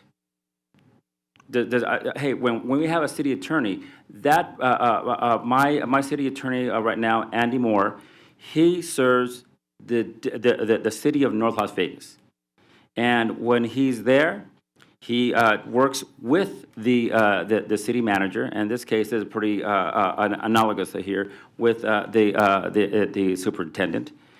He advises the mayor and the council, very similar to the president and the board. And there is not either one or other. Their main goal is to serve and protect the Clark County School District. That's who they serve. Matter of fact, over at City Council, we only hire 2 people: the city manager and the city attorney. That's it. Everyone works for the city manager, and then I get to talk to the city attorney regarding specific policies if I have anything. We're not talking about an either and or. We're not talking about something. And the problem is that this board doesn't have that clarity and hasn't had that clarity. It's going to take a new board here to establish what they want out of their board council. Because obviously, I don't think this board necessarily, I don't think we're all together here on what the meaning of a board council is. And I think it should definitely be left up to the next board that's coming in to decide and to incorporate that person, that legal counsel, into the board policies. we're not talking about, we're talking about very established policies here on local governance.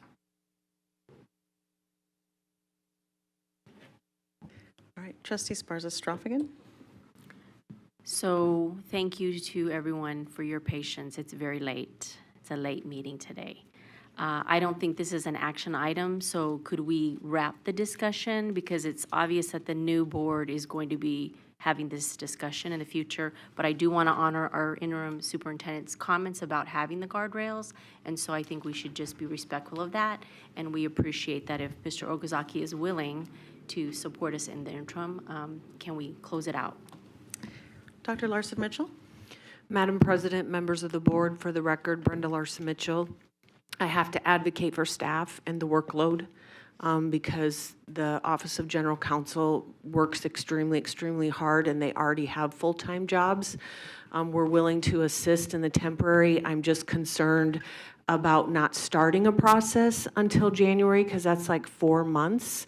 So I would encourage the board if we could start that process. And I just, again, want to say that it may not be John Okazaki. We have to work together and identify who that staff member may be. But I just want to advocate for staff and acknowledge the workload that they already have. Thank you, Dr. Larson Mitchell. Trustee Guzman. So, so we kind of do need some action then. And I'm asking because what they're asking for is direction. So I think and I'm not saying that. So my direction would be that Joe go back and share all of the information that we have for legal counsel with us to review, and then and we give feedback, and it comes back to us so that we can get started on at least posting it. And then the new board can hire. They can do the interviews and hire, but at least we get the process going so that we can actually get it moving. Is that what you're looking for? I think that there is. I know it's not an action item, but I mean. Thank you. Yeah, Trustee Guzman, your suggestion, thank you for that. And I think that I will keep that in mind as I'm developing agendas. I certainly would love to work with you to see if we can map out a process or start to, I'd love your feedback in a process to help move this work forward, and also be very abundantly clear about the guardrails that will exist. I will help develop those. Would love your feedback around those as well, and make sure that they sound out okay with Dr. Larson Mitchell, which is all within my purview as president, but I, so that we can provide some direction and then also start beginning the action, which is I hear the request of Dr. Larson Mitchell. Yep, got it. Thank you for your support on that. Trustee Cavazos? I'll just make this brief. I just want to concur with Trustee Guzman. I think that's an excellent idea. And as the school board president in 2021, we spent several months, as Mr. Caruso said, developing the rubric along with DA Marianne Miller. And we spent a lot of time developing that, and then we did not hire someone because we chose the majority vote chose a different direction. So I'm fully in support of Trustee Guzman and the direction that she wants to give. Thank you. Great, thank you. Joe, anything else for now? Thank you. Anything else? Appreciate it, colleagues, and appreciate your willingness to live in those parameters so that we, once they're communicated to you early next week, so that we effectively use our time and council's time in the temporary space that we're in. I'm going to move on to public comment on items not listed as action items on the agenda. We'll start with individuals who signed up in advance. Let's see. I'm going to rattle off a couple of names, and then Trustee Bustamante Adams is going to help me with the rest of the names here in a second. Autumn Tampa, followed by Stephen Ingerson and Marie Nices. No, number Marie Nices. Jessica Jones, followed by Elizabeth Alder. Jessica Jones coming up. Elizabeth, is Elizabeth present? Cool, thank you. Followed by Tyler Sutton.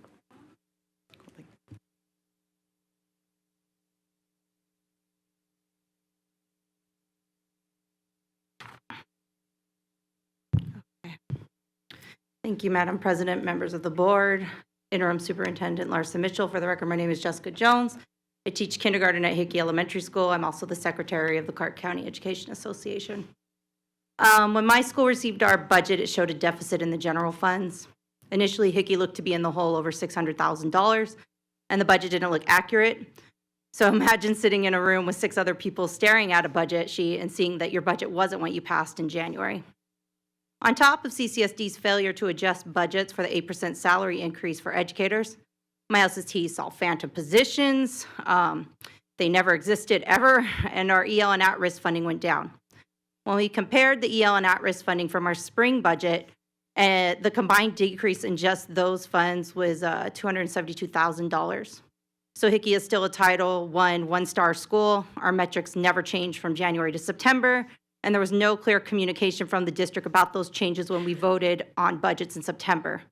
It wasn't until last Thursday when the district communicated in a letter to State Superintendent Ebert that the at-risk was changed from free and reduced lunch to projected grad scores, but this is all after the fact.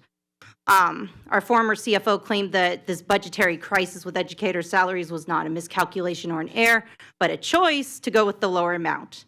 It was a choice that forced my school and other schools to face the burden of balancing their budgets with school carryover dollars by cutting positions. So earlier, Trustee Brooks, in the budget meeting discussion, you said that this is what carryover was intended for. No, it's not. That is not what carryover dollars are intended for.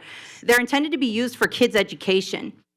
Instead of using them for, things that will support these children, the district essentially forced us to plug up gaping holes in our schools' budgets because of their poor budgetary choices, systematic incompetence, and mismanagement. The burden of CCSD's errors should have never been placed on individual schools. This board should be asking the interim superintendent how many schools were negatively impacted by cuts, how many children were negatively impacted by cuts, and how many children lost their classroom teacher because of this district's failure to correct an issue for 8 months. The entire thing is just completely unforgivable. The interim superintendent needs to be held accountable for this. The responsibility of that falls on you as a board. Honestly, you owe it to the children of Clark County because they just carried the burden of this mismanagement with their education dollars. Thank you. Thank you, Ms. Jones. Elizabeth?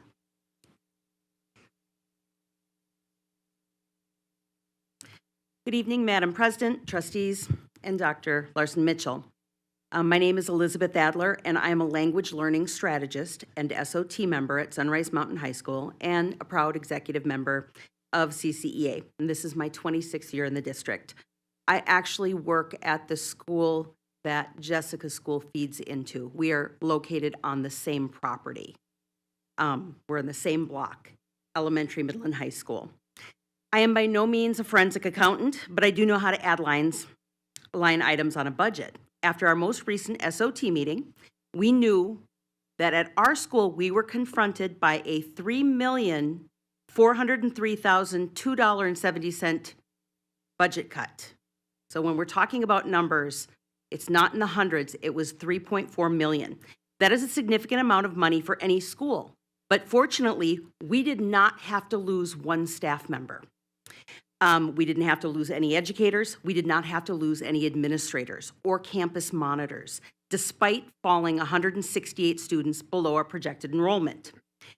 I later calculated the difference between the budget the SOT received on January 24th and the budget in September, which those line items amounted to an additional $6,039,860.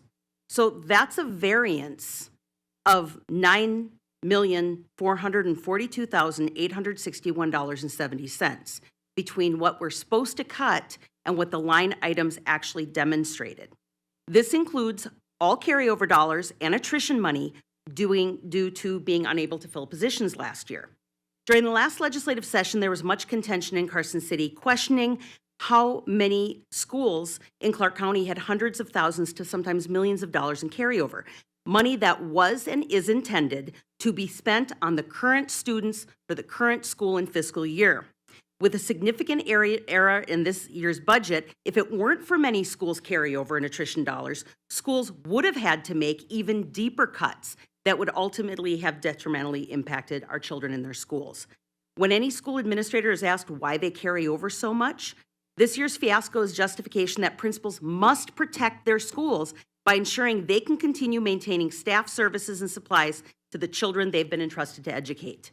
In addition, when I asked about weights for at-risk special ed and ELL categories, not one administrator could tell me what those weights were. They couldn't tell me if they were percentages, if they were dollar amounts, how they were allocated, and it was not in the Oracle budget nor the budget we were presented. So how are we supposed to make decisions when our administrators don't even know what those cuts are? I used to believe that the jobs of educators was to teach and guide our children. Now I know that we have to watch every financial decision in the district. Thank you, Elizabeth. Tyler, Kenny?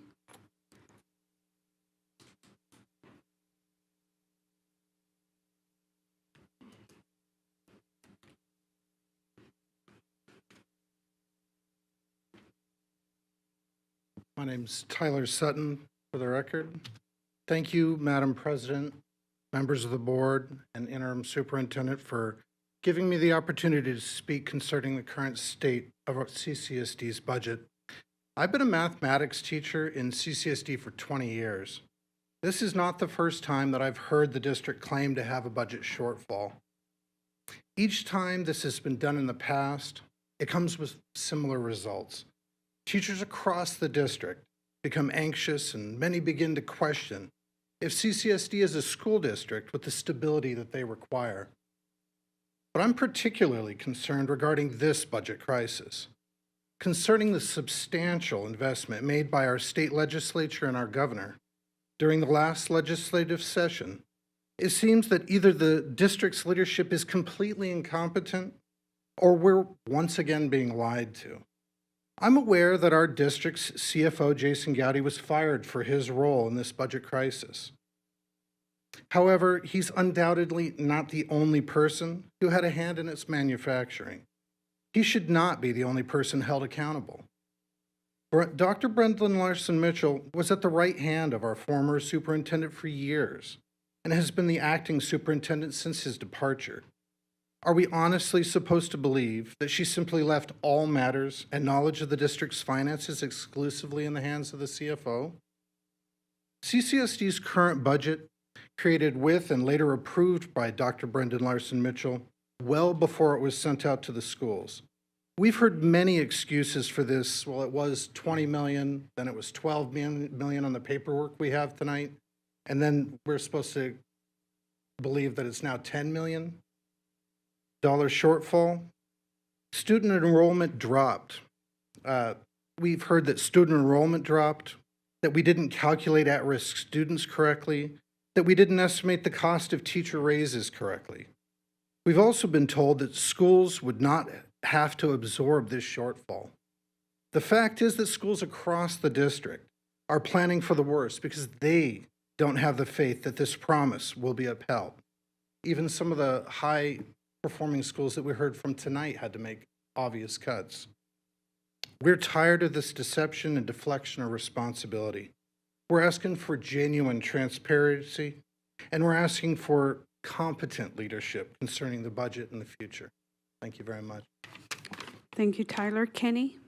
And then Raquel Lara.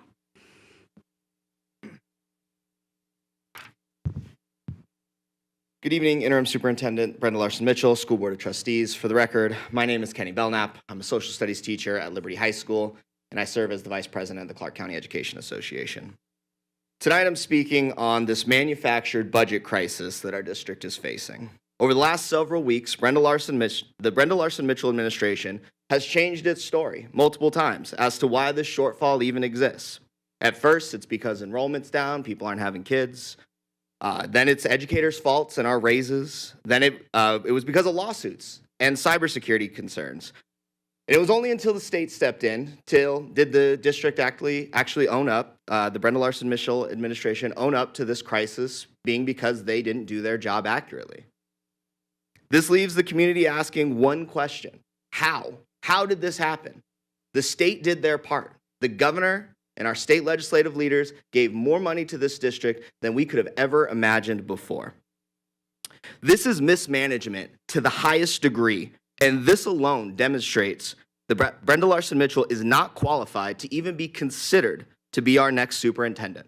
Just look at the timeline that was presented to you tonight. She missed one step along the way. Then she was not in charge of this district. And this is the crisis we have laid at our feet.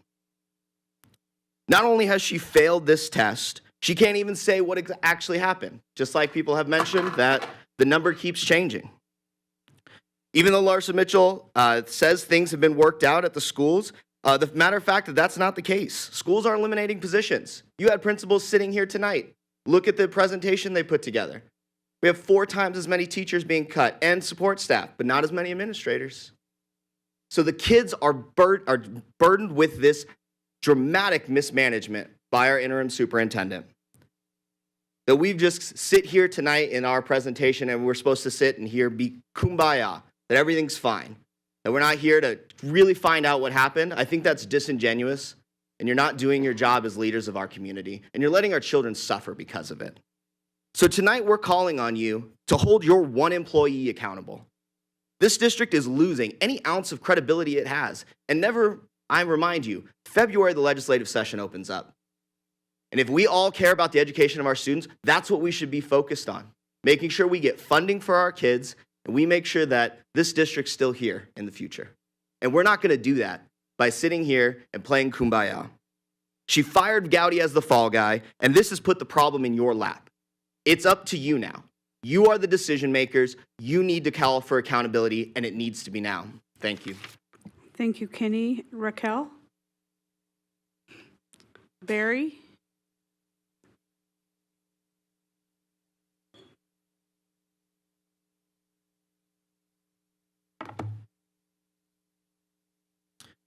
For the record, Barry Wisman, CCA Executive Board Member, 21-year veteran teacher at Frank Kim Elementary School, and the chair of the Frank Kim SOT. I'm here to speak out against the district's lack of transparency regarding the budget crisis our schools are currently facing. Interim Superintendent Brenda Larson Mitchell's response last Thursday to the state superintendent's request for information clearly showed the malfeasance at the district level that has become so commonplace. She admitted that several errors were made developing the budgets for all schools. She noted the agreed raise for educators in the collective bargaining agreement was not included, and the at-risk funding for each school used the incorrect formula. For every school, this resulted in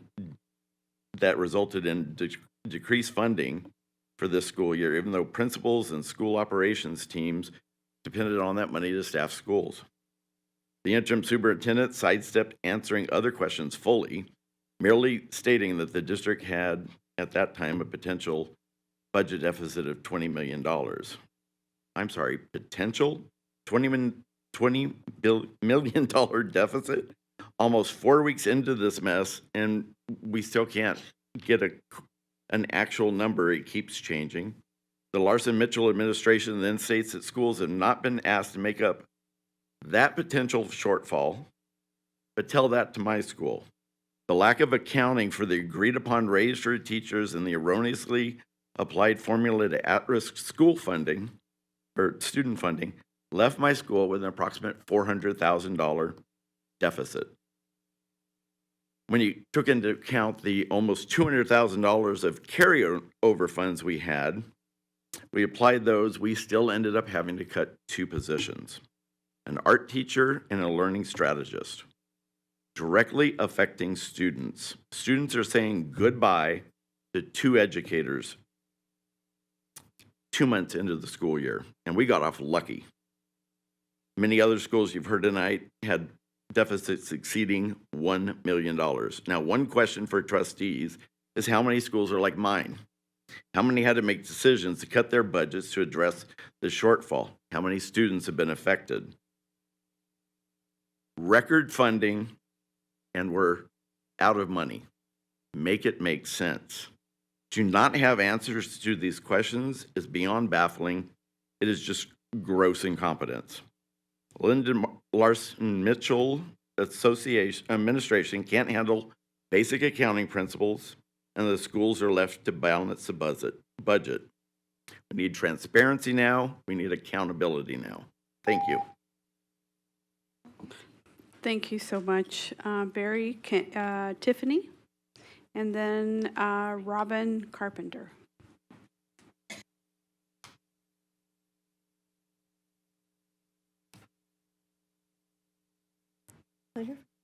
Good evening, Tiffany Beamel for the record. If you look closely at any of the Las Vegas parent groups on social media, there's a discrepancy in discipline from school site to school site. How a school handles a fight, insubordination, or vaping on campus kind of should be similar, and it does not seem to be from the confusion of the parents. It's just like cell phone pouches and one point of entry campuses. All the rules need to be applied in the same way. I don't think it should be based on a zip code or site-based administrator's decision. If the rules are set by the district, I think they should be followed the same way. It's too confusing to do so otherwise. Consistency, transparency, and accountability. You got to catch them all. Another issue we're seeing in high school is stamina and rigor.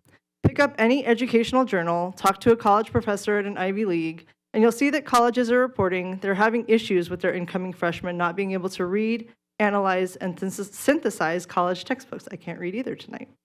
Not just Nevada, but nationwide. Taking novels out of the classroom is a slippery slope, and just using snippets to ensure that a student can do exact path, SBAC, or whatever standardized test is dangerous. Being able to lose yourself in the pages of a story can be an escape for a student, but there's just not time in classes anymore to do novels. We need to find time to find a way to help students find a love for reading. Books need to be important too.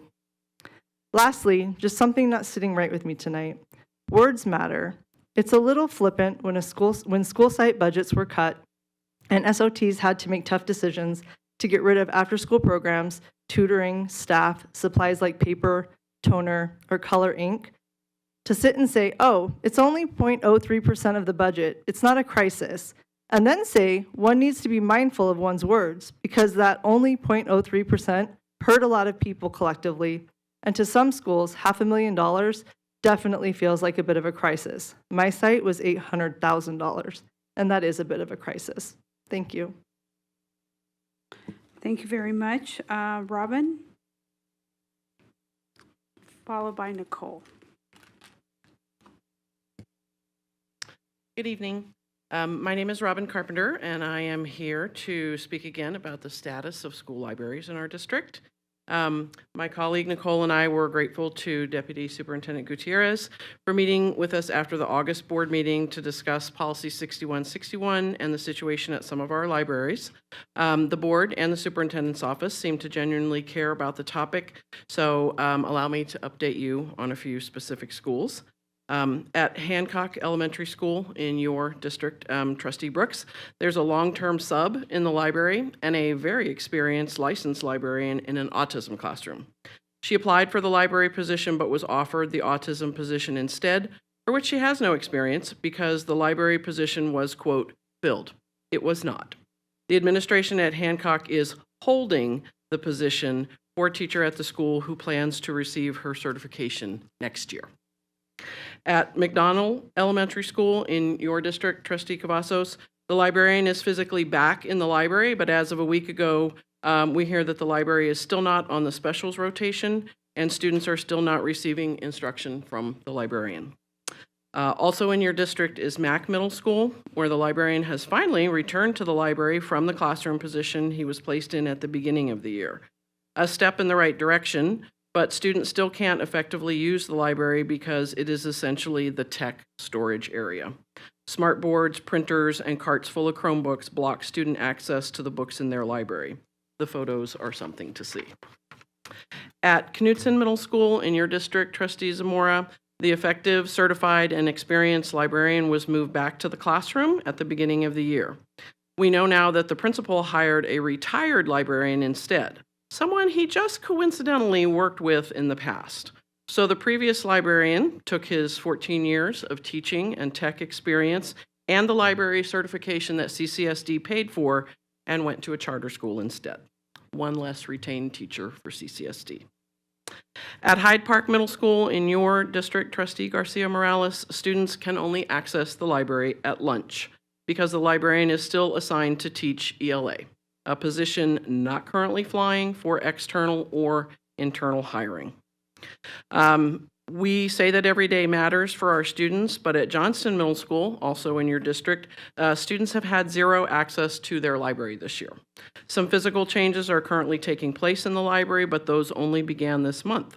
So why have students not had access to their library for the entire first quarter of the year? And Trustee Barone, that's 0 for 2 for licensed librarians in magnet schools in this part of North Las Vegas, since NECTA does not have one either. Do certain areas of Region 1 just not matter? We will continue to advocate for all of our students, all of whom need and deserve effective. Thank you, Robin. Nicole? I won't talk about central office. I'd like to congratulate the 4 principals for doing a great job. There's one thing that they all have in common. They all have librarians certified in their buildings, so it's not a coincidence. I would encourage our most failing CCSD administrator, Melanie Poster. She has 50% vacancies at Johnston Middle School, and pushed Robin here out of the library, so they had a long-term sub, don't have it anymore. I would hope that she could maybe get some mentorship from some of them. She is your worst administrator, and really is struggling over there. I digress. I'm coming before you today to make sure the board is aware of some new trends we're seeing nationwide as a reaction to hate groups such as Moms for Liberty and other book-banning anti-government groups. We are hearing that soft banning is happening here in CCSD. Soft banning is a term used to describe how buying behaviors of librarians and school districts changed based on fear. We cannot let this happen. I urge leadership in this board to make certain that site-based administration discuss with their librarians and book selection committee that we are mandated to collect to diverse books under 6150. Quote, these materials shall be selected, from 6150. Quote, these materials shall be selected by the professional staff in a manner that's inclusive and responsive to the diversity of persons without discrimination or segregation on grounds of race, sexual orientation, disability, marital status, or age. This is a CCSD regulation. It's not negotiable. This board passed with new inclusionary language when hate groups were focused on wearing hazmat suits to board meetings. They were always late to the party and never bring anything but a big old pot of hate and bigotry. We want to make sure that your principals are aware, and they in turn are making libraries aware of the diversity policies and collection development that must happen in order for each of our school buildings to be truly diverse. We have speakers come before this board who define books about social emotional learning as pornographic. If you equate social emotional learning to pornography, you're the problem, you need help, and please, for the sake of the families, make sure that you guys have mental health resources available for them. One of those individuals is CCSD trustee candidate Lydia Dominguez. You might not be sure of who I was talking about. She wore the ball cap and the short shorts last time. I'm sure you're aware we don't allow hats in the building in schools here, so somebody might want to tell that candidate that. She has shown support for hate groups as determined by the Department of Justice and the Southern Poverty Law Center, not my words, such as Gays Against Groomers and Libs of TikTok. She has tried to distance herself from anti-government groups such as Moms for Liberty. She's not fooling me, and I certainly hope she isn't fooling this board or community. I urge you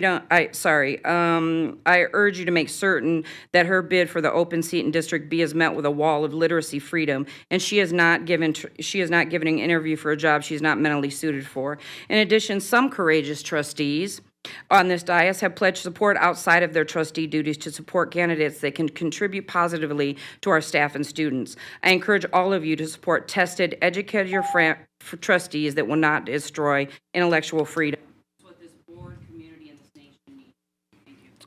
Thank you, Nicole.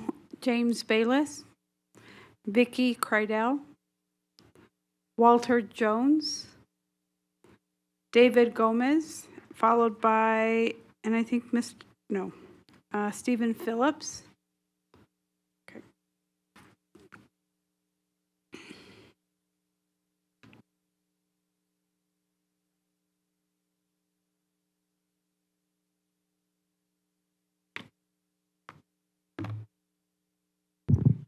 David Gomez for the record, Nevada Peace Alliance president. You know, I think you guys are either going to listen to a bunch of people that have specialized agendas behind what they're doing or what they're saying, or you're going to look at the truth. Facts are facts. We go into a courtroom, look at facts. So, do I believe that she should have her own counsel? Yes. Do I believe you guys should have your own counsel? Yes, I do. But I believe that we're going to be in a heap of trouble because we're a political subdivision of the state. And now we don't have a DA to help us. So, there's going to be some problems coming really fast. Trust me. And a lot of these guys don't know how to litigate that well. Not saying that no lawyer doesn't know how, but not all lawyers are created equal. And, you know, everybody's screaming about budgets, deficits, and everything like that. But they conveniently forgot, and they conveniently ran out of the room, that $68 million was missing. We had a problem in 2000, what was it, 15, 16, 17, somewhere around there? 68 million, 18. Thank you for the correction. My years, I got to clear up my years, but it's been a while. And you know what? We're talking about 10.9 when there were 68 million missing. And what was it? Jim McIntosh was over there. Branbury was over there. And then actually Jim McIntosh got married to the person in charge of hiring. So, you know, he got married to her. And a whole bunch of other things went down. But everybody conveniently want to throw smut at her. And they're saying, okay, she came up here. She don't even have to ask you. She can approve something without $50,000, without asking you nothing. But instead, she came up here and was transparent with everybody and was allowing you guys to help her make a decision. And instead, everybody wants to get mad at her. And I don't understand that. She can approve $50,000 without nothing. She don't have to tell you nothing at all. Zero. But yet, you're going to listen to a bunch of itemized groups or people out here talking about what isn't and what is. The truth of the matter is, she came up here and showed us, I am responsible for our money, and I'm going to ask you to help me make a decision with $50,000, whether you agreed with the group or not, or you did. But you know what? I think that sometimes your vision is clouded, and you guys only see like this, and you don't really see what's really happening, and you don't know what the policy says at times. And you know what? Isaac Brown, I think you're very practical, dude, man. You are something else. I love it, but it's funny at the same time. But you guys got to look at these things and start to look at what she's doing here in front of you without doing it behind your back. Thank you, David, Stephen, and then Jasmine and Jessica. Hello, Steve Phillips for the record. Hello, members of the board. While I'm slightly relieved that 4.303 didn't pass for a number of obvious reasons, I do think we need to take a close look at some of these potential conflicts of interest when it comes to the budget and the approval of who's doing the oversight. I still think we have a long way to go. I still think we have a lot of transparency, accountability, and trust to build in the community. So, I mean, it's a step in the right direction, but we still have a long way to go, and I'm hoping that we can all make it there. So that's all I got. Thank you. Thank you, Stephen. Jasmine? Arnold?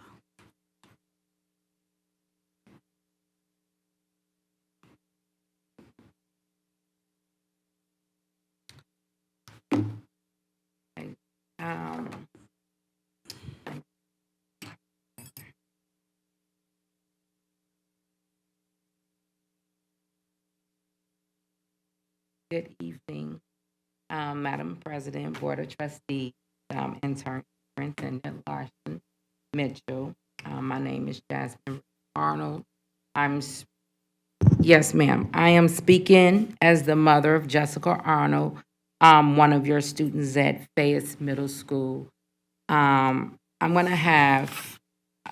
we're going to be speaking about real shortly harassment on my daughter and disciplinary actions at the Fayette Middle School. I'm going to have Jessica read. Something happened to her. Timeline is January 23rd up until the present. My speech is longer than 3 minutes. this is very important to me, it's crucial. And this has affected her in a very negative way. So I want to have her go ahead and read this treatment of harassment from a principal, Vespa. Mr. Vespo told my friend that before I suspend anyone, I want Jessica gone. I once asked him, why don't you like me? He said, you got too many tardies and you don't listen, you're disrespectful. After he said that, I always tried to avoid him, but he always had something to say to me. Every single time I entered the 800 hallways, he would say something to press me or get under my skin, and it does. He would say, maybe we should have a meeting with mom and dad. And I don't know why he would say that, like I was in trouble or something. And I would just keep walking. Then he would say, Jessica, do you not hear me talking to you? Do you want to serve in-house for today? Maybe right outside my office. Then I would walk back and let him talk. I would maybe say a thing or two. But I know if I said the wrong thing that he would put me in-house. He would tell people not to be my friend because I'm a bad influence, or maybe he would say, you should hang around a different group. Or he would say, wait, sorry. Okay, so he would say he was hanging around a different group. Knowing my friends, they would say, I like my friend group, or I like hanging around Jessica. Sometimes I feel like I feel targeted because when it was pajama day, I had my scarf on my head, and Mr. Vespo said to take it off. Before I did, I pointed out this girl with a scarf on. He said it was okay for her because she had some of her hair out. I also said that I had some of my hair out, and he said no. So I took it off, then I put it back on because I saw two more girls with scarves on. And this other incident is when I was in a quad with my friends, and Mr. Vespo approached me, and he came up to me and pressed up against me, and I was looking at my friends. He was looking at me and my friends. Hold on for a second, Jessica. I just want to, you both signed up with the yellow card, so we're going to start the clock for another 3 minutes. And I then, appreciate that. Okay.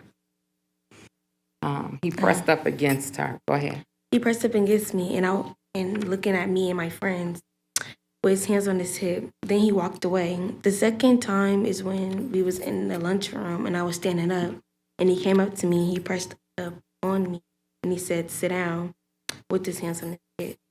Now, this particular, I'm learning of this information over the past 72 hours. What's been happening at the school, I have been made not aware of this. Today, I've been in contact with the principal, Mr. West. I said, Mr. West, what my daughter has described is a person of predatory nature. This caused me to remember in January of 23, a teacher by the name of Miss Keltz punished Jessica to the ground, which she told the teacher, I'm not a dog. I'm not going to sit on the ground. This is not a lesson taking place. This was a form of punishment. My daughter disregarded the order to sit on the floor and went for a chair. And the disheartening thing was that she still said, get on the floor, sit on the floor. Jessica ran out of the school. This was in 23. I received the call. She just took flight. She called me. She said, Mom, come now. Come get this teacher. Help me. I said, whoa, I'm on my way. But since that time, up until now, there's just been an ongoing jab and stab at her. The environment has become hostile at the school, a disruption of her educational time. And I want this board, whomever is in place for Region 2, to take a look at this. I'm going to leave our statement from friends as far as the nature and behavior of this teacher on my child. There's a lot of moving parts, and I'm upset. I'm highly upset because something has happened. in the school. From the punishment is ridiculous, it's excessive. Actions don't warrant.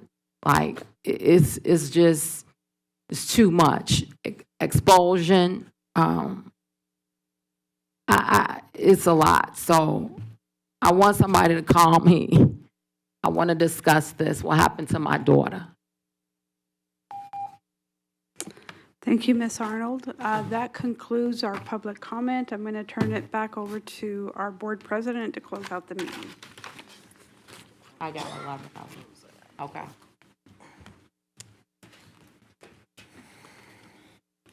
Thank you, Trustee Bustamante Adams. Okay, colleagues.